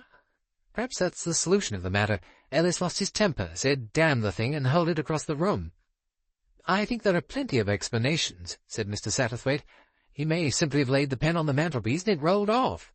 Sir Charles experimented with the pencil. He allowed it to roll off the corner of the mantelpiece. The pencil struck the ground at least a foot from the mark and rolled inwards towards the gas fire. "Well," said Mr. Satterthwaite, "what's your explanation?" "Well, I'm trying to find one." From his seat on the bed, Mr. Satterthwaite now witnessed a thoroughly amusing performance. Sir Charles tried dropping the pencil from his hand as he walked in the direction of the fireplace. He tried sitting on the edge of the bed and writing there, and then dropping the pencil. To get the pencil to fall in the right spot, It was necessary to stand or sit jammed up against the wall in a most unconvincing attitude. "That's impossible," said Sir Charles aloud. He stood considering the wall, the stain, and the prim little gas-fire. "If he were burning papers now," he said thoughtfully, "but one doesn't burn papers in a gas-fire." Suddenly he drew in his breath. A minute later, Mr. Satterthwaite was realizing Sir Charles's profession to the full. Charles Cartwright had become Ellis the butler. He sat writing at the writing-table. He looked furtive. Every now and then he raised his eyes, shooting them shiftily from side to side. Suddenly he seemed to hear something. Mr. Satterthwaite could even guess what that something was: footsteps along the passage. The man had a guilty conscience. He attached a certain meaning to those footsteps. He sprang up, the paper on which he had been writing in one hand, his pen in the other. He darted across the room to the fireplace, his head half-turned, still alert, listening. Afraid, he tried to shove the papers under the gas-fire. In order to use both hands, he cast down the pen impatiently. Sir Charles's pencil, the pen of the drama, fell accurately on the ink stain. "Bravo!" said Mr. Satterthwaite, applauding generously. So good had the performance been that he was left with the impression that so, and only so, could Ellis have acted. "You see," said Sir Charles, resuming his own personality, and speaking with modest elation, "if the fellow heard the police, or what he thought was the police, coming and had to hide what he was writing, well, where could he hide it? Not in a drawer or under the mattress. If the police searched the room, that would be found at once. He hadn't time to take up a floorboard. No, behind the gas-fire was the only chance." "The next thing to do," said Mr. Satterthwaite, "is to see whether there is anything hidden behind the gas-fire." "Exactly. Of course it may have been a false alarm, and he may have got the things out again later, but we'll hope for the best." Removing his coat and turning up his shirt-sleeves, Sir Charles lay down on the floor and applied his eye to the crack under the gas-fire. "There's something under there," he reported. "Something white. Now, how can we get it out? We want something like a woman's hatpins." "Women don't have hatpins any more," said Mr. Satterthwaite sadly. "Perhaps a penknife?" But a penknife proved unavailing. In the end, Mr. Satterthwaite went out and borrowed a knitting needle from Beatrice. Though extremely curious to know what he wanted it for, her sense of decorum was too great to permit her to ask. The knitting needle did the trick. Sir Charles extracted half a dozen sheets of crumpled writing paper, hastily crushed together and pushed in. With growing excitement, he and Mr. Satterthwaite smoothed them out. They were clearly several different drafts of a letter, written in a small, neat, clerkly handwriting. "This is to say," began the first, "that the writer of this does not wish to cause unpleasantness, and may possibly have been mistaken in what he thought he saw tonight, but—" Here the writer had clearly been dissatisfied, and had broken off to start afresh. "John Ellis, butler, presents his compliments, and would be glad of a short interview touching the tragedy tonight, before going to the police with certain information in his possession." Still dissatisfied, the man had tried again. "John Ellis, butler, has certain facts concerning the death of the doctor in his possession. He has not yet given those facts to the police." In the next one, the use of the third person had been abandoned. "I am badly in need of money. £1,000 would make all the difference to me. There are certain things I could tell the police, but do not want to make trouble." The last one was even more unreserved. "I know how the doctor died. I haven't said anything to the police yet. If you will meet me—" This letter broke off in a different way. After the "me," the pen had tailed off in a scrawl, and the last 5 words were all blurred and blotchy. Clearly it was when writing this that Ellis had heard something that alarmed him. He had crumpled up the papers and dashed to conceal them. Mr. Satterthwaite drew a deep breath. "I congratulate you, Cartwright," he said. "Your instinct about that ink stain was right. Good work. Now, let's see exactly where we stand." He paused a minute. "Ellis, as we thought, is a scoundrel. He wasn't the murderer, but he knew who the murderer was, and he was preparing to blackmail him or her." "Him or her?" interrupted Sir Charles. "Annoying, we don't know which. Why couldn't the fellow begin one of his effusions, sir or madam? Then we'd know where we are. Ellis seems to have been an artistic sort of fellow. He was taking a lot of trouble over his blackmailing letter. If only he'd given us one clue as to whom that letter was addressed." "Never mind," said Mr. Satterthwaite. "We're getting on. You remember you said that what we wanted to find in this room was a proof of Ellis's innocence. Well, we found it. These letters show that he was innocent. Of the murder, I mean. He was a thorough-paced scoundrel in other ways, but he didn't murder Sir Bartholomew Strange. Somebody else did that. Somebody who murdered Babington also. I think even the police will have to come round to our view now. You're going to tell them about this? Sir Charles's voice expressed dissatisfaction. I don't see that we can do otherwise. Why? Well, Sir Charles sat down on the bed. His brow furrowed itself in thought. How can I put it best? At the moment, we know something that nobody else does. The police are looking for Ellis. They think he's the murderer. Everyone knows that they think he's the murderer. So the real criminal must be feeling pretty good. He, or she, would be not exactly off his or her guard, but feeling, well, comfortable. Isn't it a pity to upset that state of things? Isn't that just our chance? I mean our chance of finding a connection between Babington and one of these people. They don't know that anyone has connected this death with Babington's death. They'll be unsuspicious. It's a chance in 100. I see what you mean, said Mr. Satterthwaite, and I agree with you. It is a chance, but all the same, I don't think we can take it. It is our duty as citizens to report this discovery of ours to the police at once. We have no right to withhold it from them. Sir Charles looked at him quizzically. You're the pattern of a good citizen, Satterthwaite. I have no doubt the orthodox thing must be done, but I'm not nearly such a good citizen as you are. I should have no scruples in keeping this find to myself for a day or two. Only a day or two? There? No? Well, I give in. Let us be pillars of law and order. You see, explained Mr. Satterthwaite, Johnson is a friend of mine, and he was very decent about it all. Let us into all the police were doing, gave us full information and all that. Oh, you're right, sighed Sir Charles, quite right. Only, after all, no one but me thought of looking under that gas stove. The idea never occurred to one of those thick-headed policemen. But have it your own way. I say, Satterthwaite, where do you think Ellis is now? I presume, said Mr. Satterthwaite, that he got what he wanted. He was paid to disappear, and he did disappear, most effectually. Yes, said Sir Charles. I suppose that is the explanation. He gave a slight shiver. I don't like this room, Satterthwaite. Come out of it. Chapter 7. Plan of Campaign. Sir Charles and Mr. Satterthwaite arrived back in London the following evening.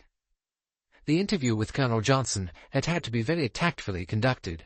Superintendent Crossfield had not been too pleased that mere gentlemen should have found what he and his assistants had missed. He was at some pains to save his face. Very creditable indeed, sir. I confess I never thought of looking under the gas fire. As a matter of fact, it beats me. What set you looking there? The two men had not gone into a detailed account of how theorizing from an inkblot had led to the discovery. Oh, just nosing around, was how Sir Charles had put it. Still, look you did, continued the superintendent, and were justified. Not that what you found is much surprise to me. You see, it stands to reason that if Ellis wasn't the murderer, he must have disappeared for some reason or other, and it's been in the back of my mind all along that blackmail might have been his line of business. One thing did arise from their discovery. Colonel Johnson was going to communicate with the Loomuth police. The death of Stephen Babington ought certainly to be investigated, and if they find he died from nicotine poisoning, even Crossfield will admit the two deaths are connected, said Sir Charles when they were speeding towards London. He was still a little disgruntled at having had to hand over his discovery to the police. Mr. Satterthwaite had soothed him by pointing out that the information was not to be made public or given to the press. The guilty person will have no misgivings. The search for Ellis will still be continued. Sir Charles admitted that that was true. On arrival in London, he explained to Mr. Satterthwaite he proposed to get in touch with Egg Lytton Gore. Her letter had been written from an address in Belgrave Square. He hoped that she might still be there. Mr. Satterthwaite gravely approved this course. He himself was anxious to see Egg. It was arranged that Sir Charles should ring her up as soon as they reached London. Egg proved to be still in town. She and her mother were staying with relatives and were not returning to Loomuth for about a week. Egg was easily prevailed upon to come out and dine with the two men. "Oh, she can't come here very well, I suppose?" said Sir Charles, looking round his luxurious flat. Our mother mightn't like it, eh? Of course, we could have Miss Milray too, but I'd rather not. To tell the truth, Miss Milray cramps my style a bit. She's so efficient that she gives me an inferiority complex.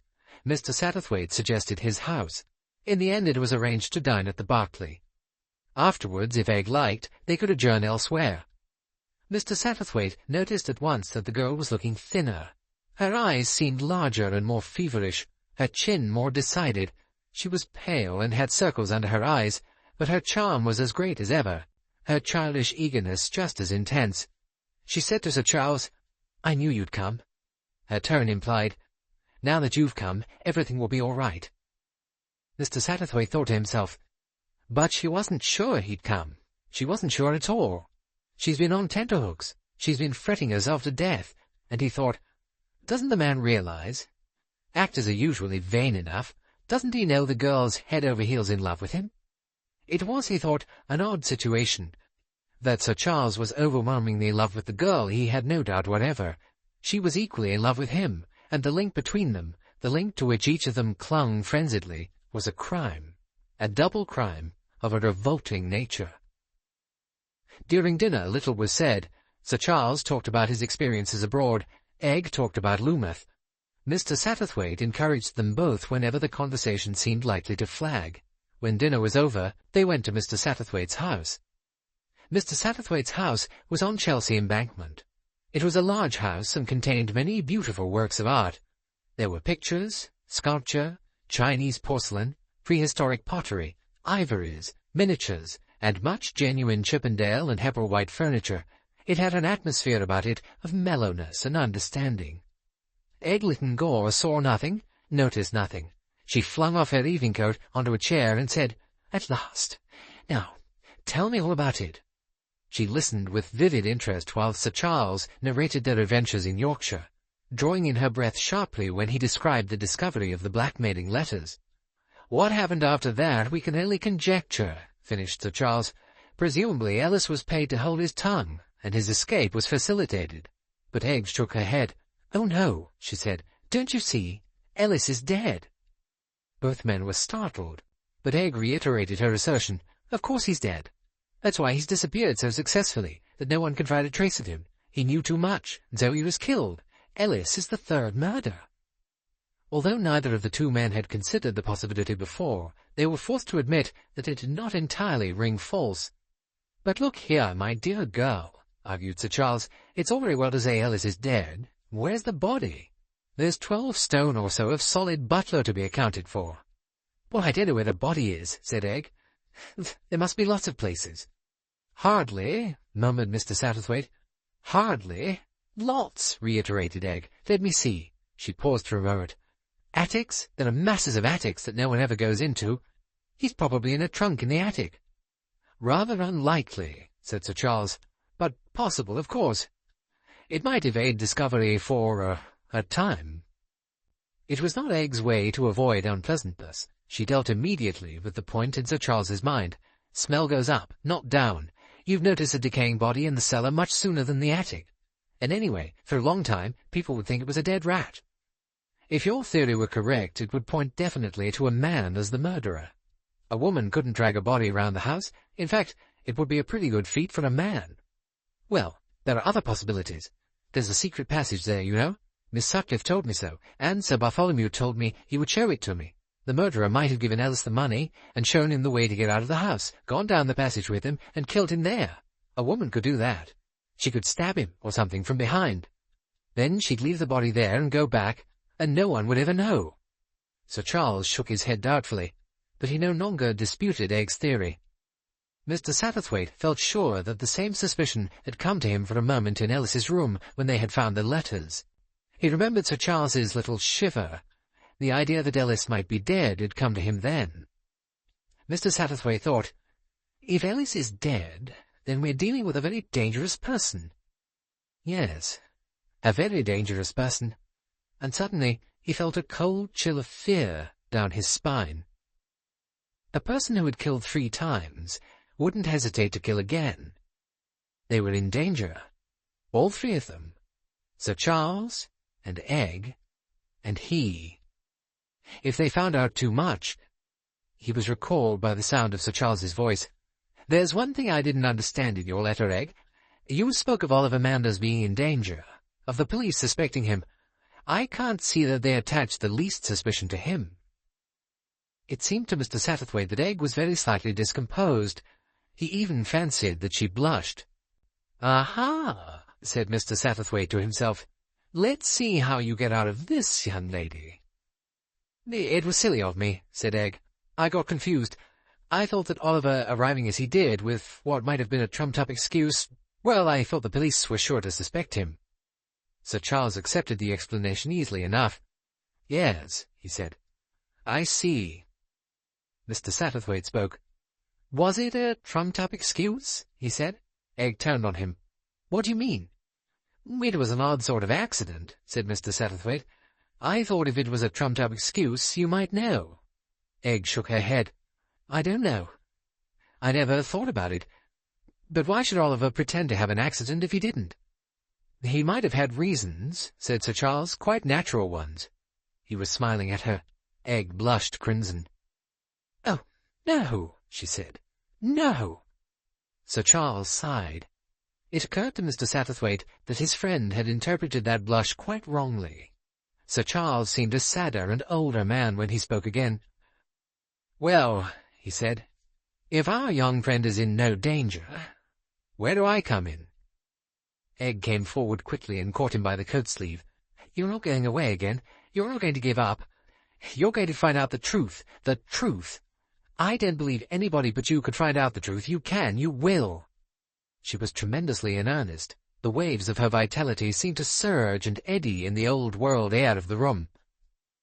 "You believe in me," said Sir Charles. He was moved. "Yes, yes, yes. We're going to get at the truth, you and I together." "And Satterthwaite?" "Of course, and Mr. Satterthwaite," said Egg, without interest. Mr. Satterthwaite smiled covertly. Whether Egg wanted to include him or not, he had no intention of being left out. He was fond of mysteries, and he liked observing human nature. And he had a soft spot for lovers. All three tastes seemed likely to be gratified in this affair. Sir Charles sat down. His voice changed. He was in command, directing a production. "First of all, we've got to clarify the situation. Do we or do we not believe that the same person killed Babington and Bartholomew Strange?" "Yes," said Egg. "Yes," said Mr. Satterthwaite. "Do we believe that the second murder sprang directly from the first? I mean, do we believe that Bartholomew Strange was killed in order to prevent his revealing the facts of the first murder, or his suspicion about it?" "Yes," said Egg and Mr. Satterthwaite again, but in unison this time. "Then it is the first murder we must investigate, not the second." Egg nodded. "In my mind, until we discover the motive for the first murder, we can hardly hope to discover the murderer. The motive presents extraordinary difficulty. Babington was a harmless, pleasant, gentle old man, without, one would say, an enemy in the world. Yet he was killed, and there must have been some reason for the killing. We've got to find that reason." He paused and then said in his ordinary everyday voice, "Let's get down to it. What reasons are there for killing people? Firstly, I suppose, gain." "Revenge," said Egg. "Homicidal mania," said Mr. Satterthwaite. "The crime passionnel would hardly apply in this case. But there's fear." Charles Cartwright nodded. He was scribbling on a piece of paper. "Well, that about covers the ground," he said. "First, gain. Does anyone gain by Babington's death? Has he any money or expectation of money?" "I should think it very unlikely," said Egg. "So should I, but we'd better approach Mrs. Babington on the point. Then there's revenge. Did Babington do any injury to anyone, perhaps in his young days? Did he marry the girl that some other man wanted? We'll have to look into that, too. Then, homicidal mania. Were both Babington and Tolly killed by a lunatic? I don't think that theory will hold water. Even a lunatic has some kind of reasonableness in his crimes. I mean, a lunatic might think himself divinely appointed to kill doctors or to kill clergymen, but not to kill both. I think we can wash out the theory of homicidal mania. There remains fear. Now, frankly, that seems to me far the most likely solution. Babington knew something about somebody, or he recognized somebody. He was killed to prevent him telling what that something was. I can't see what someone like Mr. Babington could know that was damaging about anybody who was there that night." "Perhaps," said Sir Charles, "it was something that he didn't know that he knew." He went on, trying to make his meaning clear. "It's difficult to say just what I mean. Suppose, for instance, this is only an instance, that Babington saw a certain person in a certain place at a certain time. As far as he knows, there's no reason why that person shouldn't be there. But suppose also that that person had concocted a very clever alibi for some reason showing that at that particular time he was somewhere else 100 miles away. Well, at any minute old Babington, in the most innocent way in the world, might give the show away." "I see," said Egg. "Say there's a murder committed in London, and Babington sees the man who did it at Paddington Station. But the man has proved that he didn't do it by having an alibi showing that he was at Leeds at the time. Then Babington might give the whole show away." "Well, that's what I mean exactly.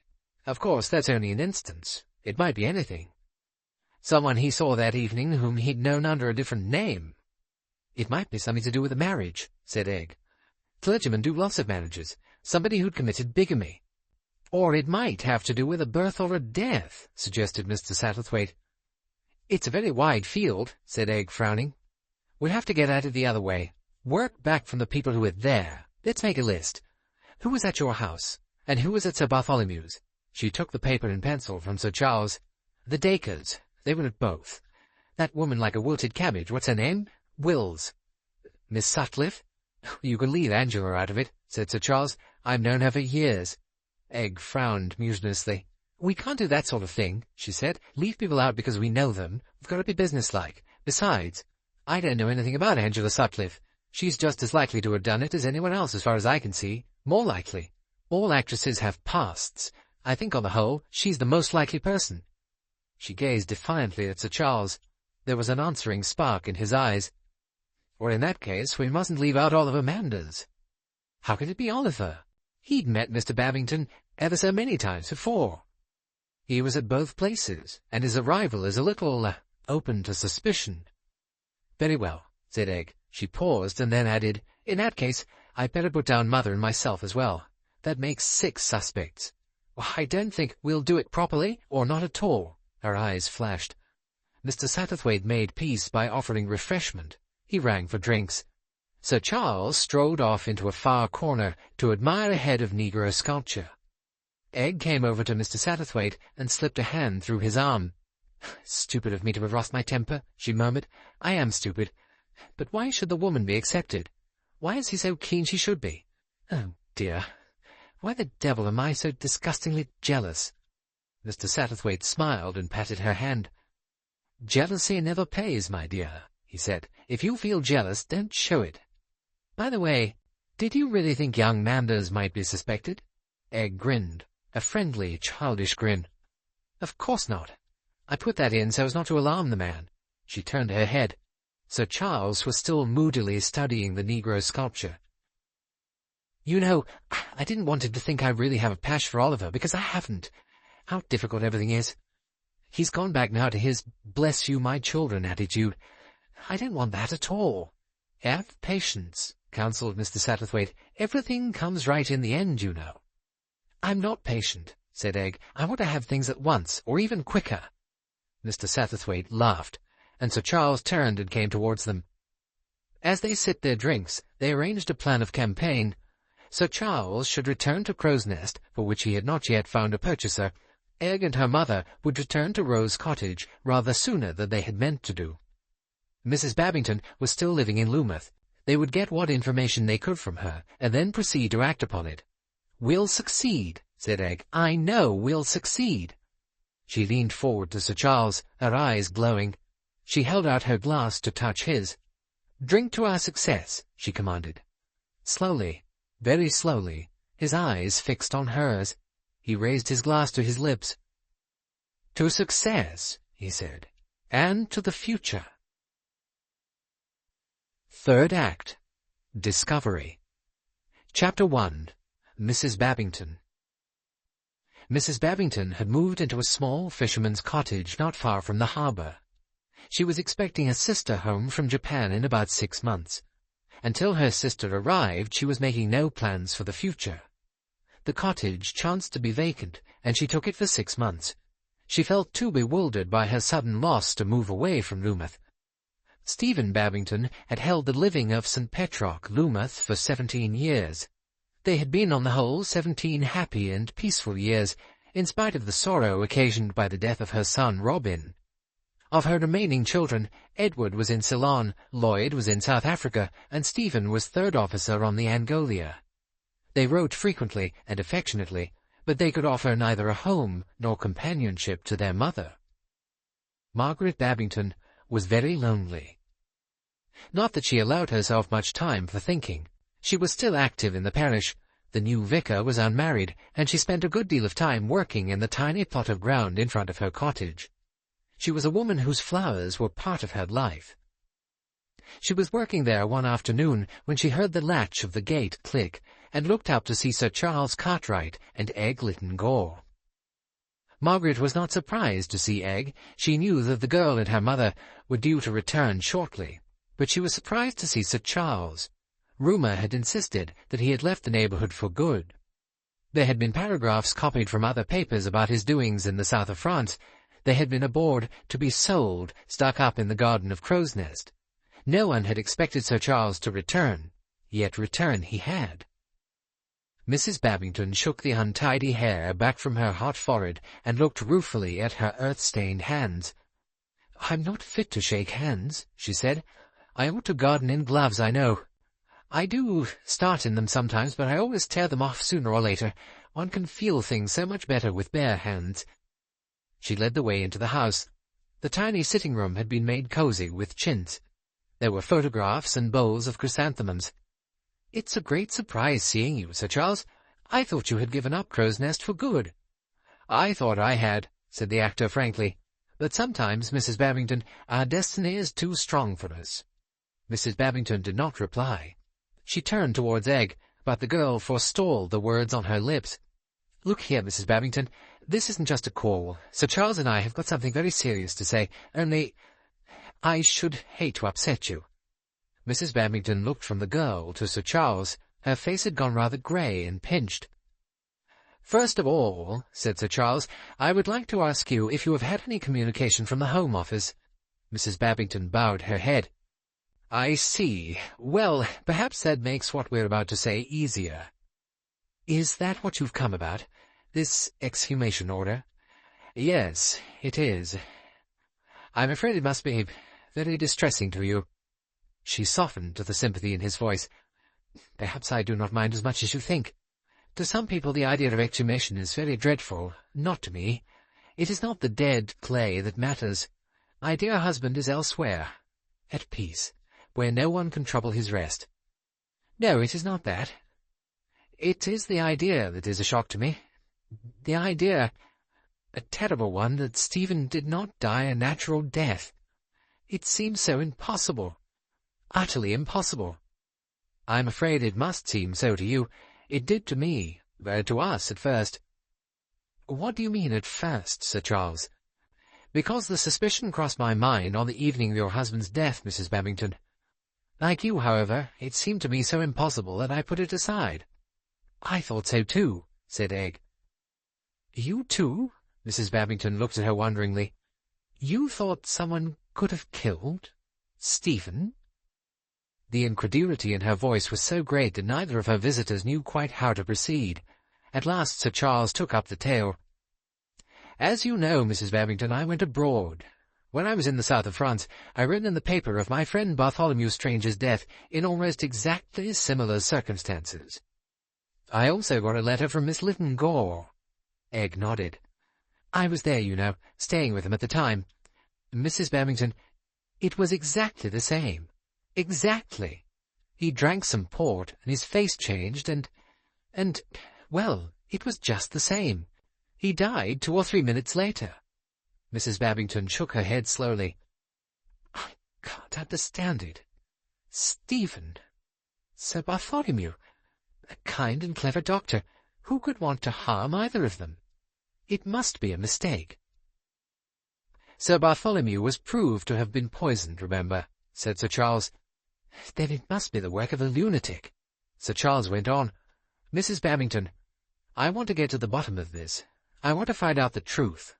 And I feel that there's no time to lose. Once the news of the exhumation gets about, our criminal will be on the alert. I am assuming, for the sake of saving time, what the result of the autopsy on your husband's body will be. I am taking it that he, too, died of nicotine poisoning. To begin with, did you or he know anything about the use of pure nicotine? I always use a solution of nicotine for spraying roses. I didn't know it was supposed to be poisonous. I should imagine, I was reading up the subject last night, that in both cases the pure alkaloid must have been used. Cases of poisoning by nicotine are most unusual. Mrs. Babington shook her head. I really don't know anything about nicotine poisoning, except that I suppose inveterate smokers might suffer from it. Did your husband smoke? Yes. Now tell me, Mrs. Babington, you have expressed the utmost surprise that anyone should want to do away with your husband. Does that mean that as far as you know he had no enemies? I'm sure Stephen had no enemies. Everyone was fond of him. People tried to hustle him sometimes. She smiled a little tearfully. He was getting on, you know, and rather afraid of innovations. But everybody liked him. You couldn't dislike Stephen, Sir Charles. I suppose, Mrs. Babington, that your husband didn't leave very much money. No, next to nothing. Stephen was not good at saving. He gave away far too much. I used to scold him about it. I suppose he had no expectations for anyone. He wasn't an heir to any property. Oh, no. Stephen hadn't many relations. He has a sister who is married to a clergyman in Northumberland, but they're very badly off, and all his uncles and aunts are dead. Then it does not seem as though there were anyone who could benefit by Mr. Babington's death. No, indeed. Let us come back to the question of enemies for a minute. Your husband had no enemies, you say, but he may have had as a young man. Mrs. Babington looked sceptical. I should think it very unlikely. Stephen hadn't a quarrelsome nature. He always got on well with people. I don't want to sound melodramatic, Sir Charles coughed a little nervously, but when he got engaged to you, for instance, there wasn't any disappointed suitor in the offing? A momentary twinkle came into Mrs. Babington's eyes. Stephen was my father's curate. He was the first young man I saw when I came home from school. I fell in love with him, and he with me. We were engaged for 4 years, and then he got a living down in Kent, and we were able to get married. Ours was a very simple love story, Sir Charles, and a very happy one. Sir Charles bowed his head. Mrs. Babington's simple dignity was very charming. Egg took up the role of questioner. Mrs. Babington, do you think that your husband had met any of the guests at Sir Charles's that night before? Mrs. Babington looked slightly puzzled. Well, there were you and your mother, my dear, and young Oliver Manders. Yes, but any of the others? We had both seen Angela Sutcliffe in a play in London 5 years ago. Both Stephen and I were very excited that we were actually going to meet her. You had never actually met her before? No, we've never met any actresses, or actors for that matter, until Sir Charles came to live here. And that, added Mrs. Babington, was a great excitement.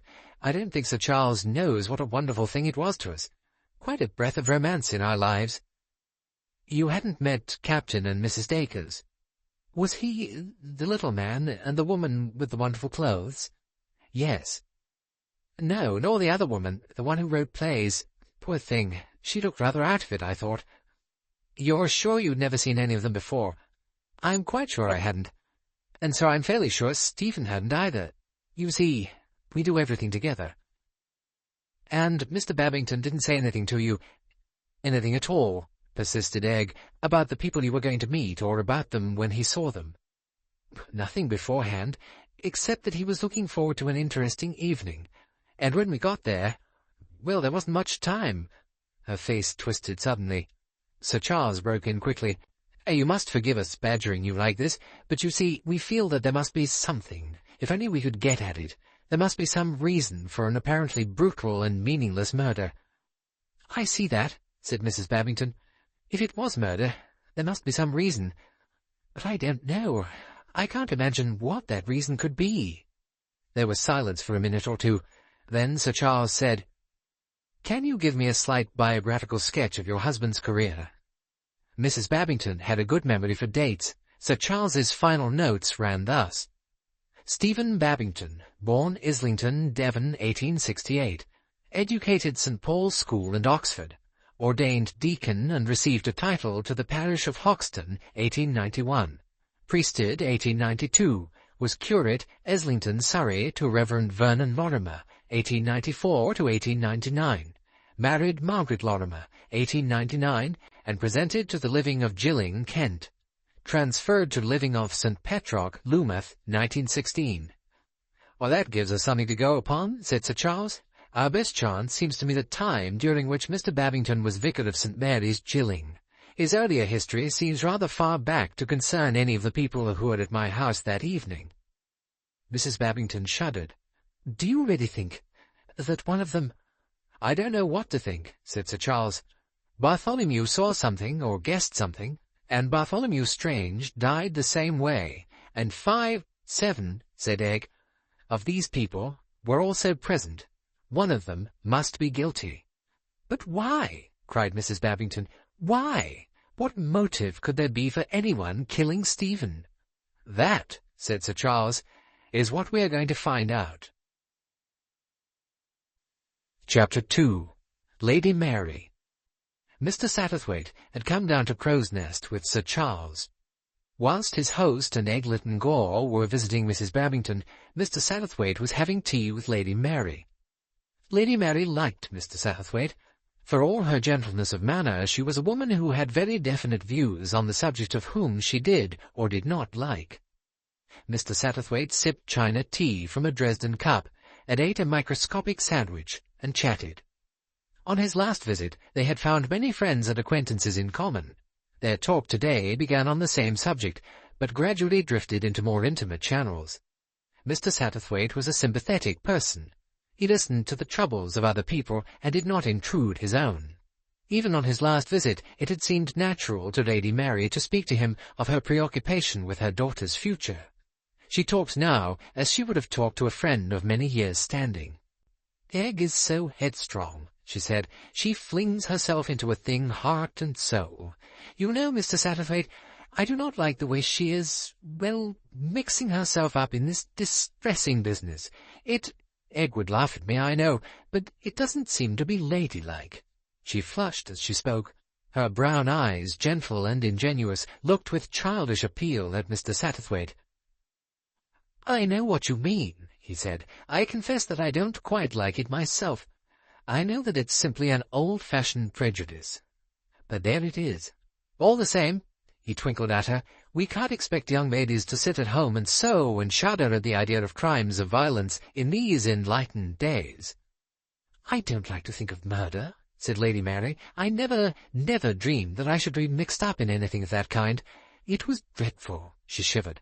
"Poor Sir Bartholomew." "You didn't know him very well," hazarded Mr. Satterthwaite. "I think I'd only met him twice. The first time about a year ago, when he came down to stay with Sir Charles for a weekend, and the second time was on that dreadful evening when poor Mr. Babington died. I was really most surprised when his invitation arrived. I accepted because I thought Egg would enjoy it. She hasn't many treats, poor child, and, she had seemed a little down in the mouth, as if she didn't take any interest in anything. I thought a big house-party might cheer her up." Mr. Satterthwaite nodded. "Tell me something about Oliver Manders," he said. "The young fellow rather interests me." "I think he's clever," said Lady Mary. "Of course, things have been difficult for him." She flushed, and then, in answer to the plain inquiry of Mr. Satterthwaite's glance, she went on, "You see, his father wasn't married to his mother." "Really? I had no idea of that." "Everyone knows about it down here, otherwise I wouldn't have said anything about it. Old Mrs. Manders, Oliver's grandmother, lives at Dunboyne, that biggish house on the Plymouth Road. Her husband was a lawyer down here. Her son went into a city firm and did very well. He's quite a rich man. The daughter was a good-looking girl, and she became absolutely infatuated with a married man. I blame him very much indeed. Anyway, in the end, after a lot of scandal, they went off together. His wife wouldn't divorce him. The girl died not long after Oliver was born. His uncle in London took charge of him. He and his wife had no children of their own. The boy divided his time between them and his grandmother. He always came down here for his summer holidays." She paused and then went on. I always felt sorry for him. I still do. I think that terribly conceited manner of his is a good deal put on." "I shouldn't be surprised," said Mr. Satterthwaite. "It's a very common phenomenon. If ever I see anyone who appears to think a lot of themselves and boasts unceasingly, I always know that there's a secret sense of inferiority somewhere. It seems very odd. An inferiority complex is a very peculiar thing. Crippen, for instance, undoubtedly suffered from it. It's at the back of a lot of crimes. The desire to assert one's personality." "It seems very strange to me," murmured Lady Mary. She seemed to shrink a little. Mr. Satterthwaite looked at her with an almost sentimental eye. He liked her graceful figure with the sloping shoulders, the soft brown of her eyes, her complete absence of make-up. He thought, she must have been a beauty when she was young. Not a flaunting beauty, not a rose. No, a modest, charming violet, hiding its sweetness. His thoughts ran serenely in the idiom of his young days. He remembered incidents in his own youth. Presently he found himself telling Lady Mary about his own love affair, the only love affair he had ever had. Rather a poor love affair by the standards of today, but very dear to Mr. Satterthwaite. He told her about the girl, and how pretty she was, and of how they had gone together to see the bluebells at Kew. He had meant to propose to her that day. He had imagined, so he put it, that she reciprocated his sentiments. And then, as they were standing looking at the bluebells, she had confided in him. He had discovered that she loved another, and he had hidden the thoughts surging in his breast and taken up the role of the faithful friend. It was not perhaps a very full-blooded romance, but it sounded well in the dim, faded chintz and eggshell china atmosphere of Lady Mary's drawing-room. Afterwards, Lady Mary spoke of her own life, of her married life, which had not been very happy. "I was such a foolish girl. Girls are foolish, Mr. Satterthwaite. They are so sure of themselves, so convinced they know best. But people write and talk a lot of a woman's instinct. I don't believe, Mr. Satterthwaite, that there is any such thing. There doesn't seem to be anything that warns girls against a certain type of man. Nothing in themselves, I mean. Their parents warn them, but that's no good. One doesn't believe. It seems dreadful to say so, but there is something attractive to a girl in being told anyone is a bad man. She thinks at once that her love will reform him." Mr. Satterthwaite nodded gently. "One knows so little. When one knows more, it is too late." She sighed. "It was all my own fault. My people didn't want me to marry Ronald. He was well born, but he had a bad reputation. My father told me straight out that he was a wrong 'un. I didn't believe it. I believed that for my sake he would turn over a new leaf." She was silent for a moment or two, dwelling on the past. "Ronald was a very fascinating man. My father was quite right about him. I soon found that out. It's an old-fashioned thing to say, but he broke my heart. Yes, he broke my heart. I was always afraid of what might come out next." Mr. Satterthwaite, always intensely interested in other people's lives, made a cautious, sympathetic noise. "It may seem a very wicked thing to say, Mr. Satterthwaite, but it was a relief when he got pneumonia and died. Not that I didn't care for him. I loved him up to the end, but I had no illusions about him any longer. And there was Egg." Her voice softened. "Such a funny little thing she was. A regular little roly-poly, trying to stand up and falling over, just like an egg. That's how that ridiculous nickname started." She paused again. "Some books that I've read these last few years have brought a lot of comfort to me. Books on psychology. It seems to show that in many ways people can't help themselves. A kind of kink. Sometimes in the most carefully brought-up families you get it. As a boy, Ronald stole money at school. Money that he didn't need. I can feel now that he couldn't help himself. He was born with a kink." Very gently, with a small handkerchief, Lady Mary wiped her eyes. "It wasn't what I was brought up to believe," she said, apologetically. "I was taught that everyone knew the difference between right and wrong, but somehow I don't always think that is so." "The human mind is a great mystery," said Mr. Satterthwaite gently. "As yet we are groping our way to understanding. Without acute mania, It may nevertheless occur that certain natures lack what I should describe as breaking power. If you or I were to say, I hate someone, I wish he were dead, the idea would pass from our minds as soon as the words were uttered. The brakes would work automatically, but in some people, the idea, or obsession, holds. They see nothing but the immediate gratification of the idea formed. "I'm afraid," said Lady Mary, "that that's rather too clever for me. I apologize. I was talking rather bookishly." Did you mean that young people have too little restraint nowadays? It sometimes worries me. No, I didn't mean that at all. Less restraint is, I think, a good thing. Wholesome. I suppose you are thinking of Miss, Egg. I think you'd better call her Egg, said Lady Mary, smiling. Thank you. Miss Egg does sound rather ridiculous. Egg's very impulsive, and once she has set her mind on a thing, nothing will stop her. As I said before, I hate her mixing herself up in all this, but she won't listen to me. Mr. Satterthwaite smiled at the distress in Lady Mary's tone. He thought to himself, I wonder if she realizes for 1 minute that Egg's absorption in crime is neither more nor less than a new variant of that old game, the pursuit of the male by the female. No, she'd be horrified at the thought. Egg says that Mr. Babington was poisoned also. Do you think that is true, Mr. Satterthwaite? Or do you think it is just one of Egg's sweeping statements? We shall know for certain after the exhumation. There is to be an exhumation, then? Lady Mary shivered. How terrible for poor Mrs. Babington. I can imagine nothing more awful for any woman. You knew the Babingtons fairly intimately, I suppose, Lady Mary? Yes, indeed. They were very dear friends of ours. Do you know of anyone who could possibly have had a grudge against the vicar? No, indeed.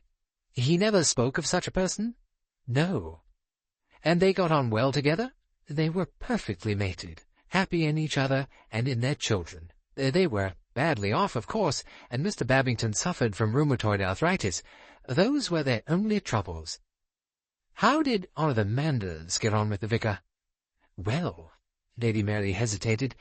They didn't hit it off very well. The Babingtons were sorry for Oliver, and he used to go to the vicarage a good deal in the holidays to play with the Babington boys, though I don't think he got on very well with them. Oliver wasn't exactly a popular boy.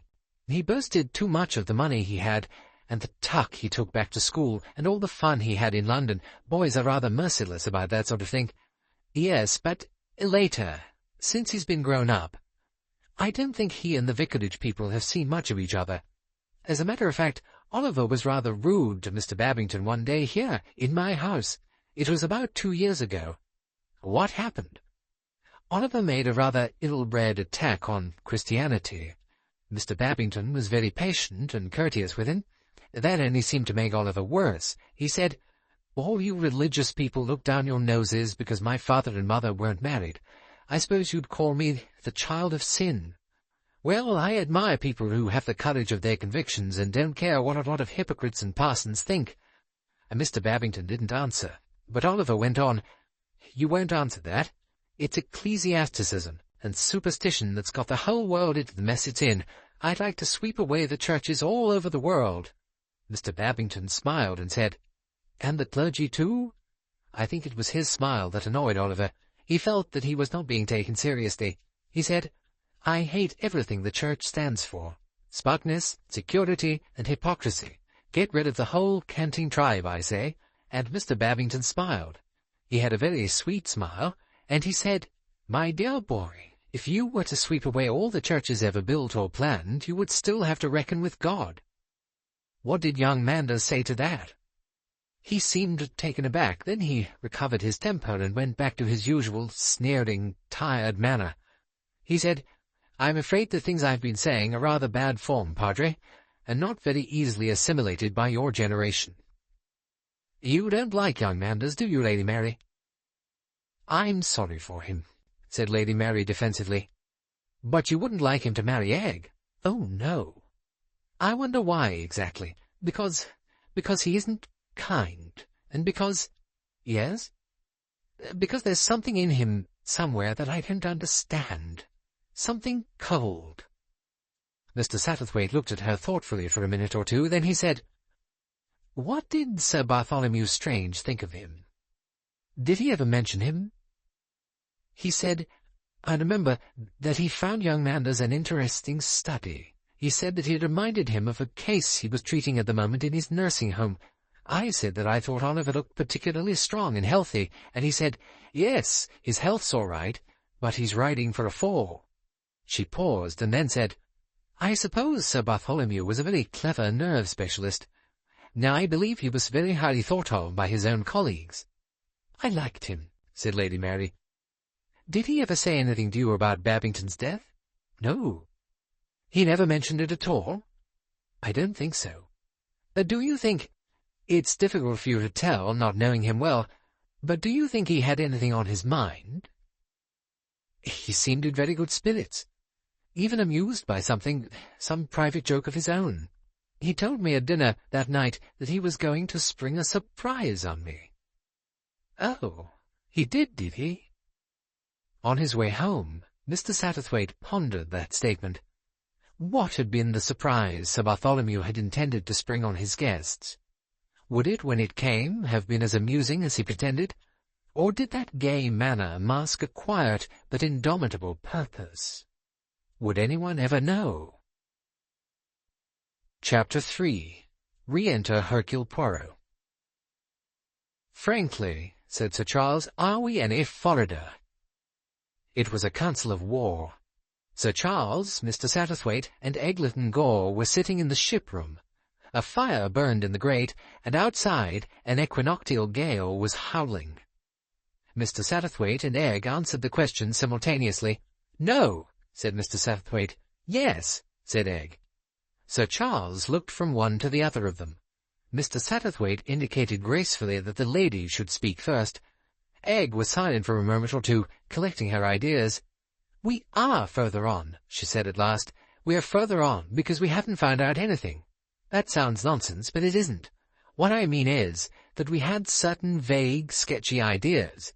We know now that certain of those ideas are definitely washouts. Progress by elimination, said Sir Charles. That's it. Mr. Satterthwaite cleared his throat. He liked to define things. The idea of gain we can now put definitely away, he said. There does not seem to be anybody who, in detective story parlance, could benefit by Stephen Babington's death. Revenge seems equally out of the question. Apart from his naturally amiable and peace-loving disposition, I doubt if he were important enough to make enemies. So, we are back at our last rather sketchy idea, fear. By the death of Stephen Babington, someone gains security. That's rather well put, said Egg. Mr. Satterthwaite looked modestly pleased with himself. Sir Charles looked a little annoyed. His was the star part, not Satterthwaite's. The point is, said Egg, what are we going to do next? Actually do, I mean. Are we going to sleuth people or what? Are we going to disguise ourselves and follow them? My dear child, said Sir Charles, I always did set my face against playing old men in beards, and I'm not going to begin now. Then what? Began Egg, but she was interrupted. The door opened, and Temple announced, Mr. Hercule Poirot. Monsieur Poirot walked in with a beaming face and greeted three highly astonished people. It is permitted, he said with a twinkle, that I assist at this conference? I am right, am I not? It is a conference? My dear fellow, we're delighted to see you. Sir Charles, recovering from his surprise, shook his guest warmly by the hand and pushed him into a large armchair. Where have you sprung from so suddenly? I went to call upon my good friend Mr. Satterthwaite in London. They tell me he is away in Cornwall. Eh bien, it leaps to the eye where he has gone. I take the first train to Lumouth. And here I am. Yes, said Egg, but why have you come? I mean, she went on, flushing a little as she realized the possible discourtesy of her words, you have come for some particular reason? I have come, said Hercule Poirot, to admit an error. With an engaging smile, he turned to Sir Charles and spread out his hands in a foreign gesture. Monsieur, it was in this very room that you declared yourself not satisfied, and I thought it was your dramatic instinct. I said to myself, he is a great actor. At all costs he must have drama. It seemed, I will admit, incredible that a harmless old gentleman should have died anything but a natural death. Even now, I do not see how poison could have been administered to him, nor can I guess at any motive. It seems absurd, fantastic. And yet, since then, there has been another death. A death under similar circumstances. One cannot attribute it to coincidence. No, there must be a link between the two. And so, Sir Charles, I have come to you to apologize. To say I, Hercule Poirot, was wrong, and to ask you to admit me to your counsels. Sir Charles cleared his throat rather nervously. He looked a little embarrassed. That's extraordinarily handsome of you, Monsieur Poirot. I don't know, taking up a lot of your time, He stopped, somewhat at a loss. His eyes consulted Mr. Satterthwaite. "It is very good of you," began Mr. Satterthwaite. No, it is not good of me, it is the curiosity, and yes, the hurt to my pride. I must repair my fault. My time, that is nothing. Why voyage, after all? The language may be different, but everywhere human nature is the same. But, of course, if I am not welcome, if you feel that I intrude—" Both men spoke at once. "No, indeed. Rather not." Poirot turned his eyes to the girl. "And mademoiselle?" For a minute or two Egg was silent, and on all three men the same impression was produced. Egg did not want the assistance of Monsieur Poirot. Mr. Satterthwaite thought he knew why. This was the private ploy of Charles Cartwright and Egg Lytton Gore. Mr. Satterthwaite had been admitted on sufferance on the clear understanding that he was a negligible third party, but Hercule Poirot was different. His would be the leading role. Perhaps even Sir Charles might retire in his favour, and then Egg's plans would come to naught. He watched the girl, sympathizing with her predicament. These men did not understand, but he, with his semi-feminine sensitiveness, realized her dilemma. Egg was fighting for her happiness. What would she say? After all, what could she say? How could she speak the thoughts in her mind? Go away, your coming may spoil everything, I don't want you here. Egg Lytton Gore said the only thing she could say. Of course, she said with a little smile, we'd love to have you. Chapter 4. A Watching Brief. Good, said Poirot. We are colleagues. Eh bien, you will put me, if you please, au courant of the situation. He listened with close attention, whilst Mr. Satterthwaite outlined the steps they had taken since returning to England. Mr. Satterthwaite was a good narrator. He had the faculty of creating an atmosphere, of painting a picture.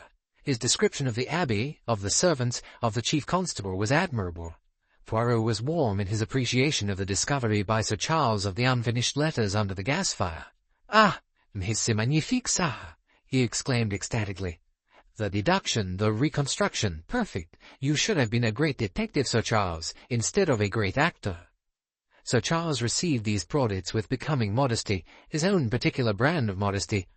He had not received compliments on his stage performances for many years without perfecting a manner of acknowledging them. Your observation, too, it was very just, said Poirot, turning to Mr. Satterthwaite. That point of yours about his sudden familiarity with the butler. Do you think there is anything in this Mrs. de Rushbridger idea? Asked Sir Charles eagerly. It is an idea. It suggests several things, does it not? Nobody was quite sure about the several things, but nobody liked to say so there was merely an assenting murmur. Sir Charles took up the tale next. He described his and Egg's visit to Mrs. Babington and its rather negative result. And now you're up to date, he said. You know what we do.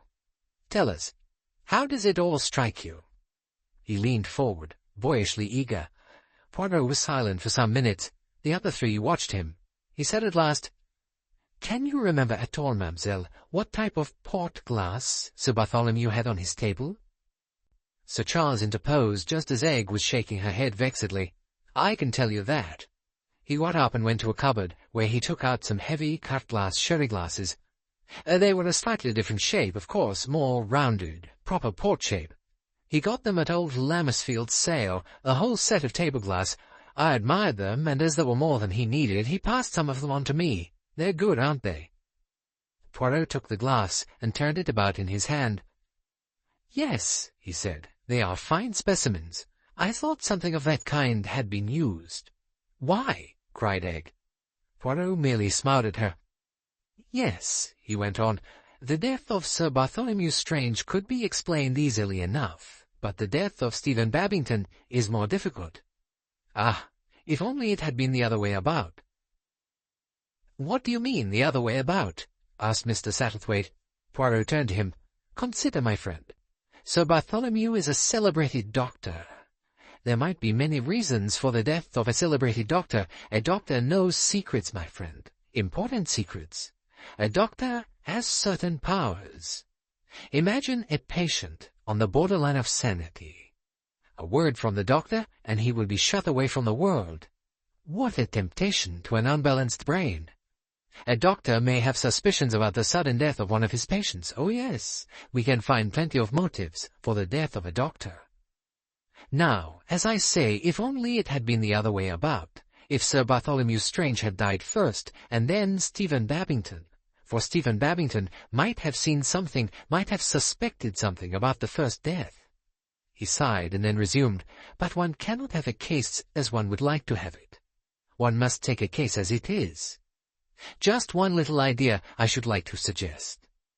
I suppose it is not possible that Stephen Babington's death was an accident, that the poison, if poison there was intended for Sir Bartholomew Strange, and that, by mistake, the wrong man was killed. That's an ingenious idea, said Sir Charles. His face, which had brightened, fell again. But I don't believe it will work. Babington came into this room about 4 minutes before he was taken ill. During that time, the only thing that passed his lips was half a cocktail. There was nothing in that cocktail. Poirot interrupted him. That you have already told me. But suppose, for the sake of argument, that there was something in that cocktail. Could it have been intended for Sir Bartholomew Strange? And did Mr. Babington drink it by mistake? Sir Charles shook his head. Nobody who knew Tully at all well would have tried poisoning him in a cocktail. Why? Because he never drank them. Never? Never. Poirot made a gesture of annoyance. Ha! This business. It goes all wrong. It does not make sense.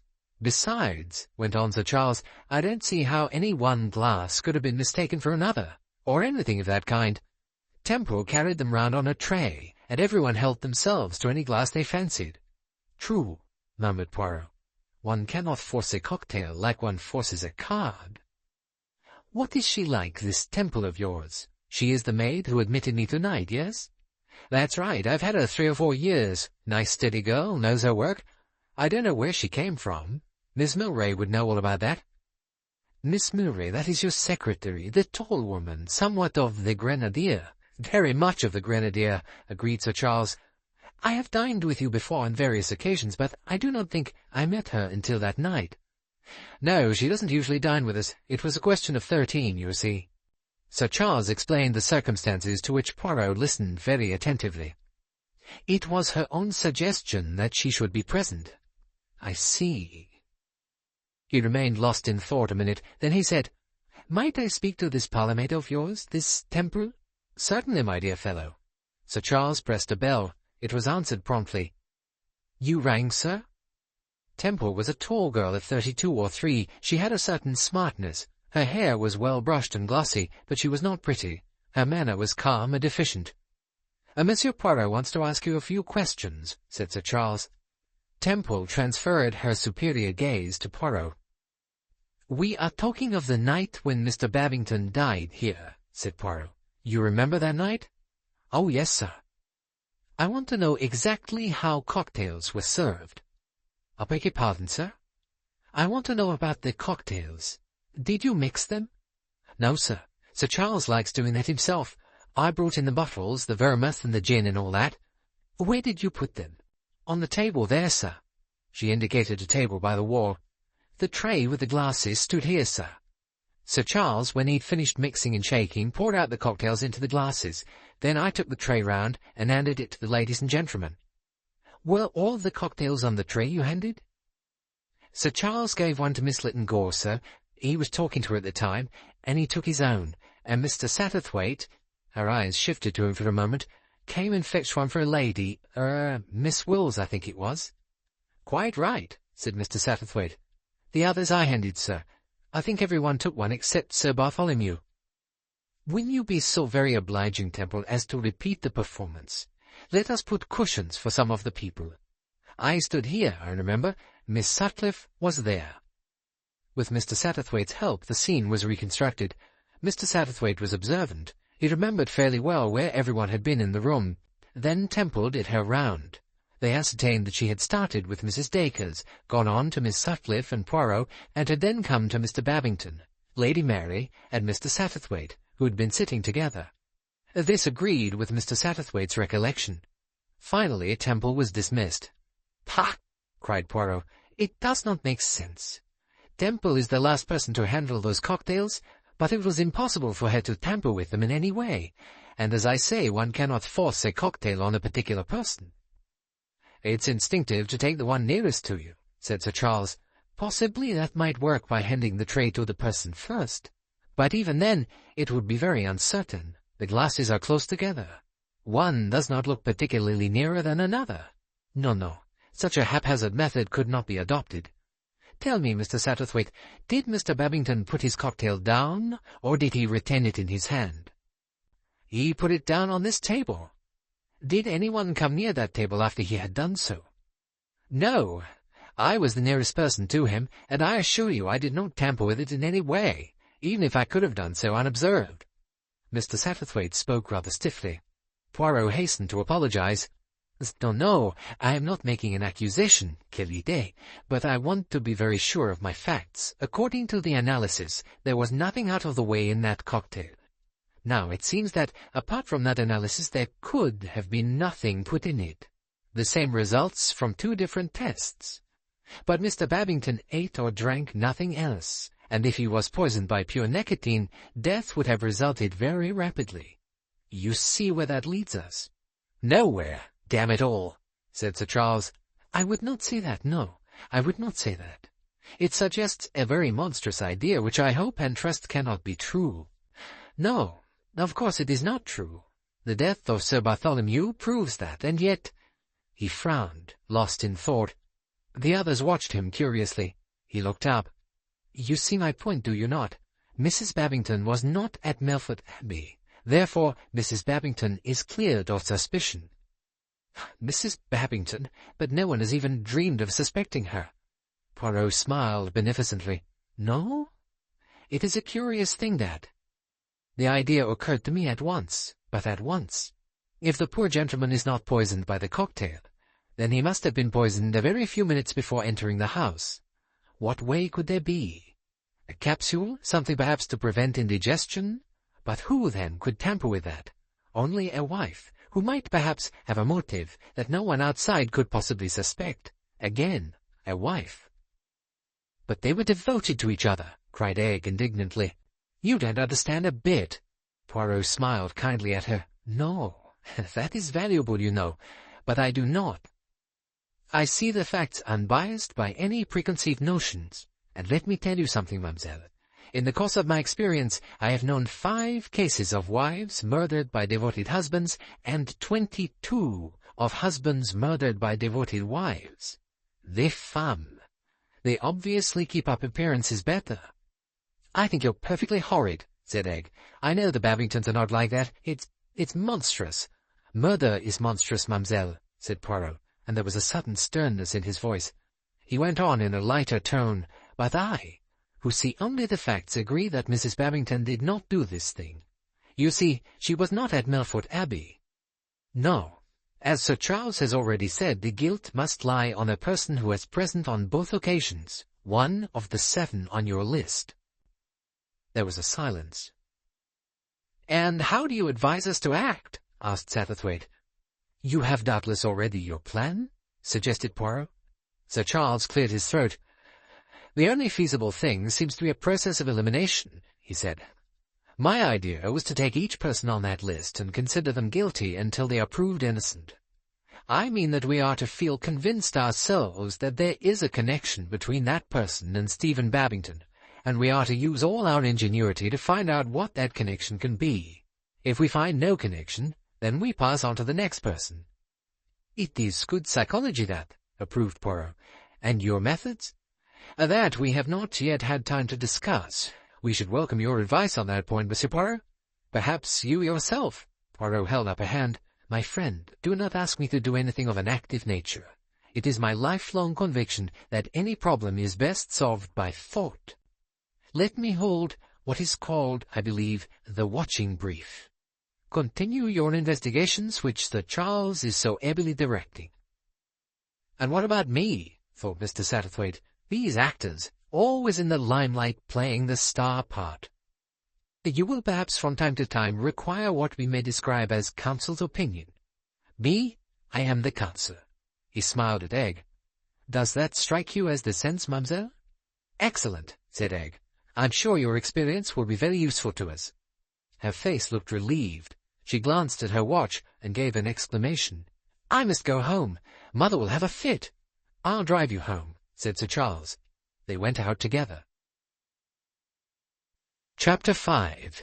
Division of Labour. So you see, the fish has risen, said Hercule Poirot. Mr. Satterthwaite, who had been looking at the door, which had just closed behind the other two, gave a start as he turned to Poirot. The latter was smiling with a hint of mockery. Yes, yes, do not deny it. Deliberately you showed me the bait that day in Monte Carlo, is it not so? You showed me the paragraph in the paper.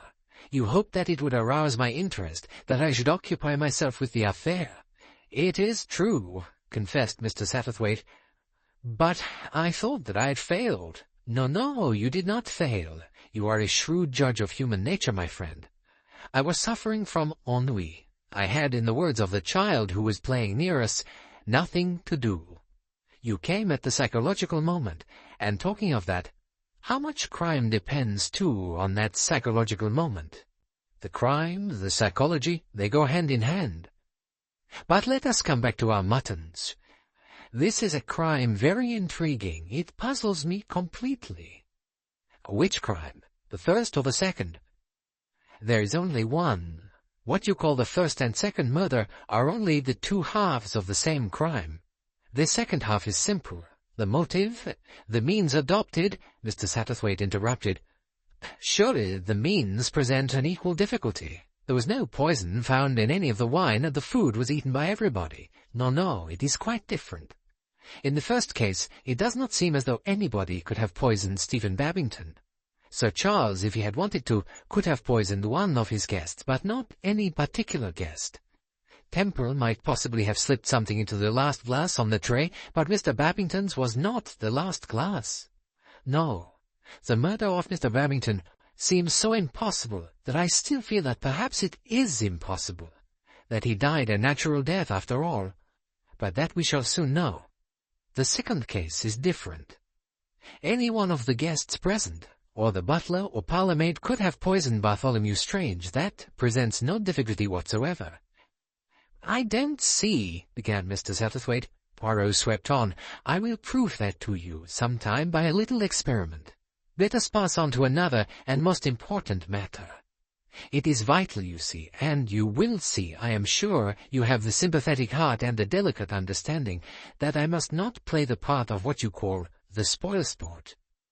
You mean, began Mr. Satterthwaite, with the beginning of a smile, that Sir Charles must have the star part. He is used to it, and moreover, it is expected of him by someone else. Am I not right? It does not please mademoiselle at all that I come to concern myself in this matter. You are what we call quick in the uptake, Monsieur Poirot. Ah, that. It leaps to the eye. I am of a very susceptible nature. I wish to assist a love affair, not hinder it. You and I, my friend, must work together in this, to the honour and glory of Charles Cartwright. Is it not so, when the case is solved? If, said Mr. Satterthwaite mildly, when I do not permit myself to fail. Never? Asked Mr. Satterthwaite searchingly. There have been times, said Poirot with dignity, when for a short time I have been what I suppose you would call slow in the uptake. I have not perceived the truth as soon as I might have done. But you've never failed altogether. The persistence of Mr. Satterthwaite was curiosity, pure and simple. He wondered. Eh bien, said Poirot. Once, long ago, in Belgium. We will not talk of it. Mr. Satterthwaite, his curiosity and his malice satisfied, hastened to change the subject. Just so. You were saying that when the case is solved, Sir Charles will have solved it. That is essential. I shall have been a little cog in the wheel." He spread out his hands. "Now and then, here and there, I shall say a little word. Just one little word, a hint, no more. I desire no honor, no renown. I have all the renown I need."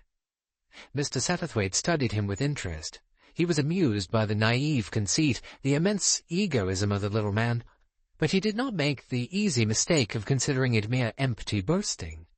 An Englishman is usually modest about what he does well, sometimes pleased with himself over something he does badly, but a Latin has a truer appreciation of his own powers. If he is clever, he sees no reason for concealing the fact.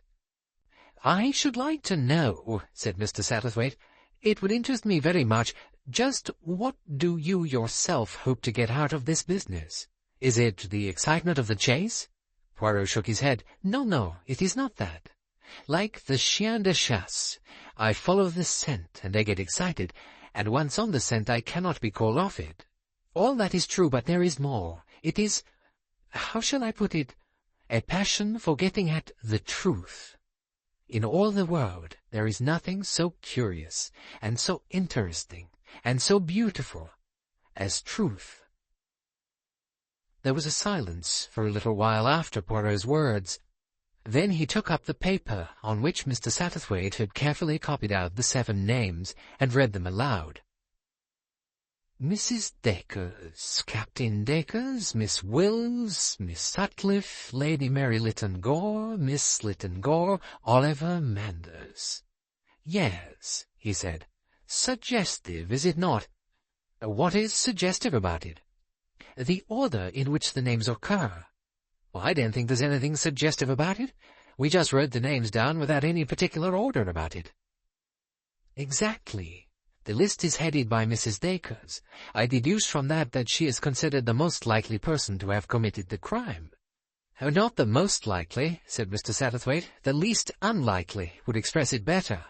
And a third phrase would express it better still. She is perhaps the person you would all prefer to have committed the crime." Mr. Satterthwaite opened his lips impulsively, then met the gentle, quizzical gaze of Poirot's shining green eyes, and altered what he had been about to say. "I wonder. Perhaps, Monsieur Poirot, you are right. Unconsciously, that may be true." "I would like to ask you something, Mr. Satterthwaite." Certainly, Mr. Satterthwaite answered complacently. "From what you have told me, I gather that Sir Charles and Miss Lytton Gore went together to interview Mrs. Babington." "Yes." "You did not accompany them?" "No, 3 would have been rather a crowd." Poirot smiled. "And also perhaps your inclinations led you elsewhere. You had, as they say, different fish to fry?" "Where did you go, Mr. Satterthwaite?" "I had tea with Lady Mary Lytton Gore," said Mr. Satterthwaite stiffly. "And what did you talk about?" "She was so good as to confide in me some of the troubles of her early married life." He repeated the substance of Lady Mary's story. Poirot nodded his head sympathetically. "That is so true to life. The idealistic young girl who marries the bad hat and will listen to nobody. But did you talk of nothing else? Did you, for instance, not speak of Mr. Oliver Manders?" "As a matter of fact, we did." "And you learnt about him what?" Mr. Satterthwaite repeated what Lady Mary had told him. Then he said, "What made you think we had talked of him?" "Because you went there for that reason." "Oh, yes, do not protest. You may hope that Mrs. Dacres or her husband committed the crime, but you think that young Manders did it." He stilled Mr. Satterthwaite's protest. Yes, you have a secretive nature. You have your ideas, but you like keeping them to yourself. I have sympathy with you. I do the same thing myself."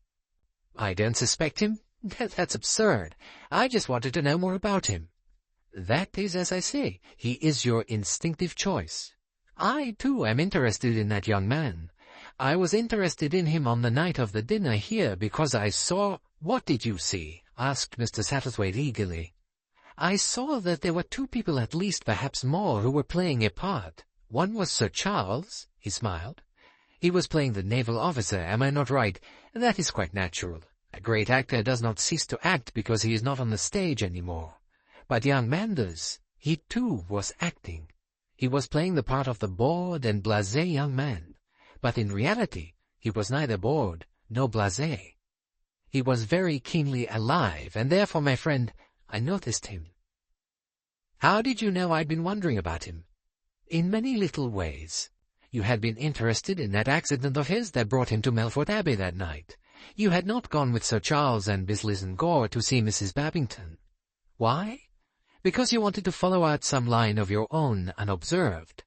You went to Lady Mary's to find out about someone. Who? It could only be someone local. Oliver Manders. And then, most characteristic, you put his name at the bottom of the list. Who are really the least likely suspects in your mind? Lady Mary and Mademoiselle Egg. But you put his name after theirs because he is your dark horse, and you want to keep him to yourself. Dear me, said Mr. Satterthwaite, am I really that kind of man? Précisément. You have shrewd judgment and observation, and you like keeping its results to yourself. Your opinions of people are your private collection. You do not display them for all the world to see. I believe, began Mr. Satterthwaite, but he was interrupted by the return of Sir Charles. The actor came in with a springing, buoyant step. "Brr," he said, "it's a wild night." He poured himself out a whisky and soda. Mr. Satterthwaite and Poirot both declined. "Well," said Sir Charles, "let's map out our plan of campaign. Where's that list, Satterthwaite? Ah, thanks. Now, Monsieur Poirot, counsel's opinion, if you please. How shall we divide up the spade work?" "How would you suggest yourself, Sir Charles?" "Well, we might divide these people up. Division of labor, eh? First there's Mrs. Dacres. Egg seems rather keen to take her on. She seems to think that anyone so perfectly turned out won't get impartial treatment from mere males. Seems quite a good idea to approach her through the professional side. Satterthwaite and I might work the other gambit as well, if it seems advisable. Then there's Dacres. I know some of his racing pals. I dare say I could pick up something that way. Then there's Angela Sutcliffe. And that also seems to be your work, Cartwright?" said Mr. Satterthwaite. "You know her pretty well, don't you?" "Yes, that's why I'd rather somebody else tackled her.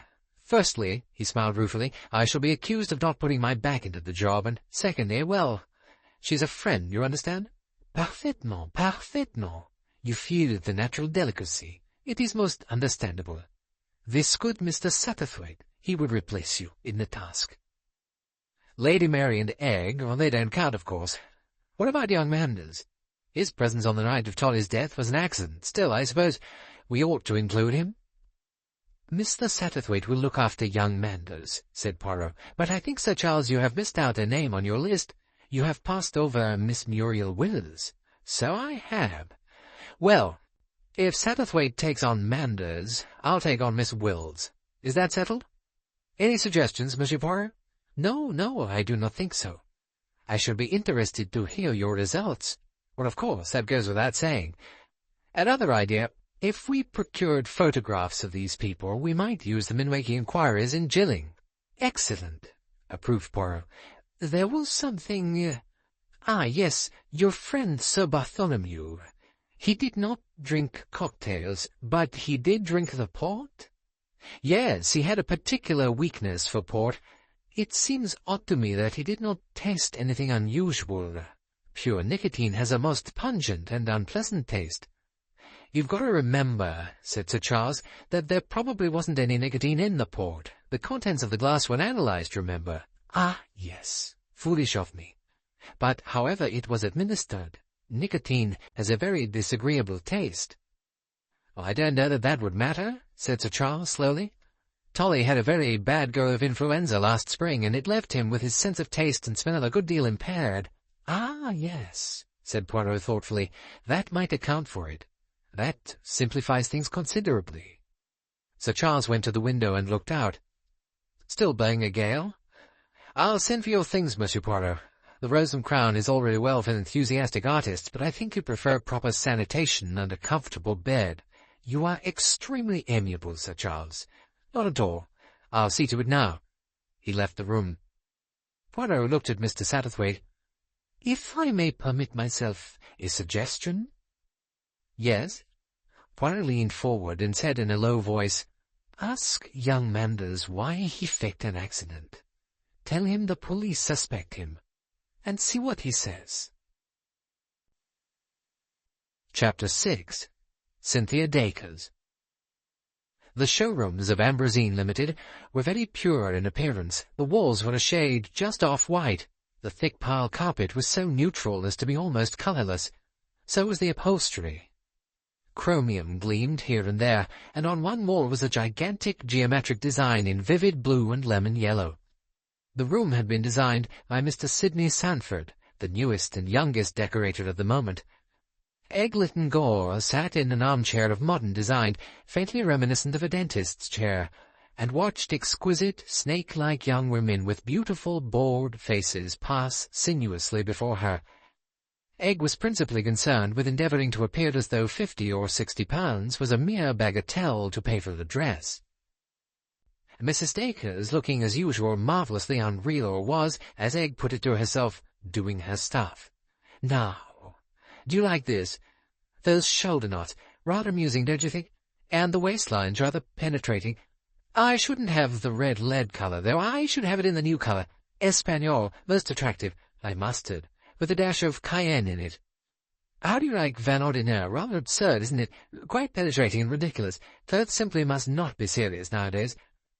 "It's very difficult to decide," said Egg. "You see," she became confidential, "I've never been able to afford any clothes before. We were always so dreadfully poor. I remembered how simply marvellous you looked that night at Crow's Nest, and I thought, now that I've got money to spend, I shall go to Mrs. Dacres and ask her to advise me. I did admire you so much that night. My dear, how charming of you. I simply adore dressing a young girl. It's so important the girls shouldn't look raw, if you know what I mean." "Nothing raw about you," thought Egg ungratefully. "Cooked to a turn, you are." "You've got so much personality," continued Mrs. Dacres. "You mustn't have anything at all ordinary. Your clothes must be simple and penetrating, and just faintly visible. You understand? Do you want several things?" "I thought about 4 evening frocks and a couple of day things and a sports suit or 2, that sort of thing." The honey of Mrs. Dacres' manner became sweeter. It was fortunate that she did not know that at that moment Egg's bank balance was exactly £15 12s, and that the said balance had got to last her until December. More girls in gowns filed past Egg. In the intervals of technical conversation, Egg interspersed other matters. "I suppose you've never been to Crow's Nest since?" she said. "No, my dear, I couldn't. It was so upsetting. And anyway, I always think Cornwall is rather terribly artisty. I simply cannot bear artists. Their bodies are always such a curious shape." "It was a shattering business, wasn't it?" said Egg. "Old Mr. Babington was rather a pet, too." "Quite a period piece, I should imagine," said Mrs. Dacres. "You'd met him before somewhere, hadn't you?" "That dear old dugout. Had I? I don't remember." "I think I remember his saying so," said Egg. "Not in Cornwall, though. I think it was at a place called Gilling." "Was it?" Mrs. Dacres' eyes were vague. "No, Marcel. Petite Scandale is what I want, the Jenny model, and after that blue Patou." "Wasn't it extraordinary," said Egg, "about Sir Bartholomew being poisoned? My dear, it was too penetrating for words. It's done me a world of good. All sorts of dreadful women come and order frocks from me, just for the sensation. Now, this Patou model would be perfect for you. Look at that perfectly useless and ridiculous frill. It makes the whole thing adorable. Young, without being tiresome.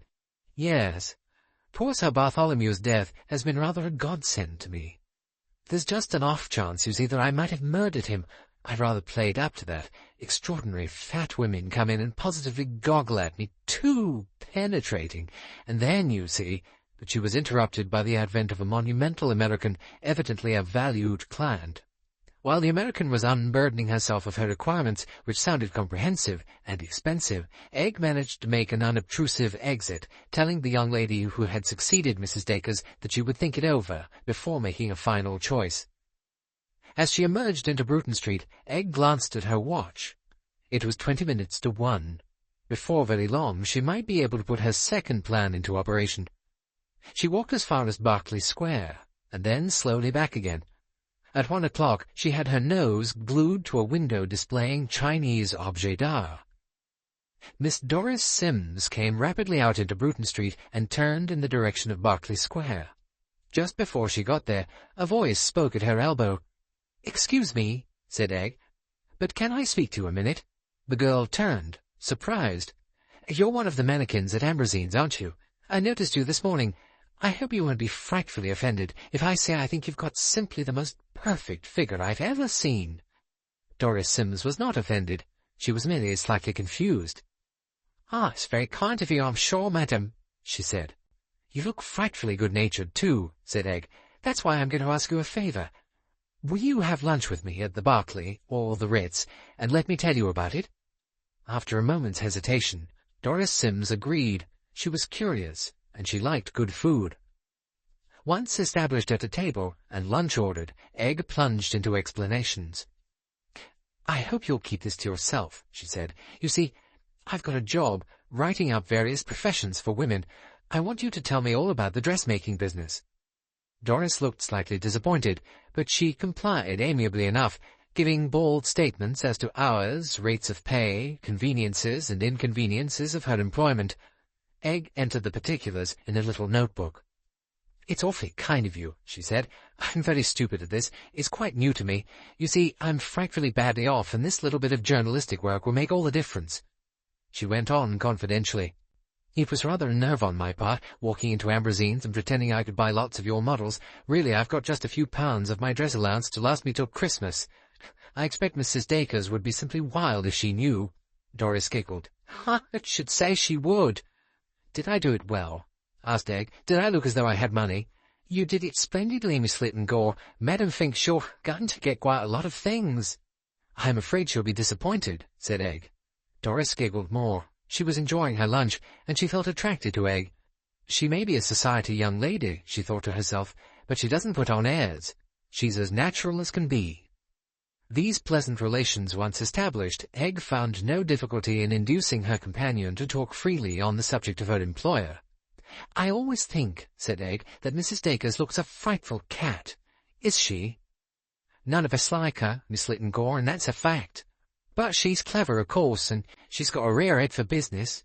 Not like some society ladies who take up the dressmaking business and go bankrupt because their friends get clothes and don't pay. She's hard as nails, madam is. Although I will say she's fair enough, and she's got real taste, she knows what's what, and she's clever at getting people to have the style that suits them." "I suppose she makes a lot of money?" A queer, knowing look came into Doris's eye. "Oh, it's not for me to say anything, or to gossip." "Of course not," said Egg. "Go on."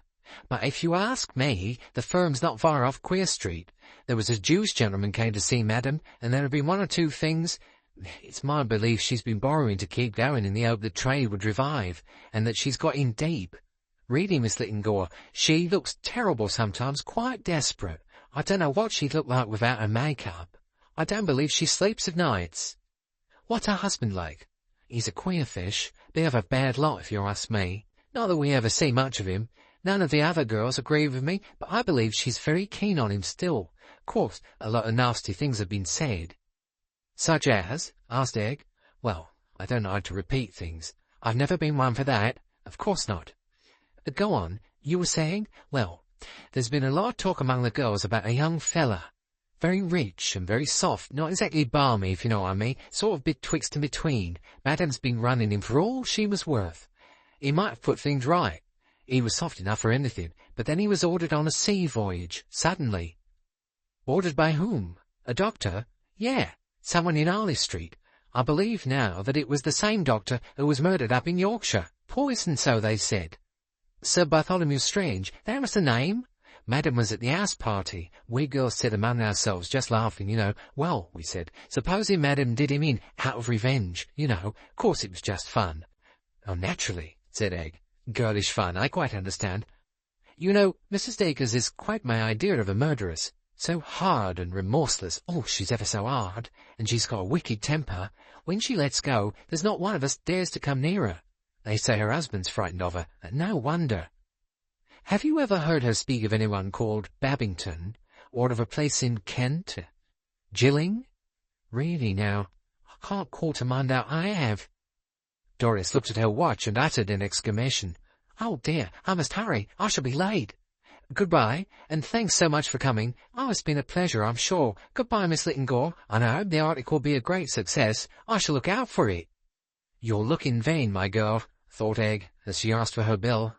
Then, drawing a line through the supposed jottings for the article, she wrote in her little notebook, Cynthia Dacres, believed to be in financial difficulties, described as having a wicked temper. Young man, rich, with whom she was believed to be having an affair, was ordered on sea voyage by Sir Bartholomew Strange. Showed no reaction at mention of Jilling, or at statement that Babington knew her. There doesn't seem much there, said Egg to herself. A possible motive for the murder of Sir Bartholomew? But very thin. Monsieur Poirot may be able to make something of that. I can't. Chapter 7. Captain Dacres. Egg had not yet finished her programme for the day. Her next move was to St. John's House, in which building the Dacres had a flat. St. John's House was a new block of extremely expensive flats. There were sumptuous window boxes and uniformed porters of such magnificence that they looked like foreign generals. Egg did not enter the building. She strolled up and down on the opposite side of the street. After about an hour of this, she calculated that she must have walked several miles. It was 5:30.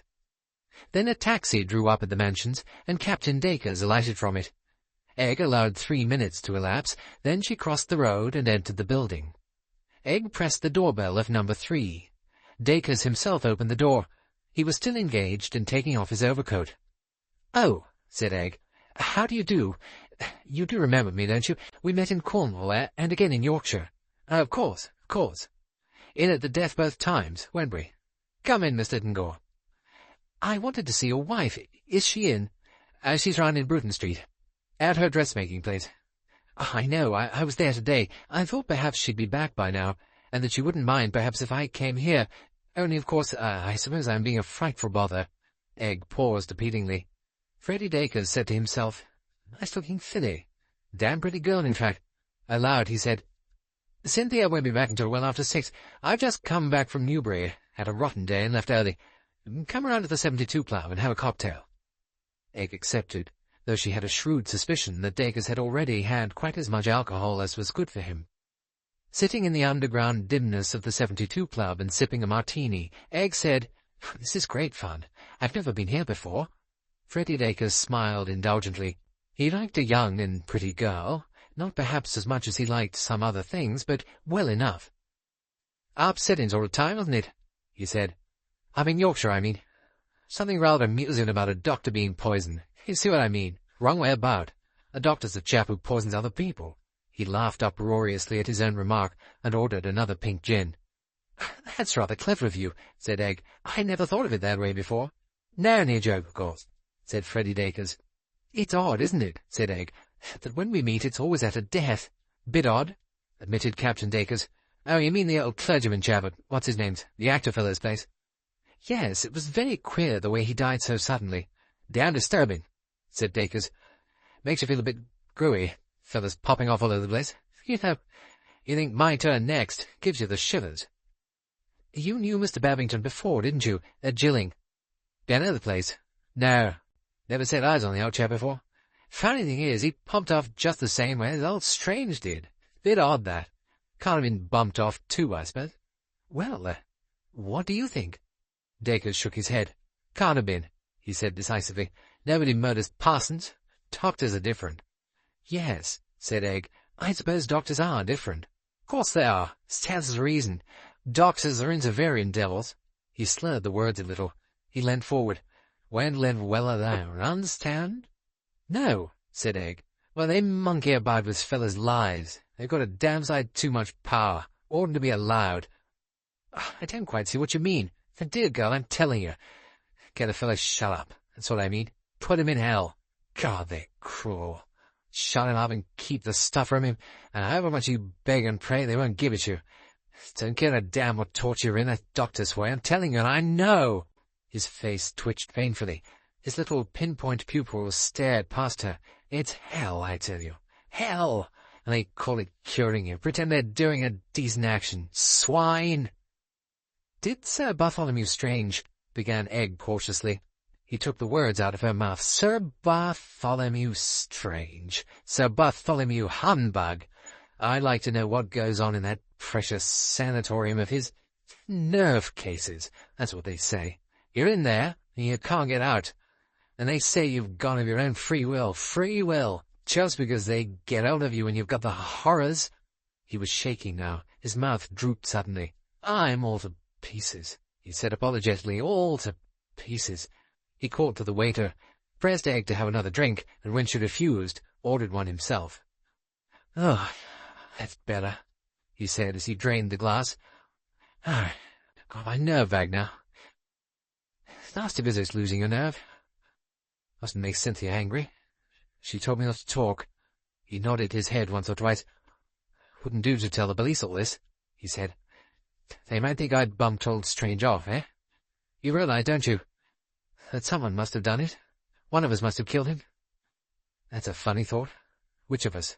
That's the question. Perhaps you know which, said Egg. What did you say that for? Why should I know? He looked at her angrily and suspiciously. I don't know anything about it, I tell you. I wasn't going to take that damnable cure of his, no matter what Cynthia said. I wasn't going to take it. He was up to something. They were both up to something, so they couldn't fool me. He drew himself up. I'm a strong man, Miss Lytton Gore. I'm sure you are, said Egg. Tell me, do you know anything of a Mrs. de Rushbridger who is at the sanatorium? Rushbridger? Rushbridger? Oh, old Strange says something about her. No, what was it? I can't remember anything. He sighed, shook his head. Memory's going, that's what it is. Well, I've got enemies. A lot of enemies. They may be spying on me now. He looked round uneasily. Then he leant across the table to Egg. What was that woman doing in my room that day? What woman? Rabbit-faced woman. Writes plays. The morning after he died. I'd just come up from breakfast. She came out of my room and went through the baize door at the end of the passage. Went through to the servants' quarters. Odd, eh? Why did she go into my room? What did she think she'd find there? What did she want to go nosing about for, anyway? What's it got to do with her? He leaned forward confidentially. Or do you think it's true what Cynthia says? What does Mrs. Dacre say? Says I imagined it. Says I was seeing things. He laughed uncertainly.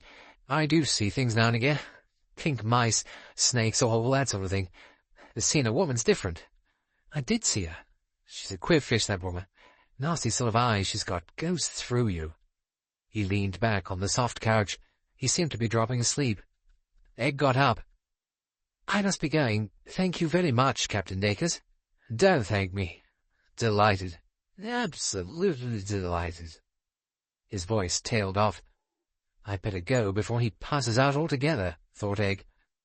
She emerged from the smoky atmosphere of the 72 Club into the cool evening air. Beatrice, the housemaid, had said that Miss Wills poked and pried. Now came this story from Freddie Dacres. What had Miss Wills been looking for? What had she found? Was it possible that Miss Wills knew something? Was there anything in this rather muddled story about Sir Bartholomew Strange? Had Freddie Dacres secretly feared and hated him? It seemed possible. But in all this no hint of any guilty knowledge in the Babington case. How odd it would be, said Egg to herself, if he wasn't murdered after all. And then she caught her breath sharply as she caught sight of the words on a newspaper placard a few feet away. Cornish exhumation case. Result. Hastily she pulled out a penny and snatched a paper. As she did so, she collided with another woman doing the same thing. As Egg apologized, she recognized Sir Charles's secretary, the efficient Miss Milray. Standing side by side, they both sought the stop-press news. Yes, there it was. Result of Cornish exhumation. The words danced before Egg's eyes. Analysis of the organs. Nicotine. So, he was murdered, said Egg. Oh, dear, said Miss Milray. This is terrible. Terrible. Her rugged countenance was distorted with emotion. Egg looked at her in surprise. She had always regarded Miss Milray as something less than human. It upsets me, said Miss Milray in explanation. You see, I've known him all my life. Mr. Babington? Yes. You see, my mother lives at Gilling, where he used to be vicar. Naturally, it's upsetting." "Oh, of course. In fact," said Miss Milray, "I don't know what to do." She flushed a little before Egg's look of astonishment. "I'd like to write to Mrs. Babington," she said quickly, "only it doesn't seem quite I don't know what I had better do about it." Somehow to Egg, the explanation was not quite satisfying. Chapter 8. Angela Sutcliffe. "Now, are you a friend, or are you a sleuth? I simply must know." Miss Sutcliffe flashed a pair of mocking eyes as she spoke. She was sitting in a straight-backed chair, her grey hair becomingly arranged. Her legs were crossed, and Mr. Satterthwaite admired the perfection of her beautifully shod feet and her slender ankles. Miss Sutcliffe was a very fascinating woman, mainly owing to the fact that she seldom took anything seriously. "Is that quite fair?" asked Mr. Satterthwaite. "My dear man, of course it's fair. Have you come here for the sake of my beautiful eyes, as the French say so charmingly, or have you nasty man, just come to pump me about murders?" "Can you doubt that your first alternative is the correct one?" asked Mr. Satterthwaite, with a little bow. "I can, and I do," said the actress with energy. "You are one of those people who look so mild and really wallow in blood. No, no. Yes, yes. The only thing I can't make up my mind about is whether it is an insult or a compliment to be considered a potential murderess. On the whole, I think it's a compliment." She cocked her head a little on one side and smiled that slow, bewitching smile that never failed. Mr. Satterthwaite thought to himself, "Adorable creature."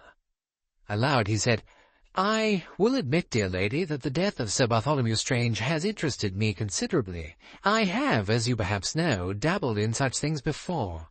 He paused modestly, perhaps hoping that Miss Sutcliffe would show some knowledge of his activities. However, she merely asked, "Tell me one thing. Is there anything in what that girl said?" "Which girl? And what did she say?" "The Lytton Gore girl. The one who was so fascinated by Charles. What a wretch Charles is! He will do it. She thinks that that nice old man down in Cornwall was murdered too. What do you think?" "Well, it certainly happened just the same way. She's an intelligent girl, you know. Tell me, is Charles serious?" "I expect your views on the subject are likely to be much more valuable than mine," said Mr. Satterthwaite. "What a tiresomely discreet man you are," cried Miss Sutcliffe. "Now she sighed, "am appallingly indiscreet." She fluttered an eyelash at him. "I know Charles pretty well. I know men pretty well. He seems to me to display all the signs of settling down. There's an air of virtue about him. He'll be handing round the plate and funding a family in record time, that's my view. Men are, when they decide to settle down, they lose all their charm." "I've often wondered why Sir Charles was never married," said Mr. Satterthwaite. "My dear, he never showed any signs of wanting to marry. He wasn't what they call a marrying man, but he was a very attractive man." She sighed. A slight twinkle showed in her eyes as she looked at Mr. Satterthwaite. "He and I were once, well, why deny what everybody knows? It was very pleasant while it lasted. And we're still the best of friends. I suppose that's the reason the Lytton Gore child looks at me so fiercely. She suspects I have a tendresse for Charles. Have I? Perhaps I have. But at any rate, I haven't yet written my memoirs describing all my affairs in detail, as most of my friends seem to have done. If I did, you know, the girl wouldn't like it. She'd be shocked. Modern girls are easily shocked. Her mother wouldn't be shocked at all. You can't really shock a sweet mid-Victorian. They say so little, but always think the worst." Mr. Satterthwaite contented himself with saying, "I think you're right in suspecting that Egg Lytton Gore mistrusts you." Miss Sutcliffe frowned. "I'm not at all sure that I'm not a little jealous of her. We women are such cats, aren't we? Scratch, scratch, meow, meow, purr, purr." She laughed. "Why didn't Charles come and catechize me on this business? Too much nice feeling, I suppose. The man must think me guilty. Am I guilty, Mr. Satterthwaite? What do you think now?" She stood up and stretched out a hand. "All the perfumes of Arabia will not sweeten this little hand," she broke off. "No, I'm not Lady Macbeth. Comedies, my lad." "That also seems a certain lack of motive," said Mr. Satterthwaite. "True. I liked Bartholomew Strange. We were friends. I had no reason for wishing him out of the way. Because we were friends, I'd rather like to take an active part in hunting down his murderer. Tell me if I can help in any way." "I suppose, Miss Sutcliffe, you didn't see or hear anything that might have a bearing on the crime?" "Nothing I haven't already told the police. The house party had only just arrived, you know. His death occurred on that first evening." "The butler?" "I hardly noticed him." "Any peculiar behavior on the part of the guests?" "No. Of course that boy, what's his name? Manders, turned up rather unexpectedly." "Did Sir Bartholomew Strange seem surprised?" "Yes, I think he was. He said to me just before we went in to dinner that it was an odd business. A new method of gate crashing, he called it. Only, he said, it's my wall he's crashed, not my gate." "Sir Bartholomew was in good spirits?" "Very good spirits." "What about this secret passage you mentioned to the police?" "I believe it led out of the library. Sir Bartholomew promised to show it to me, but of course the poor man died." "How did the subject come up?" "We were discussing a recent purchase of his, an old walnut bureau. I asked if it had a secret drawer in it. I told him I adored secret drawers. It's a secret passion of mine. And he said, no, there wasn't a secret drawer that he knew of, but he had got a secret passage in the house." "He didn't mention a patient of his, a Mrs. de Rushbridger?" "No." "Do you know a place called Gilling in Kent?" "Gilling? Gilling? No, I don't think I do. Why?" "Well, you knew Mr. Babington before, didn't you?" "Who is Mr. Babington?" "The man who died, or was killed, at the Crow's Nest." "Oh, the clergyman. I'd forgotten his name. No, I'd never seen him before in my life." "Who told you I knew him?" "Someone who ought to know," said Mr. Satterthwaite boldly. Miss Sutcliffe seemed amused. "Dear old man. Did they think I'd had an affair with him? Archdeacons are sometimes very naughty, aren't they? So why not vicars? There's the man in the barrel, isn't there? But I must fear the poor man's memory. I'd never seen him before in my life." And with that statement, Mr. Satterthwaite was forced to rest content. Chapter 9. Muriel Wills. 5 Upper Cathcart Road, Tooting, seemed an incongruous home for a satiric playwright. The room into which Sir Charles was shown had walls of a rather drab oatmeal colour, with a frieze of laburnum round the top. The curtains were of rose-coloured velvet. There were a lot of photographs and china dogs. The telephone was coyly hidden by a lady with ruffled skirts. There were a great many little tables and some suspicious-looking brass work from Birmingham via the Far East. Miss Wills entered the room so noiselessly that Sir Charles, who was at the moment examining a ridiculously elongated Poirot doll lying across the sofa, did not hear her. Her thin voice saying, "How do you do, Sir Charles? This is really a great pleasure," made him spin round. Miss Wills was dressed in a limp jumper suit, which hung disconsolately on her angular form. Her stockings were slightly wrinkled, and she had on very high-heeled, patent-leather slippers. Sir Charles shook hands, accepted a cigarette, and sat down on the sofa by the Poirot doll. Miss Wills sat opposite him. The light from the window caught her pince-nez and made them give off little flashes. "Fancy you finding me out here," said Miss Wills. "My mother will be ever so excited. She just adores the theatre, especially anything romantic. That play where you were a prince at a university, she's often talked of it. She goes to matinees, you know, and eats chocolates. She's one of that kind, and she does love it." "How delightful," said Sir Charles. "You don't know how charming it is to be remembered. The public memory is short." He sighed. "She'll be thrilled at meeting you," said Miss Wills. "Miss Sutcliffe came the other day, and Mother was thrilled at meeting her." "Angela was here?" "Yes, she's putting on a play of mine, you know. Little Dog Laughed." "Of course," said Sir Charles. "I've read about it. Rather intriguing title." "I'm so glad you think so. Miss Sutcliffe likes it too. It's a kind of modern version of the nursery rhyme. A lot of froth and nonsense. Hey diddle diddle and the dish and the spoon scandal. Of course it all revolves around Miss Sutcliffe's part. Everyone dances to her fiddling, and that's the idea." Sir Charles said, "Not bad. The world nowadays is rather like a mad nursery rhyme, and the little dog laughed to see such sport, eh?" And he thought suddenly, "Of course, this woman's the little dog. She looks on and laughs." The light shifted from Miss Wills' pince-nez, and he saw her pale blue eyes regarding him intelligently through them. "This woman," thought Sir Charles, has a fiendish sense of humour. Aloud he said, "I wonder if you can guess what errand has brought me here." "Well," said Miss Wills archly, "I don't suppose it was only to see poor little me." Sir Charles registered for a moment the difference between the spoken and the written word. On paper, Miss Wills was witty and cynical. In speech, she was arch. "It was really Satterthwaite put the idea into my head," said Sir Charles. "He fancies himself as being a good judge of character." "He's very clever about people," said Miss Wills. "It's rather his hobby, I should say. And he is strongly of opinion that if there were anything worth noticing that night at Melford Abbey, you would have noticed it." "Is that what he said?" "Yes." "I was very interested, I must admit," said Miss Wills slowly. "You see, I'd never seen a murder at close hand before. A writer's got to take everything as copy, hasn't she?" "I believe that's a well-known axiom." "So naturally," said Miss Wills, "I tried to notice everything I could." This was obviously Miss Wills' version of Beatrice's poking and prying. "About the guests?" "About the guests." "And what exactly did you notice?" The pince-nez shifted. "I didn't really find out anything.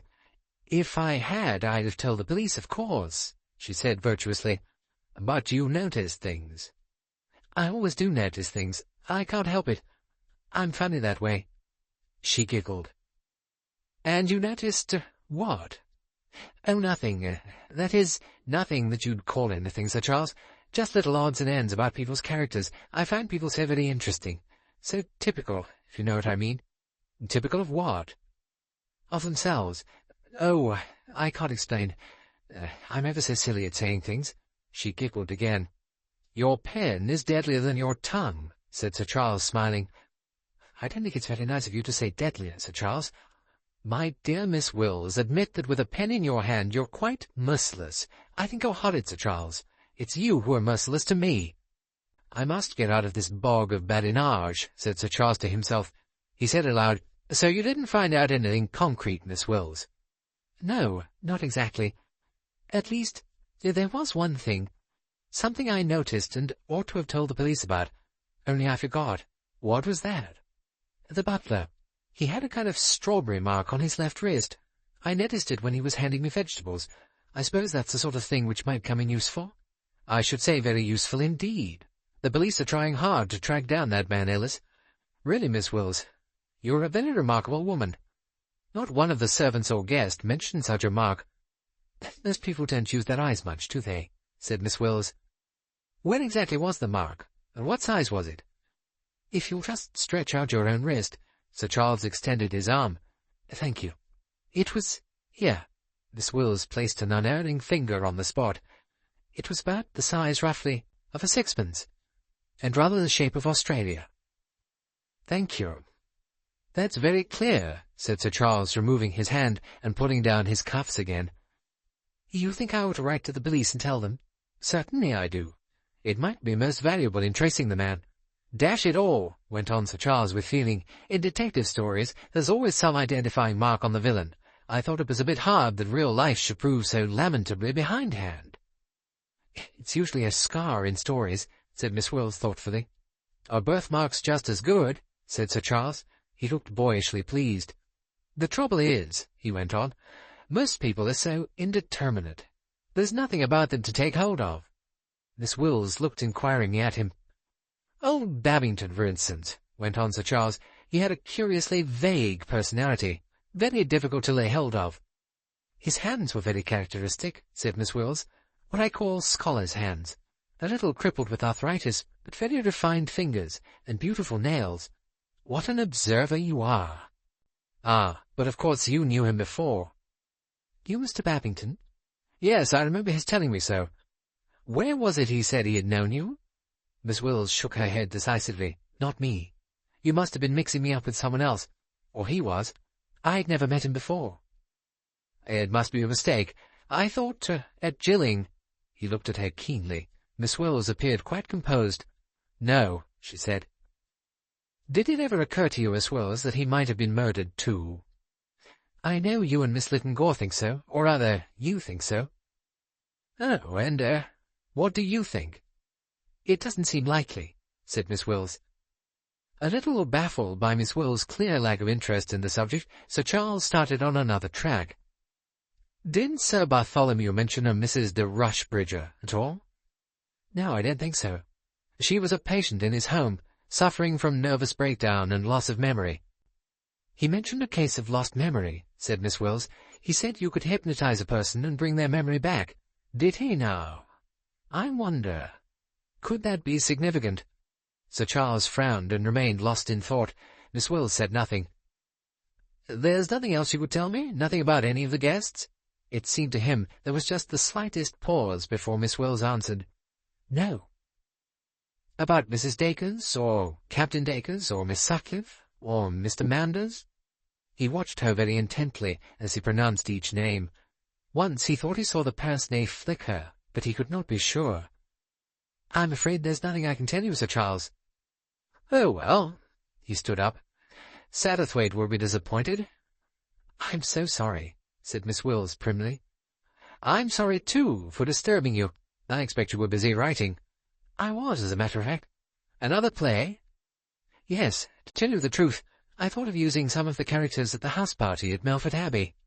"What about Libor?" "That's quite all right, Sir Charles. I find people never recognize themselves."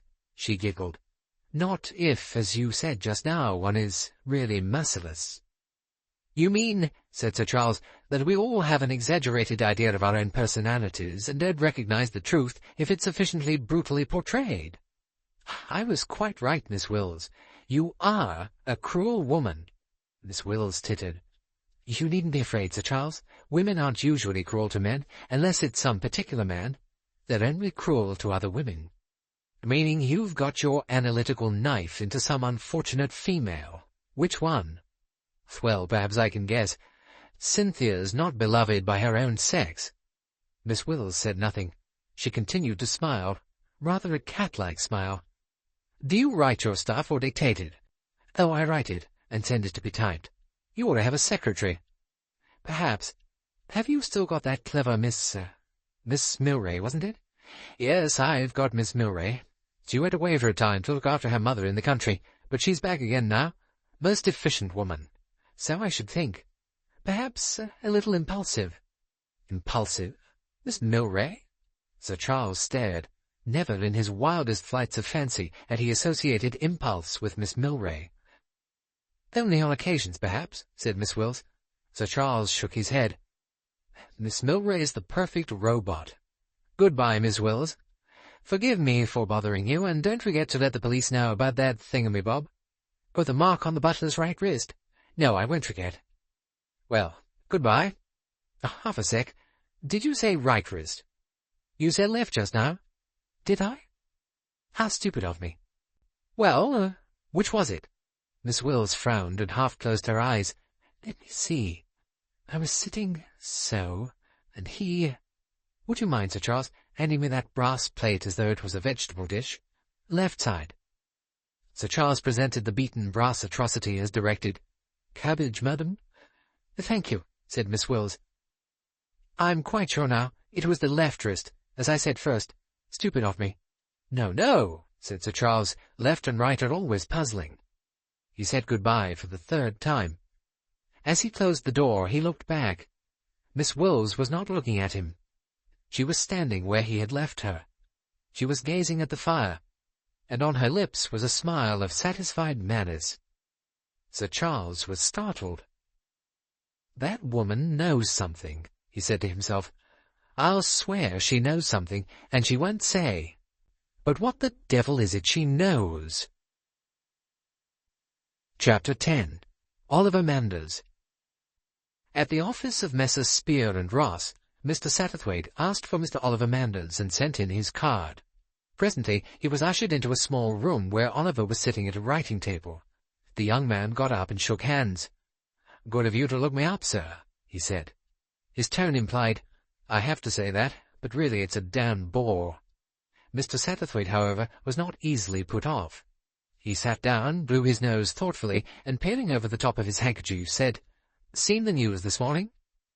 "Oh, you mean the new financial situation? Well, the dollar—" "Not dollars," said Mr. Satterthwaite. "Death. The result of the Loomuth exhumation. Babington was poisoned. By nicotine. Oh, that. Yes, I saw that. Our energetic egg will be pleased.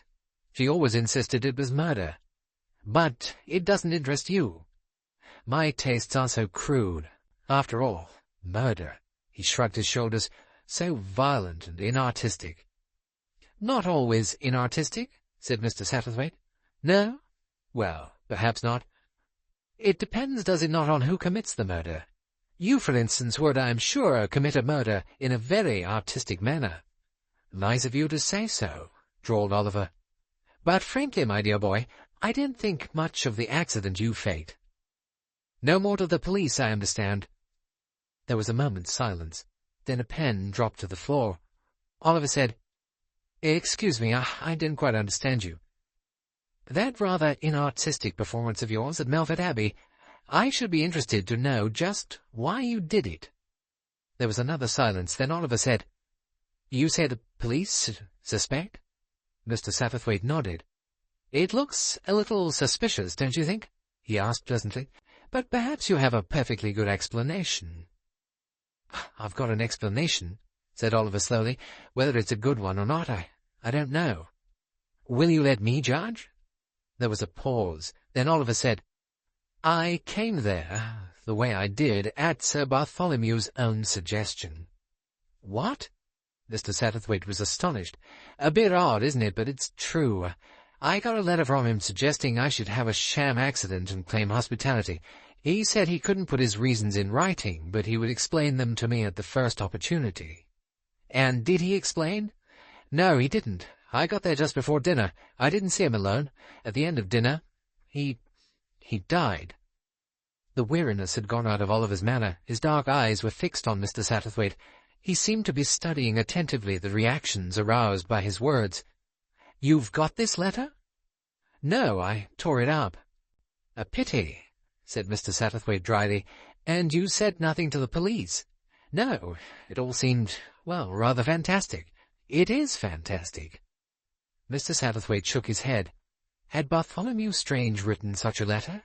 It seemed highly uncharacteristic. The story had a melodramatic touch, most unlike the physician's cheerful common sense. He looked up at the young man. Oliver was still watching him. Mr. Satterthwaite thought, He's looking to see if I swallow his story. He said, And Sir Bartholomew gave absolutely no reason for his request? None whatever. An extraordinary story. Oliver did not speak. Yet you obeyed the summons. Something of the weary manner returned. Yes, it seemed refreshing me out of the way to a somewhat jaded palate. I was curious, I must confess. Is there anything else? Asked Mr. Satterthwaite. What do you mean, sir? Anything else? Mr. Satterthwaite did not really know what he meant. He was led by some obscure instinct. I mean, he said, is there anything else that might tell against you? There was a pause. Then the young man shrugged his shoulders. I suppose I might as well make a clean breast of it. The woman isn't likely to hold her tongue about it. Mr. Satterthwaite looked a question. It was the morning after the murder stuff. I was talking to the Anthony Armstrong woman. I took out my pocket-book and something fell out of it. She picked it up and handed it back to me. And this something? Unfortunately, she glanced at it before returning it to me. It was a cutting from a newspaper about nicotine. What a deadly poison it was, and so on. How did you come to have such an interest in the subject? I didn't. I suppose I must have put that cutting in my wallet some time or other, but I can't remember doing so. Bit awkward, eh? Mr. Satterthwaite thought. A thin story. I suppose, went on Oliver Manders, she went to the police about it. Mr. Satterthwaite shook his head. I don't think so. I fancy she's a woman who likes, well, to keep things to herself. She's a collector of knowledge. Oliver Manders leaned forward suddenly. I'm innocent, sir. Absolutely innocent. I haven't suggested that you are guilty, said Mr. Satterthwaite mildly. But someone has. Someone must have done. Someone has put the police onto me. Mr. Satterthwaite shook his head. No. Then why did you come here today? Partly as the result of my, investigations on the spot. Mr. Satterthwaite spoke a little pompously. And partly at the suggestion of a friend. What friend? Hercule Poirot. That man. The expression burst from Oliver. Is he back in England? Yes. Why has he come back? Mr. Satterthwaite rose. Why does a dog go hunting? He inquired. And rather pleased with his retort, he left the room. Chapter 11. Poirot gives a sherry party. Sitting in a comfortable armchair in his slightly florid suite at the Ritz, Hercule Poirot listened. Egg was perched on the arm of a chair. Sir Charles stood in front of the fireplace. Mr. Satterthwaite sat a little farther away, observing the group. "It's failure, all along the line," said Egg. Poirot shook his head gently. No, you exaggerate. As regards a link with Mr. Babington, you have drawn the blank, yes, but you have corrected other suggestive information. The Wills woman knows something, said Sir Charles. I'll swear she knows something. And Captain Dacres, he too has not the clear conscience. And Mrs. Dacres was desperately in want of money, and Sir Bartholomew spoilt her chance of laying hold of some. "What do you think of young Mander's story?" asked Mr. Satterthwaite. "It strikes me as peculiar, and as being highly uncharacteristic of the late Sir Bartholomew Strange." "You mean it's a lie?" asked Sir Charles bluntly. "There are so many kinds of lies," said Hercule Poirot. He was silent for a minute or two. Then he said, "This Miss Wills, she has written a play for Miss Sutcliffe?" "Yes, the first night is Wednesday next." "Ah!" He was silent again. Egg said, "Tell us, what shall we do now?" The little man smiled at her. "There is only one thing to do. Think." "Think?" cried Egg. Her voice was disgusted. Poirot beamed on her. "But yes, exactly that. Think. With thought, all problems can be solved. Can't we do something? For you the action, mademoiselle? But certainly, there are still things you can do. There is, for instance, this place, Gilling, where Mr. Babington lived for so many years. You can make inquiries there. You say that this Miss Milray's mother lives at Gilling and is an invalid. An invalid knows everything. She hears everything and forgets nothing. Make your inquiries of her. It may lead to something, who knows?" "Aren't you going to do anything?" demanded Egg persistently. Poirot twinkled. "You insist that I too shall be active. Eh bien, it shall be as you wish. Only me, I shall not leave this place. I am very comfortable here, but I will tell you what I will do. I will give the party, the sherry party. That is fashionable, is it not?" "A sherry party?" "Précisément. And to it I will ask Mrs. Dacres, Captain Dacres, Miss Sutcliffe, Miss Wills, Mr. Manders, and your charming mother, mademoiselle." "And me?" "Naturally, and you. The present company is included." "Hooray!" said Egg. "You can't deceive me, Monsieur Poirot. Something will happen at that party. It will, won't it?" "We shall see," said Poirot. "But do not expect too much, mademoiselle. Now, leave me with Sir Charles, for there are a few things about which I want to ask his advice." As Egg and Mr. Satterthwaite stood waiting for the lift, Egg said ecstatically, "It's lovely, just like detective stories. All the people will be there, and then he'll tell us which of them did it." "I wonder," said Mr. Satterthwaite. The sherry party took place on Monday evening. The invitation had been accepted by all. The charming and indiscreet Miss Sutcliffe laughed mischievously as she glanced round. "Quite the spider's parlour, Monsieur Poirot. And here all we poor little flies have walked in. I'm sure you're going to give us the most marvellous résumé of the case, and then suddenly you'll point at me and say, 'Thou art the woman,' and everyone will say, 'She done it,' and I shall burst into tears and confess, because I'm too terribly suggestible for words. Oh, Monsieur Poirot, I'm so frightened of you." "Quelle histoire!" cried Poirot. He was busy with the decanter and glasses. He handed her a glass of sherry with a bow. "This is a friendly little party. Do not let us talk of murders and bloodshed and poison. La la! These things, they spoil the palate." He handed a glass to the grim Miss Milray, who had accompanied Sir Charles and was standing with a forbidding expression on her face. "Voilà," said Poirot, as he finished dispensing hospitality. "Let us forget the occasion on which we first met. Let us have the party spirit, eat, drink, and be merry, for tomorrow we die. Ah, malheur, I have again mentioned death, madame. He bowed to Mrs. Dacres. May I be permitted to wish you good luck and congratulate you on your very charming gown? Here's to you, Egg, said Sir Charles. Cheerio, said Freddie Dacres.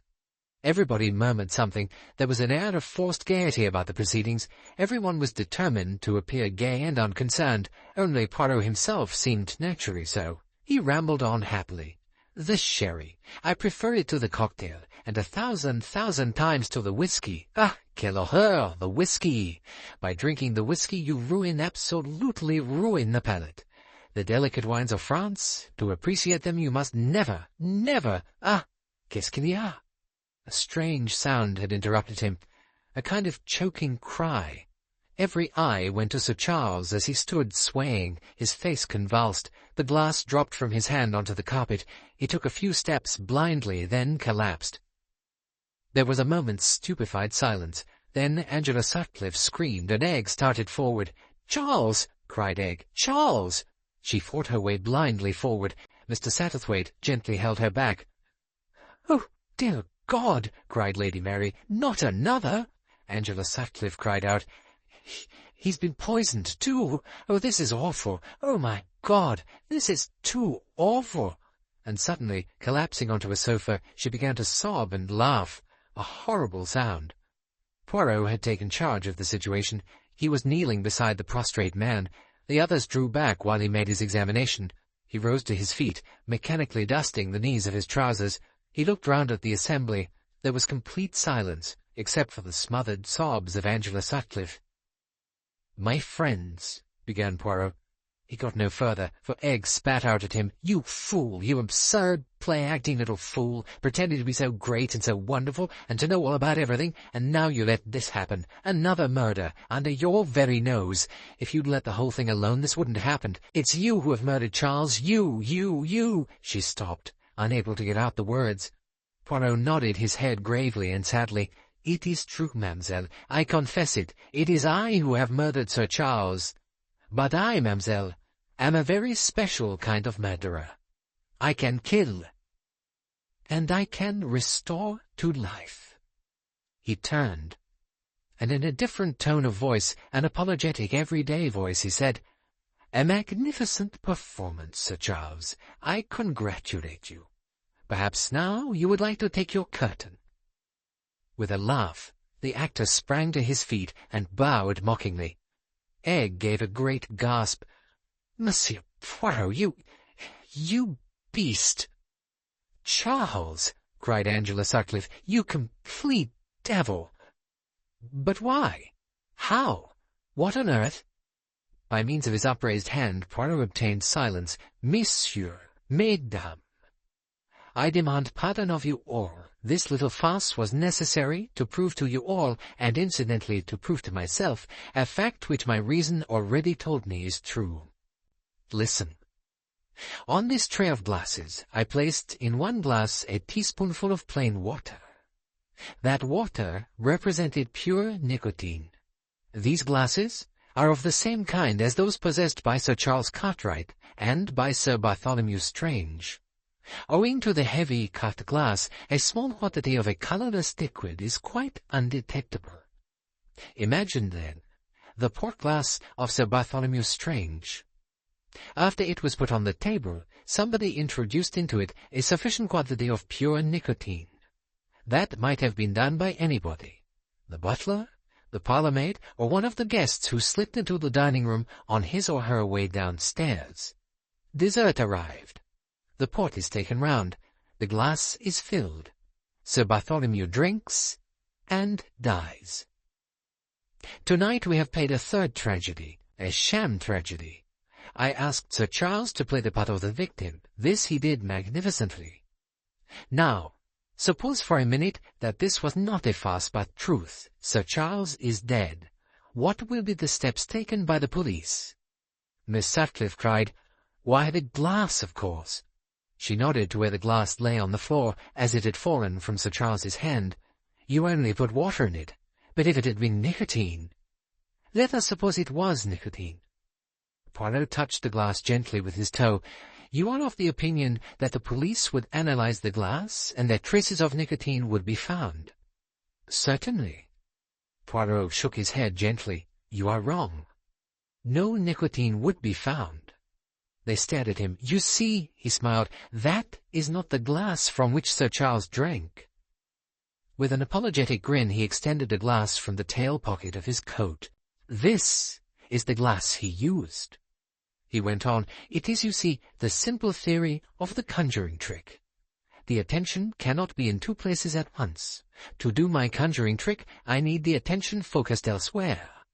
Well, there is a moment, a psychological moment, when Sir Charles falls dead. Every eye in the room is on his dead body. Everyone crowds forward to get near him, and no one at all, looks at Hercule Poirot. And in that moment, I exchange the glasses, and no one sees. So, you see, I prove my point. There was such a moment at Crow's Nest. There was such a moment at Melfort Abbey. And so there was nothing in the cocktail glass, and nothing in the port glass. Egg cried, Who changed them? Looking at her, Poirot replied, That we have still to find out. You don't know? Poirot shrugged his shoulders. Rather uncertainly, the guests made signs of departure. Their manner was a little cold. They felt they had been badly fooled. With a gesture of the hand, Poirot arrested them. One little moment, I pray you. There is one thing more that I have to say. Tonight, admittedly, we have played the comedy. But the comedy may be played in earnest. It may become a tragedy. Under certain conditions, the murderer may strike a third time. I speak now to all of you here present. If any one of you knows something that may bear in any way on this crime, I implore that person to speak now. To keep knowledge to oneself at this juncture may be dangerous. So dangerous that death may be the result of silence. Therefore, I beg again, if anyone knows anything, let that person speak now. It seemed to Sir Charles that Poirot's appeal was addressed especially to Miss Wills. If so, it had no result. Nobody spoke or answered. Poirot sighed. His hand fell. Be it so, then. I have given warning. I can do no more. Remember, to keep silence is dangerous. But still, nobody spoke. Awkwardly, the guests departed. Egg, Sir Charles, and Mr. Satterthwaite were left. Egg had not yet forgiven Poirot. She sat very still, her cheeks flushed and her eyes angry. She wouldn't look at Sir Charles. That was a damn clever bit of work, Poirot, said Sir Charles appreciatively. Amazing, said Mr. Satterthwaite with a chuckle. I wouldn't have believed that I wouldn't have seen you do that exchange. That is why, said Poirot, I could take no one into any confidence. The experiment could only be fair this way. Was that the only reason you planned this, to see whether it could be done unnoticed? Well, not quite, perhaps. I had one other aim. Yes? I wanted to watch the expression on one person's face when Sir Charles fell dead. Which person's? Said Egg sharply. Ah, that is my secret. And you did watch that person's face? Asked Mr. Satterthwaite. Yes. Well? Poirot did not reply. He merely shook his head. Won't you tell us what you saw there? Poirot said slowly, I saw an expression of the utmost surprise. Egg drew her breath in sharply. You mean, she said, that you know who the murderer is? You can put it that way if you like, mademoiselle. But then you know everything. Poirot shook his head. No, on the contrary, I know nothing at all. For you see, I do not know why Stephen Babington was killed. Until I know that, I can prove nothing. I can know nothing. It all hinges on the motive for Stephen Babington's death. There was a knock at the door, and a page entered with a telegram on a tray. Poirot opened it. His face changed. He handed the telegram to Sir Charles.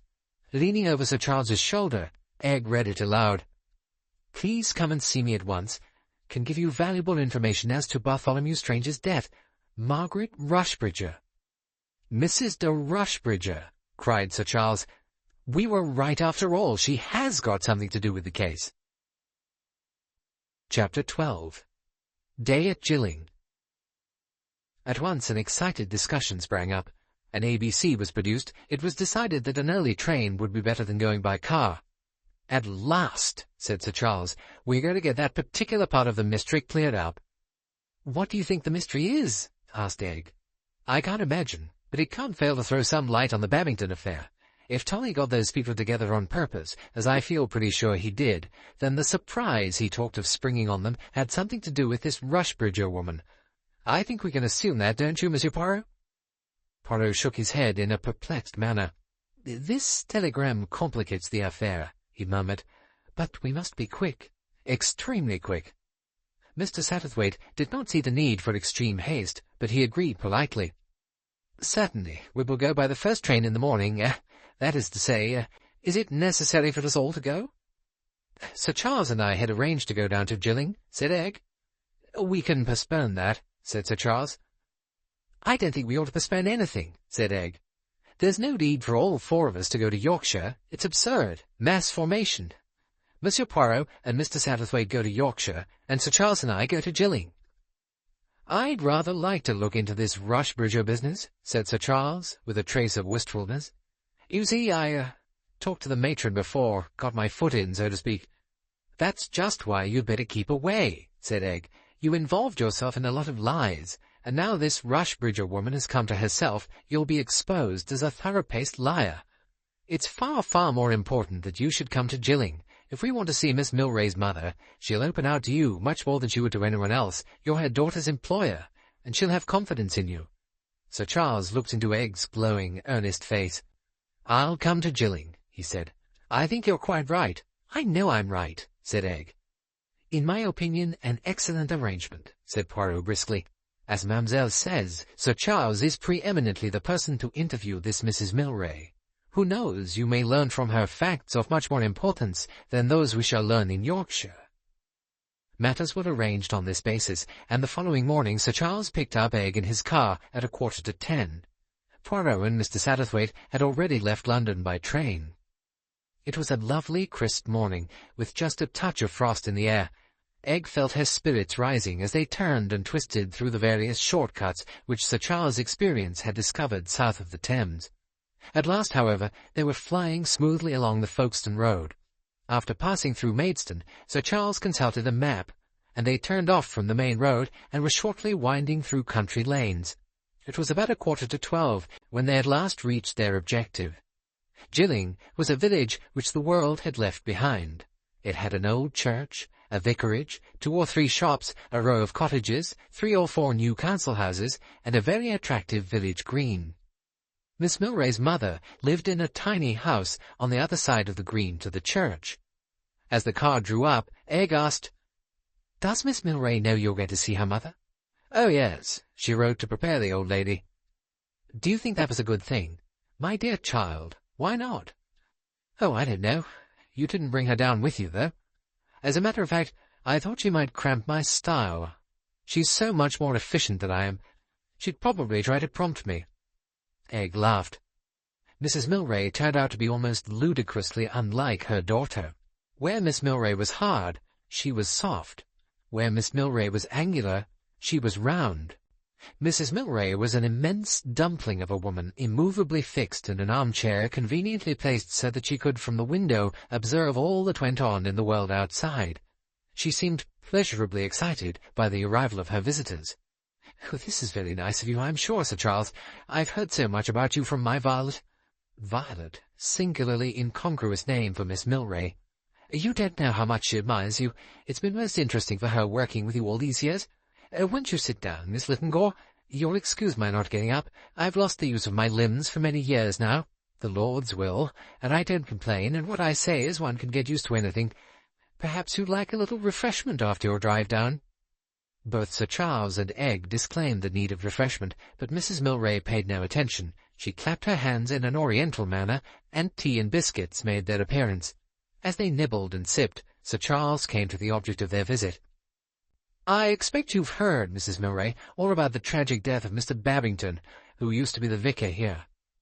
The dumpling nodded its head in vigorous assent. "Yes, indeed. I've read all about the exhumation in the paper, and whoever can have poisoned him I can't imagine. A very nice man he was. Everyone liked him here, and her too, and their little children and all." "It is indeed a great mystery," said Sir Charles. "We're all in despair about it. In fact, we wondered if you could possibly throw any light upon the matter." "Me? But I haven't seen the Babingtons. Let me see, it must be over 15 years. "I know, but some of us have the idea that there might be something in the past to account for his death." "I'm sure I don't know what there could be. They led very quiet lives, very badly off, poor things, with all those children." Mrs. Milray was willing enough to reminisce, but her reminiscences seemed to shed little light on the problem they had set out to solve. Sir Charles showed her the enlargement of a snapshot which included the Dacres, also an early portrait of Angela Sutcliffe, and a somewhat blurred reproduction of Miss Wills cut from a newspaper. Mrs. Milray surveyed them all with great interest, but with no signs of recognition. "I can't say I remember any of them. Of course it's a long time ago, but this is a small place. There's not much coming and going. The Agnew girls, the doctor's daughters, they're all married and out in the world, and our present doctor's a bachelor. He's got a new, young partner. Then there were the old Miss Cayleys, sat in the big pew. They're all dead many years back. And the Richardsons, he died, and she went to Wales. And the village people, of course, but there's not much change there. Violet, I expect, could tell you as much as I could. She was a young girl then, and often over to the vicarage." Sir Charles tried to envisage Miss Milray as a young girl, and failed. He asked Mrs. Milray if she remembered anyone of the name of Rushbridger, but the name failed to evoke any response. Finally, they took their leave. Their next move was a scratch lunch in the baker's shop. Sir Charles had hankerings for flesh-pots elsewhere, but Egg pointed out that they might get hold of some local gossip. "And boiled eggs and scones will do you no harm for once," she said severely. "Men are so fussy about their food." "I always find eggs so depressing," said Sir Charles meekly. The woman who served them was communicative enough. She, too, had read of the exhumation in the paper, and had been proportionately thrilled by its being Old Vicar. "I were a child at the time," she explained, "but I remember him." She could not, however, tell them much about him. After lunch they went to the church and looked through the register of births, marriages, and deaths. Here again there seemed nothing hopeful or suggestive. They came out into the churchyard and lingered. Egg read the names on the tombstones. "What queer names they are," she said. "Listen.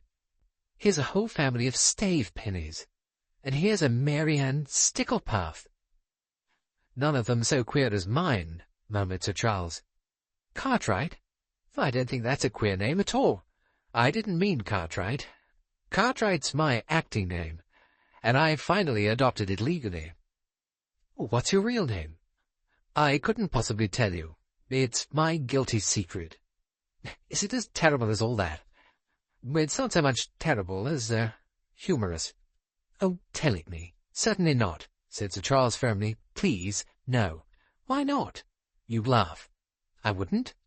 "You wouldn't be able to help laughing." "Oh, please, tell me." "Please, please, please." "What a persistent creature you are, Egg." "Why do you want to know?" "Because you won't tell me." "You adorable child," said Sir Charles a little unsteadily. "I'm not a child." "Aren't you?" "I wonder." "Tell me," whispered Egg softly. A humorous and rueful smile twisted Sir Charles's mouth. "Very well. Here goes. My father's name was Mugg." "Not really?" "Really and truly." Said Egg. "That is a bit catastrophic. To go through life as Mugg wouldn't have taken me far in my career, I agree. I remember," went on Sir Charles dreamily, "I played with the idea, I was young then, of calling myself Ludovic Castiglione, but I eventually compromised on British alliteration as Charles Cartwright." "Are you really Charles?" "Yes, my godfathers and godmothers saw to that." He hesitated, then said, "Why don't you say Charles and drop the Sir?" "I might."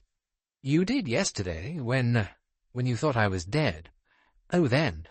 Egg tried to make her voice nonchalant.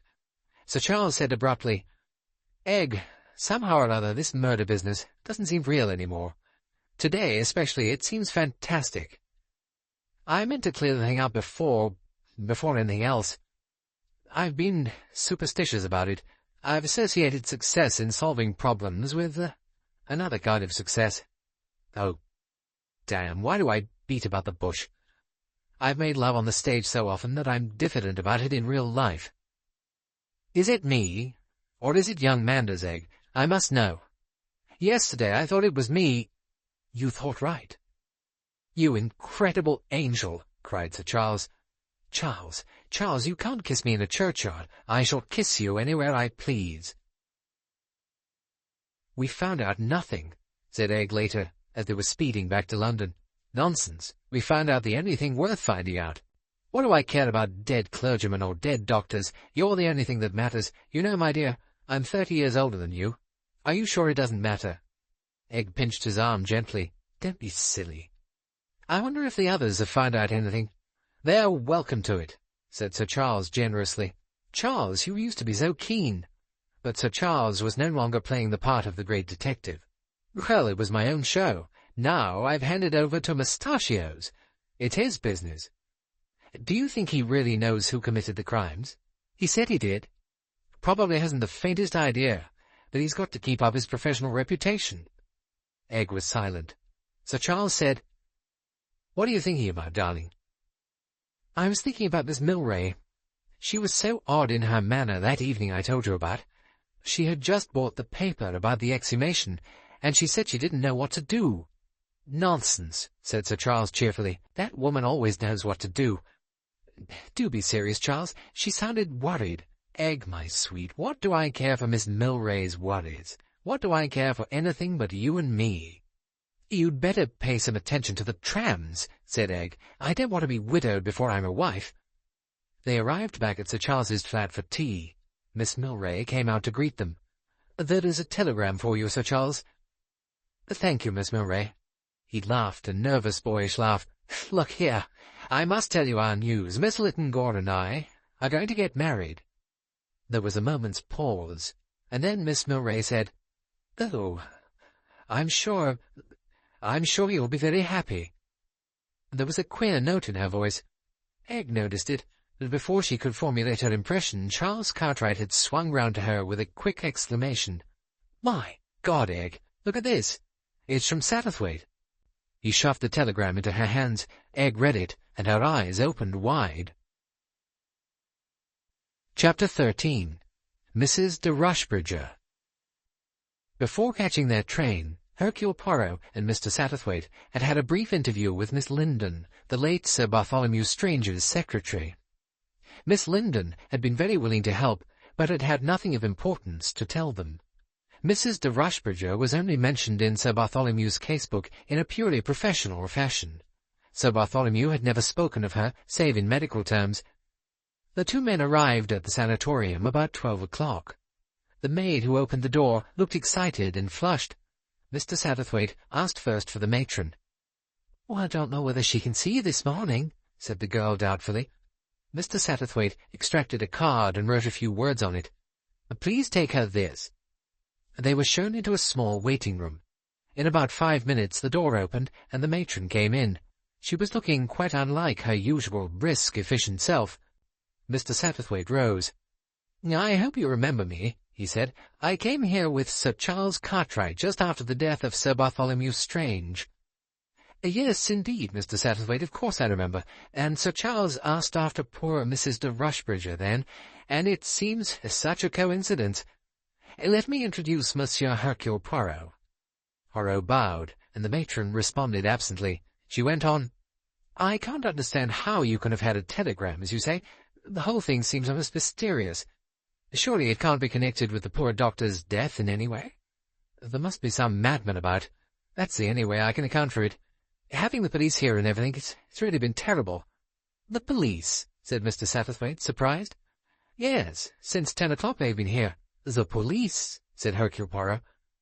"Perhaps we could see Mrs. de Rushbridger now," suggested Mr. Satterthwaite, "since she asked us to come." The matron interrupted him. "Oh, Mr. Satterthwaite, then you don't know." "Know what?" demanded Poirot sharply. "Poor Mrs. de Rushbridger. She's dead." "Dead?" cried Poirot. "Mille tonnerres!" That explains it. Yes, that explains it. I should have seen—" he broke off. "How did she die?" "It's most mysterious. A box of chocolates came for her. Liqueur chocolate. By post. She ate one. It must have tasted horrible. But she was taken by surprise, I suppose, and she swallowed it. One doesn't like spitting a thing out. Oui, oui. And if a liquid runs suddenly down your throat, it is difficult. So she swallowed it and called out, and nurse came rushing, but we couldn't do anything. She died in about 2 minutes. Then doctor sent for the police, and they came and examined the chocolates.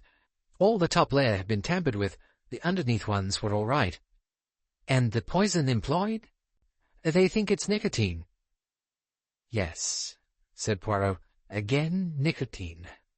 What a stroke! What an audacious stroke!" "We're too late," said Mr. Satterthwaite. "We shall never know now what she had to tell us unless she confided in someone." He glanced interrogatively at the matron. Poirot shook his head. "There will have been no confidences, you will find." "We can ask," said Mr. Satterthwaite. "One of the nurses, perhaps?" "By all means ask," said Poirot, but he did not sound hopeful. Mr. Satterthwaite turned to the matron, who immediately sent for the 2 nurses, on day and night duty respectively, who had been in attendance on Mrs. de Rochebridger, but neither of them could add any information to that already given. Mrs. de Rochebridger had never mentioned Sir Bartholomew's death, and they did not even know of the dispatching of the telegram. On a request from Poirot, the 2 men were taken to the dead woman's room. They found Superintendent Crossfield in charge, and Mr. Satterthwaite introduced him to Poirot.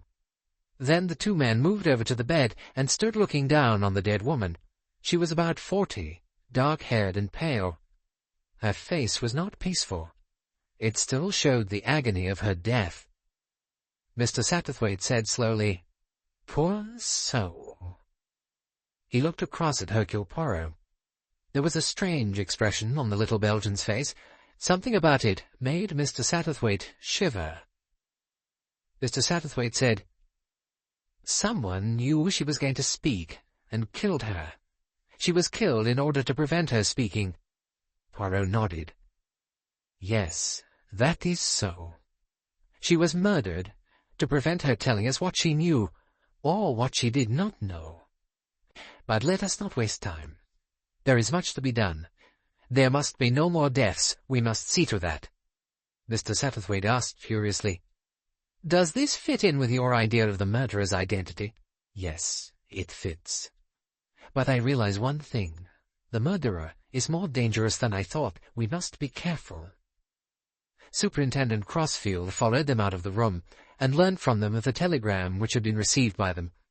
The telegram had been handed in at Melfort Post Office, and on inquiry there it was elicited that it had been handed in by a small boy. The young lady in charge remembered it, because the message had excited her very much, mentioning as it did Sir Bartholomew Strange's death. After some lunch, in company with the superintendent, and after dispatching a telegram to Sir Charles, the quest was resumed. At 6 o'clock that evening, the small boy who had handed in the telegram was found. He told his story promptly. He had been given the telegram by a man dressed in shabby clothes.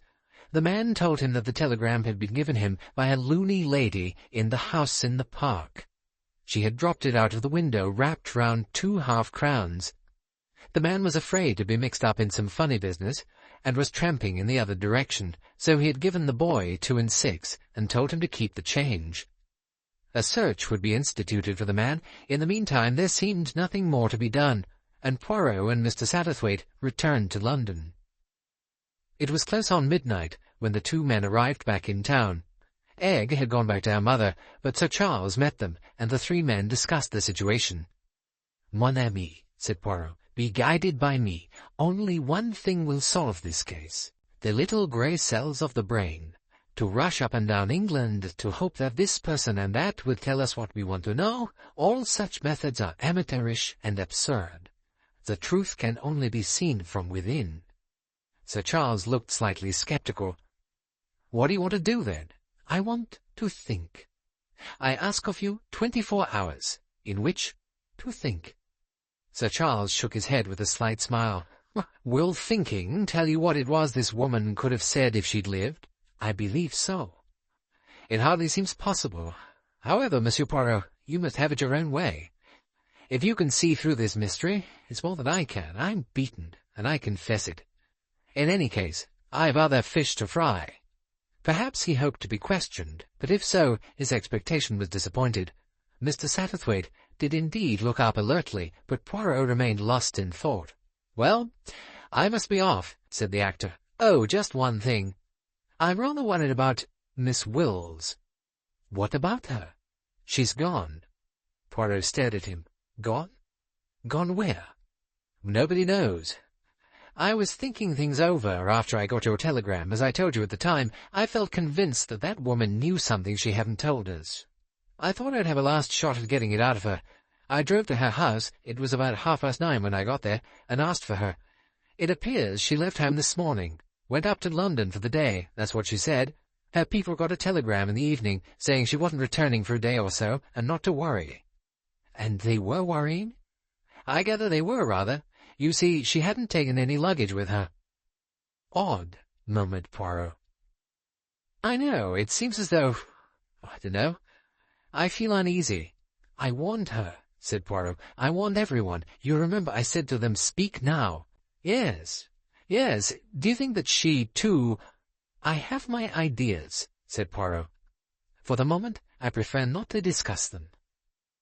First the butler, Ellis, then Miss Wills. Where is Ellis? It's incredible that the police have never been able to lay hands on him." "They have not looked for his body in the right place," said Poirot. "Then you agree with Egg. You think he's dead." "Ellis will never be seen alive again." "My God!" burst out Sir Charles. "It's a nightmare. The whole thing is utterly incomprehensible." No, it is sane and logical, on the contrary." Sir Charles stared at him. "You say that?" "Certainly. You see, I have the orderly mind." "I don't understand you." Mr. Satterthwaite, too, looked curiously at the little detective. "What kind of mind have I?" demanded Sir Charles, slightly hurt. "You have the actor's mind, Sir Charles. Creative, original, seeing always dramatic values. Mr. Satterthwaite here, he has the playgoer's mind. He observes the characters. He has the sense of atmosphere. But me, I have the prosaic mind. I see only the facts without any dramatic trappings or footlights. Then we're to leave you to it. That is my idea, for 24 hours.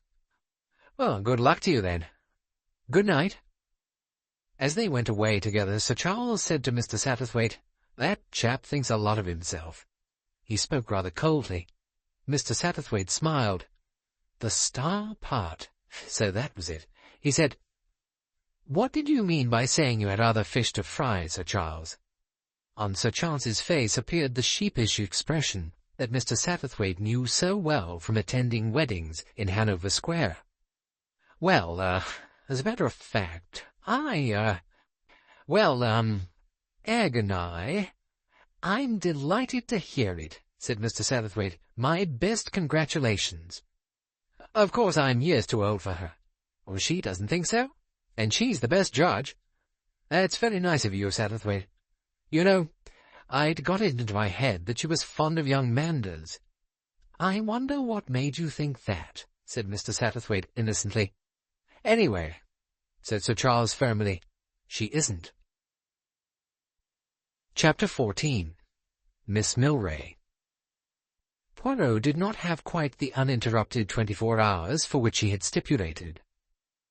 At 20 minutes past 11 on the following morning, Egg walked in unannounced. To her amazement, she found the great detective engaged in building card-houses. Her face showed such lively scorn that Poirot was impelled to defend himself. "It is not, mademoiselle, that I have become childish in my old age. No. But the building of card-houses, I have always found it most stimulating to the mind. It is an old habit of mine. This morning, first thing, I go out and buy a pack of cards. Unfortunately, I make an error. They are not real cards, but they do just as well." Egg looked more closely at the erection on the table. She laughed. "Good heavens! They've sold you Happy Families. What is that you say?" "The Happy Family? Yes, it's a game. Children play it in the nursery." "Ah, well, one can compose the houses just in the same manner." Egg had picked up some of the cards from the table. and was looking at them affectionately.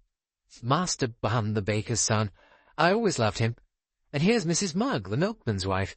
Oh dear, I suppose that's me." "Why is that funny picture you, mademoiselle?" "Because of the name." Egg laughed at his bewildered face, and then began explaining. When she had finished, he said, "Ah, it was that Sir Charles meant last night. I wondered. Mug. Ah, yes.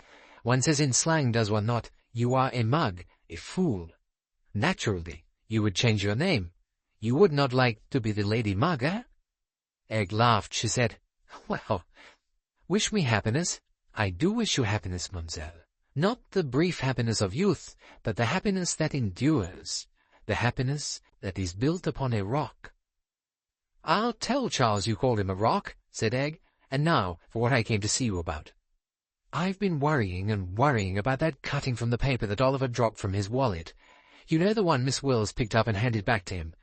It seems to me that either Oliver is telling a downright lie when he says he doesn't remember its being there, or else it never was there. He dropped some odd bit of paper, and that woman pretended it was the nicotine cutting." "Why should she have done that, mademoiselle?" "Because she wanted to get rid of it. She planted it on Oliver." "You mean she is the criminal?" "Yes." "What was her motive?" "Oh, it's no good asking me that. I can only suggest that she's a lunatic. Clever people often are rather mad. I can't see any other reason. In fact, I can't see any motive anywhere. Decidedly, that is the impasse. I should not ask you to guess at a motive. It is of myself that I ask that question without ceasing. What was the motive behind Mr. Babington's death?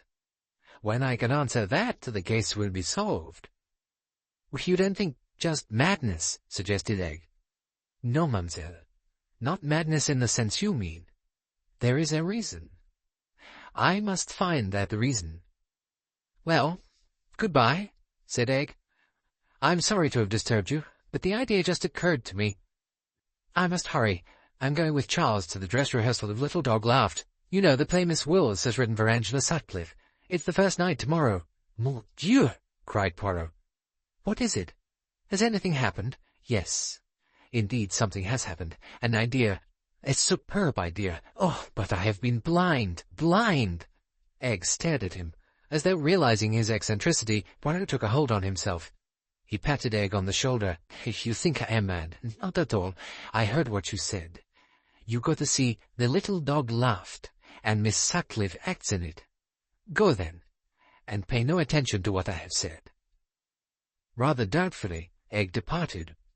Left to himself, Poirot strode up and down the room, muttering under his breath. His eyes shone green as any cat's. "Mais oui, that explains everything. A curious motive, a very curious motive. Such a motive as I have never come across before, and yet it is reasonable, and given the circumstances, natural. Altogether, a very curious case." He passed the table where his card-house still reposed. With a sweep of his hands, he swept the cards from the table. "The happy family I needed no longer," he said. "The problem is solved. It only remains to act." He caught up his hat and put on his overcoat. Then he went downstairs, and the commissionaire called him a taxi. Poirot gave the address of Sir Charles's flat. Arrived there, he paid off the taxi and stepped into the hall. The porter was absent, taking up the lift. Poirot walked up the stairs. Just as he arrived on the second floor, the door of Sir Charles's flat opened, and Miss Milray came out. She started when she saw Poirot. "You?" Poirot smiled. "Me? Oh, is it I? Enfin, moi." Miss Milray said, "I'm afraid you won't find Sir Charles. He's gone to the Babylon Theatre with Miss Lytton Gore. It is not Sir Charles I seek. It is my stick that I think I have left behind one day." "Oh, I see. Well, if you'll ring, Temple will find it for you. I'm sorry, I can't stop. I'm on my way to catch a train. I'm going down to Kent, to my mother." "I comprehend. Do not let me delay you, mademoiselle." He stood aside, and Miss Milray passed rapidly down the stairs. She was carrying a small attaché case. But when she had gone, Poirot seemed to forget the purpose for which he had come. Instead of going up on the landing, he turned and made his way downstairs again. He arrived at the front door just in time to see Miss Milray getting into a taxi. Another taxi was coming slowly along the curb. Poirot raised a hand, and it came to rest. He got in and directed the driver to follow the other taxi. No surprise showed on his face when the first taxi went north and finally drew up at Paddington Station, though Paddington is an odd station from which to proceed to Kent. Poirot went to the first-class booking window and demanded a return ticket to Loomuth. The train was due to depart in 5 minutes. Pulling up his overcoat well about his ears, for the day was cold, Poirot ensconced himself in the corner of a first-class carriage. They arrived at Loomuth about 5 o'clock. It was already growing dark. Standing back a little, Poirot heard Miss Milray being greeted by the friendly porter at the little station. "Well now, miss, we didn't expect you. Is Sir Charles coming down?" Miss Milray replied, "I've come down here unexpectedly. I shall be going back tomorrow morning. I've just come to fetch some things. No, I didn't want a cab, thank you. I'll walk up by the cliff path." The dusk had deepened. Miss Milray walked briskly up the steep zigzag path. A good way behind came Hercule Poirot. He trod softly, like a cat. Miss Milray, on arrival at Crow's Nest, produced a key from her bag and passed through the side door, leaving it ajar. She reappeared a minute or two later. She had a rusty door key and an electric torch in her hand. Poirot drew back a little behind a convenient bush. Miss Milray passed round behind the house and up a scrambling, overgrown path. Hercule Poirot followed. Up and up went Miss Milray until she came suddenly to an old stone tower, such as is found often on that coast. This one was of humble and dilapidated appearance. There was, however, a curtain over the dirty window, and Miss Milray inserted her key in the big wooden door. The key turned with a protesting creak. The door swung with a groan on its hinges. Miss Milray and her torch passed inside. With an increase of pace, Poirot caught up. He passed in his turn noiselessly through the door. The light of Miss Milray's torch gleamed fitfully on glass retorts, a Bunsen burner, various apparatus. Miss Milray had picked up a crowbar. She had raised it and was holding it over the glass apparatus when a hand caught her by the arm. She gasped and turned. The green cat-like eyes of Poirot looked into hers. "You cannot do that, mademoiselle," he said, "for what you seek to destroy is evidence." Chapter 15. Curtain. Hercule Poirot sat in a big armchair. The wall lights had been turned out. Only a rose-shaded lamp shed its glow on the figure in the armchair. There seemed something symbolic about it. He alone in the light, and the other three, Sir Charles, Mr. Satterthwaite, and Egerton Gore, Poirot's audience, sitting in the outer darkness. Hercule Poirot's voice was dreamy. He seemed to be addressing himself to space rather than to his listeners. To reconstruct the crime, that is the aim of the detective. To reconstruct a crime, you must place one fact upon another, just as you place one card on another, in building a house of cards. And if the facts will not fit, if the card will not balance, well, you must start your house again, or else it will fall. As I said the other day, there are 3 different types of mind. There is the dramatic mind, the producer's mind, which sees the effect of reality that can be produced by mechanical appliances. There is also the mind that reacts easily to dramatic appearances. And there is the young, romantic mind. And finally, my friends, there is the prosaic mind, the mind that sees not blue sea and mimosa trees, but the painted backcloth of stage scenery. So I come, mes amis, to the murder of Stephen Babington in August last. On that evening, Sir Charles Cartwright advanced the theory that Stephen Babington had been murdered. I did not agree with that theory. I could not believe, A, that such a man as Stephen Babington was likely to have been murdered, and B, that it was possible to administer poison to a particular person under the circumstances that had obtained that evening. Now here, I admit that Sir Charles was right, and I was wrong. I was wrong because I was looking at the crime from an entirely false angle. It is only 24 hours ago that I suddenly perceived the proper angle of vision. and let me say that from that angle of vision, the murder of Stephen Babington is both reasonable and possible. But I will pass from that point for the moment and take you step by step along the path I myself have trodden. The death of Stephen Babington I may call the first act of our drama. The curtain fell on that act when we all departed from Crow's Nest. What I might call the second act of the drama began in Monte Carlo, when Mr. Satterthwaite showed me the newspaper account of Sir Bartholomew's death. It was at once clear that I had been wrong, and Sir Charles had been right. Both Stephen Babington and Sir Bartholomew Strange had been murdered, and the two murders formed part of one and the same crime. Later, a third murder completed the series, the murder of Mrs. de Rushbridger. What we need, therefore, is a reasonable, common-sense theory which will link those three deaths together. In other words, those three crimes were committed by one and the same person, and were to the advantage and benefit of that particular person. Now I may say at once that the principal thing that worried me was the fact that the murder of Sir Bartholomew Strange came after that of Stephen Babington. Looking at those three murders without distinction of time and place, the probabilities pointed to the murder of Sir Bartholomew Strange being what one might call the central or principal crime, and the other two murders as secondary in character, that is, arising from the connection of those two people with Sir Bartholomew Strange. However, as I remarked before, one cannot have one's crime as one would like to have it. Stephen Babington had been murdered first, and Sir Bartholomew Strange some time later. It seemed, therefore, as though the second crime must necessarily arise out of the first, and that accordingly it was the first crime we must examine for the clue to the whole. I did indeed so far incline to the theory of probability that I seriously considered the idea of a mistake having arisen. Was it possible that Sir Bartholomew Strange was intended as the first victim, and that Mr. Babington was poisoned by mistake? I was forced, however, to abandon that idea. Anybody who knew Sir Bartholomew Strange with any degree of intimacy knew that he disliked the cocktail habit. Another suggestion.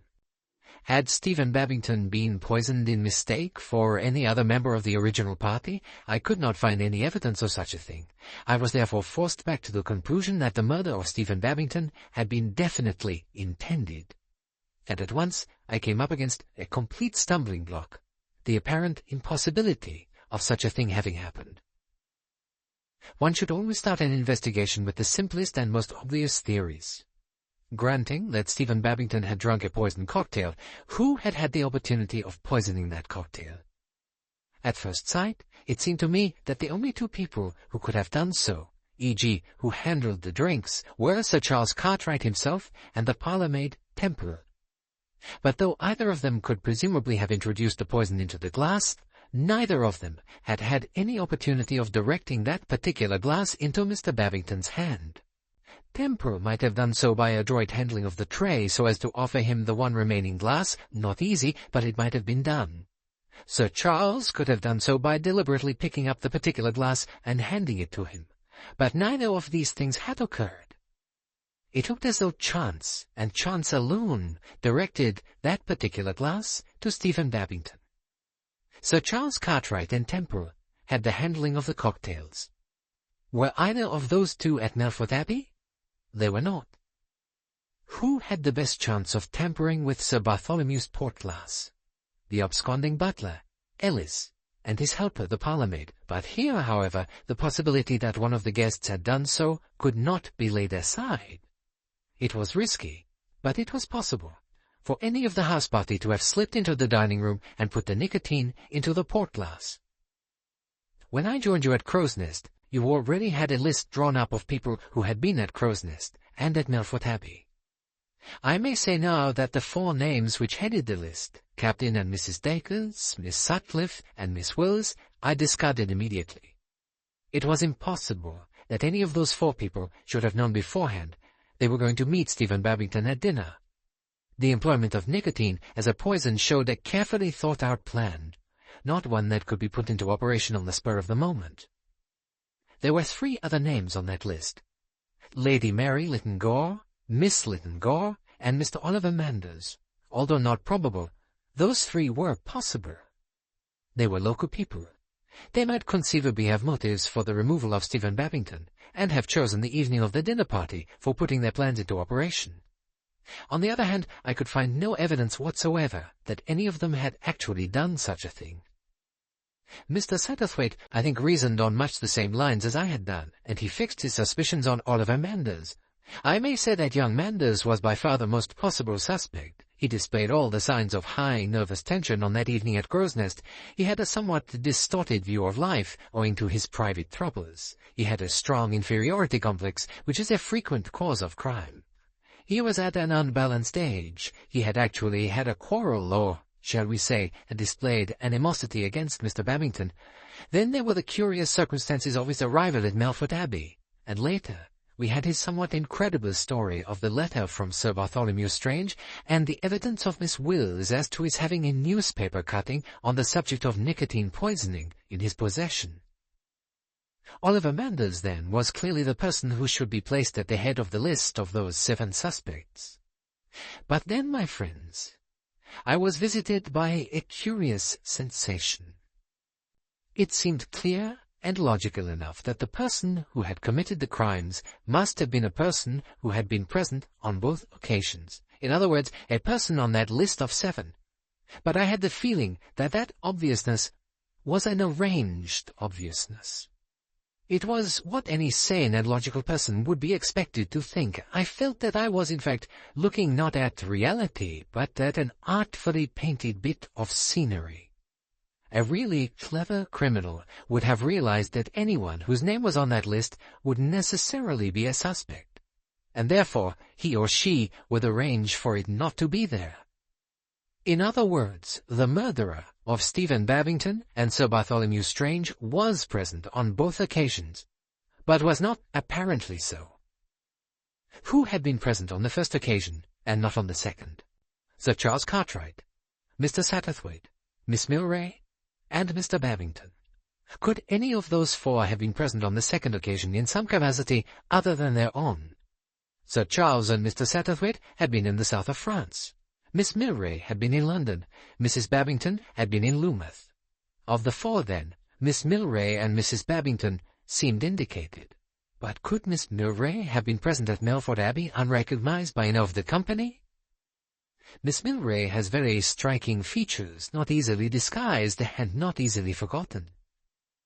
I decided that it was impossible that Miss Milray could have been at Melfort Abbey unrecognized. The same applied to Mrs. Babington. For the matter of that, could Mr. Satterthwaite or Sir Charles Cartwright have been at Melfort Abbey and not been recognized? Mr. Satterthwaite, just possibly. But when we come to Sir Charles Cartwright, we come to a very different matter. Sir Charles is an actor, accustomed to playing a part. But what part could he have played? And then I came to the consideration of the butler, Ellis.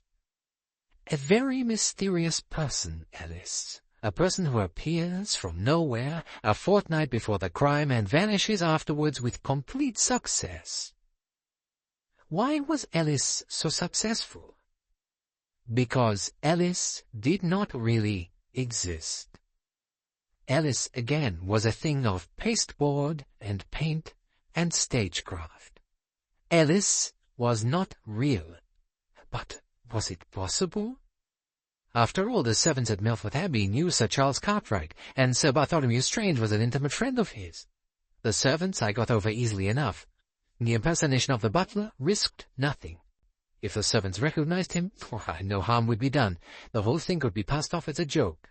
If, on the other hand, a fortnight passed without any suspicion being aroused, well, the thing was safe as houses.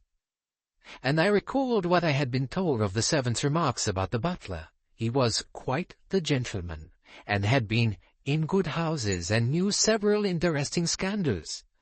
That was easy enough.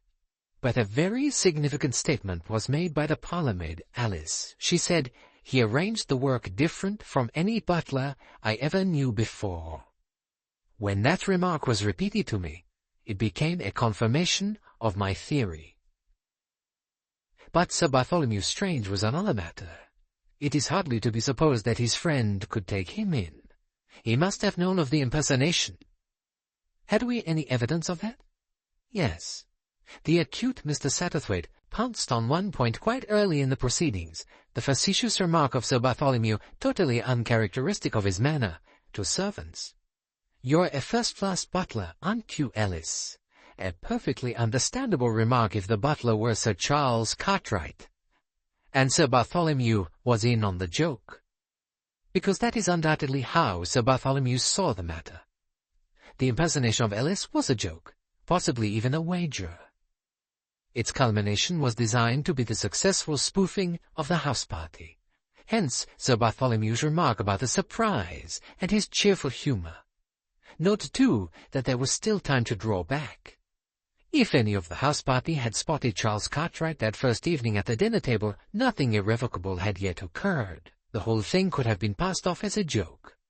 But nobody noticed the stooping, middle-aged butler, with his belladonna-darkened eyes, and his whiskers, and a painted birthmark on his wrist. A very subtle identifying touch that, which completely failed owing to the lack of observation of most human beings. The birthmark was intended to bulk largely in the description of Ellis, and in all that fortnight no one noticed it. The only person who did was the sharp-eyed Miss Wiggles, to whom we shall come presently. What happened next? Sir Bartholomew died. This time the death was not put down to natural causes. The police came. They questioned Ellis and the others. Later that night, Ellis, left by the secret passage, resumed his own personality, and 2 days later was strolling about the gardens at Monte Carlo, ready to be shocked and surprised by the news of his friend's death. This, mind you, was all theory. I had no actual proof, but everything that arose supported that theory. My house of cards was well and truly built. The blackmailing letters discovered in Ellis's room. But it was Sir Charles himself who discovered them. And what of the supposed letter from Sir Bartholomew Strange asking young Manders to arrange an accident? Well, what could be easier than for Sir Charles to write that letter in Sir Bartholomew's name? If Manders has not destroyed that letter himself, Sir Charles, in the role of Ellis, can easily do so when he valets the young gentleman. In the same way, the newspaper cutting is easily introduced by Ellis into Oliver Manders' wallet. And now we come to the third victim, Mrs. de Rushbridger. When do we first hear of Mrs. de Rushbridger? Immediately after that very awkward, chaffing reference to Ellis being the perfect butler, that extremely uncharacteristic utterance of Sir Bartholomew Strange. At all costs attention must be drawn away from Sir Bartholomew's manner to his butler. Sir Charles quickly asks what was the message the butler had brought. It is about this woman, this patient of the doctor's, and immediately Sir Charles throws all his personality into directing attention to this unknown woman and away from the butler. He goes to the sanatorium and questions the matron. He runs Mrs. de Rushbridger for all he is worth as a red herring. We must now examine the part played by Miss Wiggles in the drama. Miss Wiggles has a curious personality.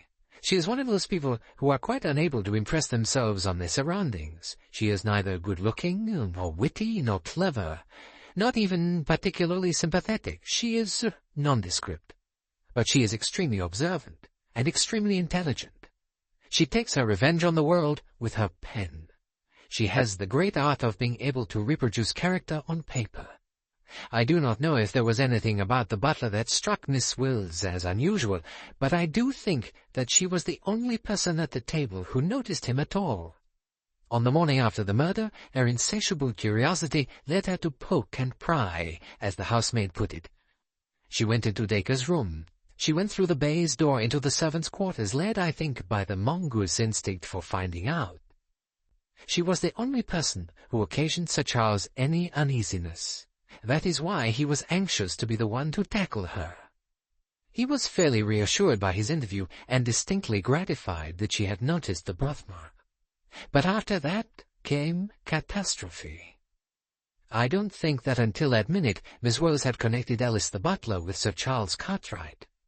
I think she had only been vaguely struck by some resemblance to someone in Ellis. But she was an observer. When dishes were handed to her, she had automatically noted not the face, but the hands that held the dishes. It did not occur to her that Ellis was Sir Charles, but when Sir Charles was talking to her, it did suddenly occur to her that Sir Charles was Ellis. And so she asked him to pretend to hand her a dish of vegetables, but it was not whether the birthmark was on the right or the left wrist that interested her. She wanted a pretext to study his hands held in the same position as those of Ellis the butler, and so she leapt to the truth. But she was a peculiar woman. She enjoyed knowledge for its own sake. Besides, she was by no means sure that Sir Charles had murdered his friend. He had masqueraded as a butler, yes, but that did not necessarily make him a murderer. Many an innocent man has kept silence because speech would place him in an awkward position. So Miss Wills kept her knowledge to herself and enjoyed it. But Sir Charles was worried. He did not like that expression of satisfied malice on her face that he saw as he left the room. She knew something. What? Did it affect him? He could not be sure. But he felt that it was something connected with Ellis the butler. First Mr. Satterthwaite, now Miss Wills. Attention must be drawn away from that vital point. It must be focused definitely elsewhere, and he thought of a plan, simple, audacious, and as he fancied, definitely mystifying. On the day of my sherry party, I imagined Sir Charles rose very early, went to Yorkshire, and disguised in shabby clothes, gave the telegram to a small boy to send off. Then he returned to town in time to act the party I had indicated in my little drama. He did one more thing. He posted a box of chocolates to a woman he had never seen, and of whom he knew nothing. You know what happened that evening. From Sir Charles's uneasiness, I was fairly sure that Miss Wills had certain suspicions. When Sir Charles did his death scene, I watched Miss Wills's face. I saw the look of astonishment that showed on it. I knew then that Miss Wills definitely suspected Sir Charles of being the murderer. When he appeared to die poisoned like the other two, she thought her deductions must be wrong. But if Miss Wills suspected Sir Charles, then Miss Wills was in serious danger. A man who has killed twice will kill again. I uttered a very solemn warning. Later that night, I communicated with Miss Wills by telephone, and on my advice she left home suddenly the next day. Since then she has been living here, in this hotel.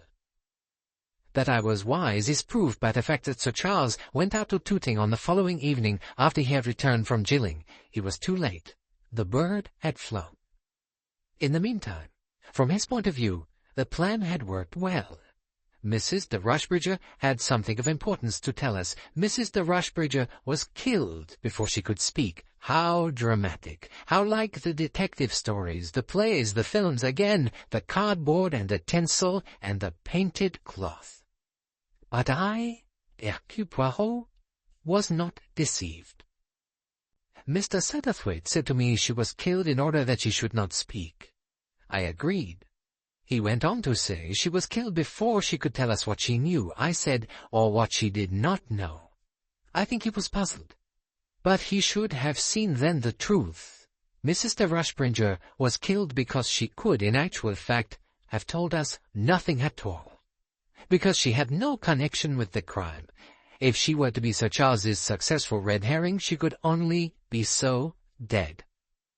And so Mrs. de Rushbridger, a harmless stranger, was murdered. Yet even in that seeming triumph, Sir Charles made a colossal, a childish error. The telegram was addressed to me, Hercule Poirot, at the Ritz Hotel.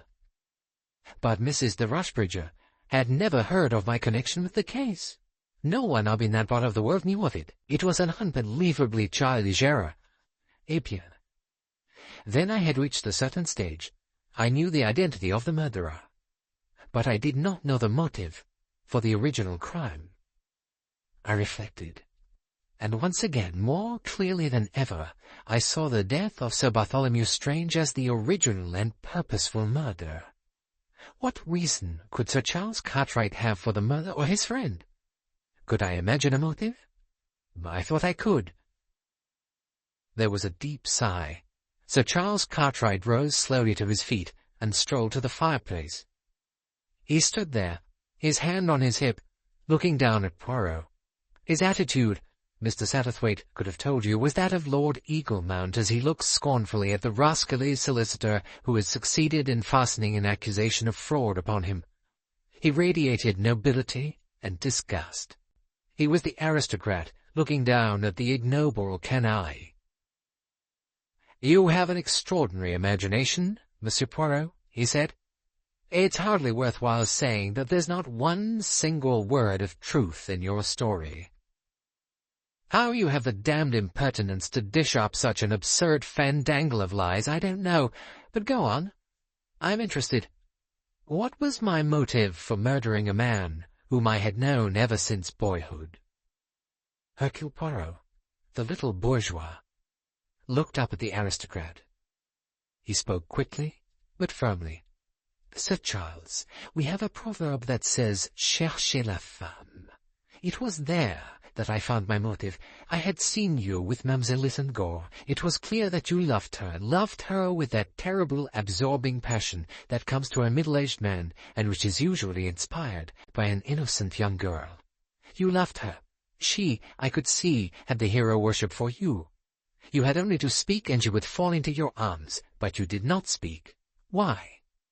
You pretended to your friend Mr. Satterthwaite that you were the dense lover who cannot recognize his mistress's answering passion. You pretended to think that Miss Litengore was in love with all of her Manders. But I say, Sir Charles, that you are a man of the world. You are a man with a great experience of women. You cannot have been deceived. You knew perfectly well that Miss Litengore cared for you. Why then did you not marry her? You wanted to do so. It must be that there was some obstacle. What could that obstacle be? It could only be the fact that you already had a wife. But nobody ever spoke of you as a married man. You passed always as a bachelor. The marriage, then, had taken place when you were very young, before you became known as a rising young actor. What had happened to your wife? If she was still alive, why did nobody know about her? If you were living apart, there was the remedy of divorce. If your wife was a Catholic, or one who disapproved of divorce, she would still be known as living apart from you. But there are two tragedies where the law gives no relief.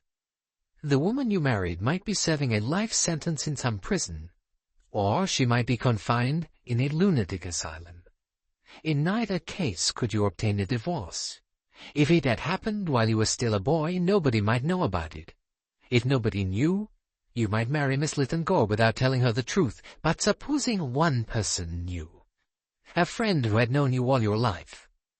Sir Bartholomew Strange was an honorable, upright physician. He might pity you deeply, he might sympathize with a liaison or an irregular life, but he would not stand by silent and see you enter into a bigamous marriage with an unsuspecting young girl. Before you could marry Miss Litengore, Sir Bartholomew Strange must be removed. Sir Charles laughed. "Ha! And dear old Babington! Did he know all about it too? I fancied so at first, but I soon found that there was no evidence to support that theory. Besides, my original stumbling block remained. Even if it was you who put the nicotine into the cocktail glass, you could not have ensured its reaching one particular person. That was my problem. And suddenly, a chance word from Miss Litengore showed me the light. The poison was not intended especially for Stephen Babington. It was intended for any one of those present, with 3 exceptions. These exceptions were Miss Litengore, to whom you were careful to hand an innocent glass, yourself, and Sir Bartholomew Strange, who you knew did not drink cocktails." Mr. Satterthwaite cried out, "But that's nonsense. What's the point of it? There isn't any." Poirot turned towards him. Triumph came into his voice. "Oh, yes, there is. A queer point, a very queer point. The only time I have come across such a motive for murder. The murder of Stephen Babington was neither more nor less than a dress rehearsal." "What?" "Yes. Sir Charles was an actor. He obeyed his actor's instinct. He tried out his murder before committing it. No suspicion could possibly attach to him. Not one of those people's deaths could benefit him in any way, and moreover, as everyone has found, he could not have been proved to have poisoned any particular person. And, my friends, the dress rehearsal went well. Mr. Babington dies, and foul play is not even suspected. It is left to Sir Charles to urge that suspicion, and he is highly gratified at our refusal to take it seriously. The substitution of the glass, too, that has gone without a hitch. In fact, he can be sure that when the real performance comes, it will be all right on the night. As you know, events took a slightly different turn. On the second occasion, a doctor was present who immediately suspected poison. It was then to Sir Charles's interest to stress the death of Babington. Sir Bartholomew's death must be presumed to be the outcome of the earlier death.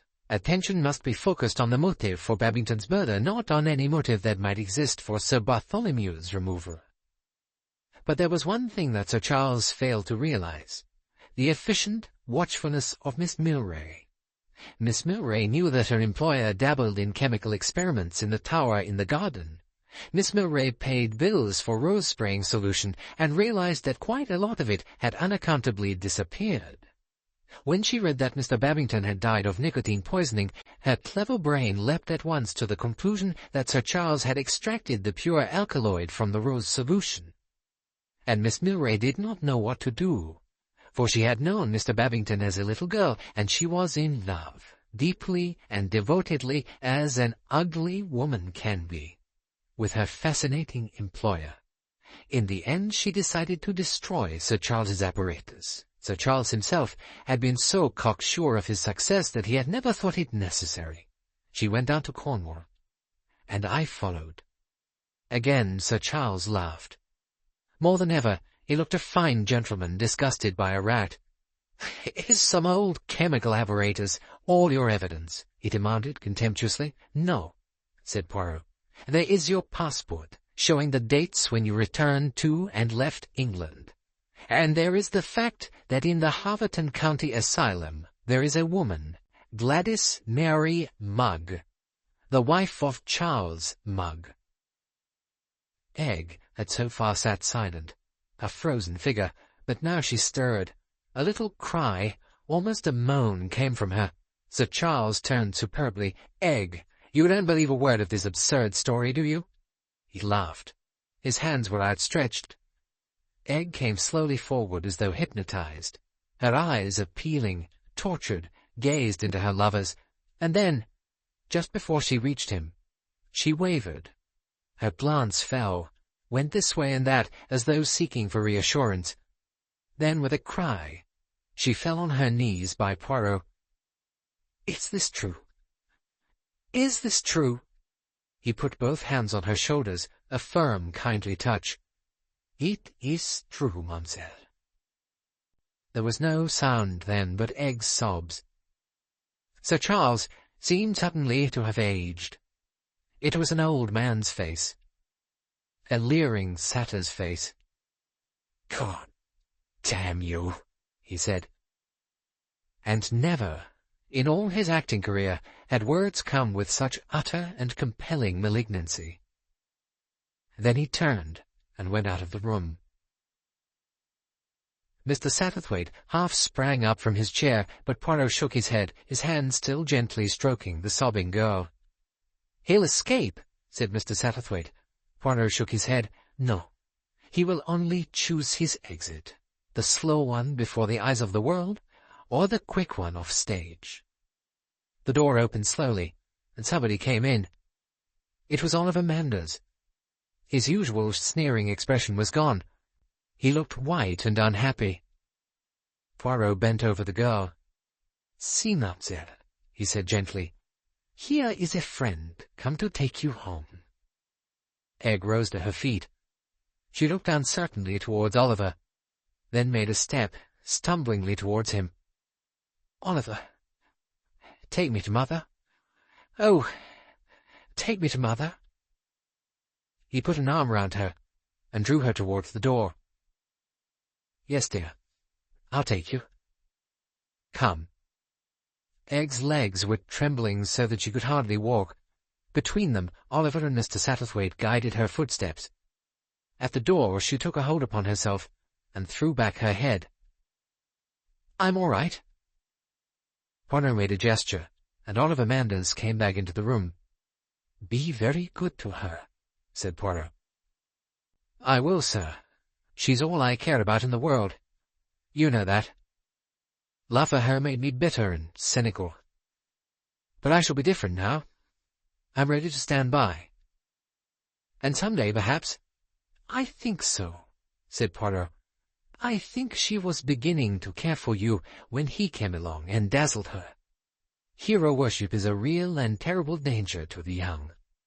Some day Egg will fall in love with a friend, and build her happiness upon rock." He looked kindly after the young man as he left the room. Presently Mr. Satterthwaite returned.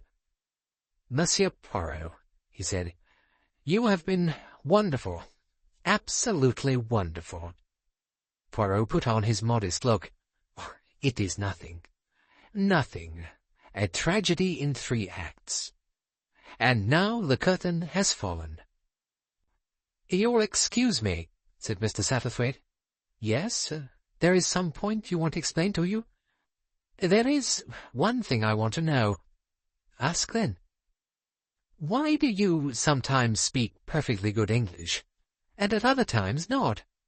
Poirot laughed. "I will explain. It is true that I can speak the idiomatic English, but, my friend, to speak the broken English is an enormous asset. It leads people to despise you.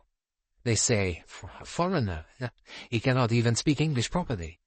It is not my policy to terrify people. Instead, I invite their gentle ridicule. Also, I boast. An Englishman, he says often, a fellow who thinks as much of himself as that cannot be worth much. That is the English point of view. It is not at all true. And so, you see, I put people off their guard. Besides," he added, "it has become a habit." "Dear me," said Mr. Satterthwaite, "quite the cunning of the serpent." He was silent for a moment or two, thinking over the case.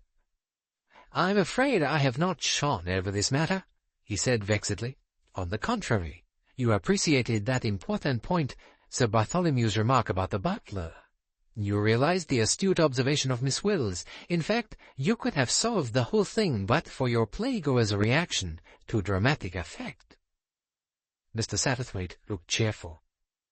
Suddenly, an idea struck him. His jaw fell. "My goodness," he cried. "I've only just realized it. That rascal with his poisoned cocktail. Anybody might have drunk it. It might have been me."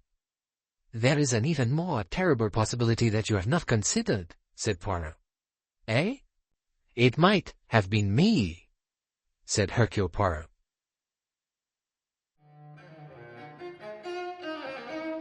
End of 3-Act Tragedy by Agatha Christie. Read by Bo McKenna.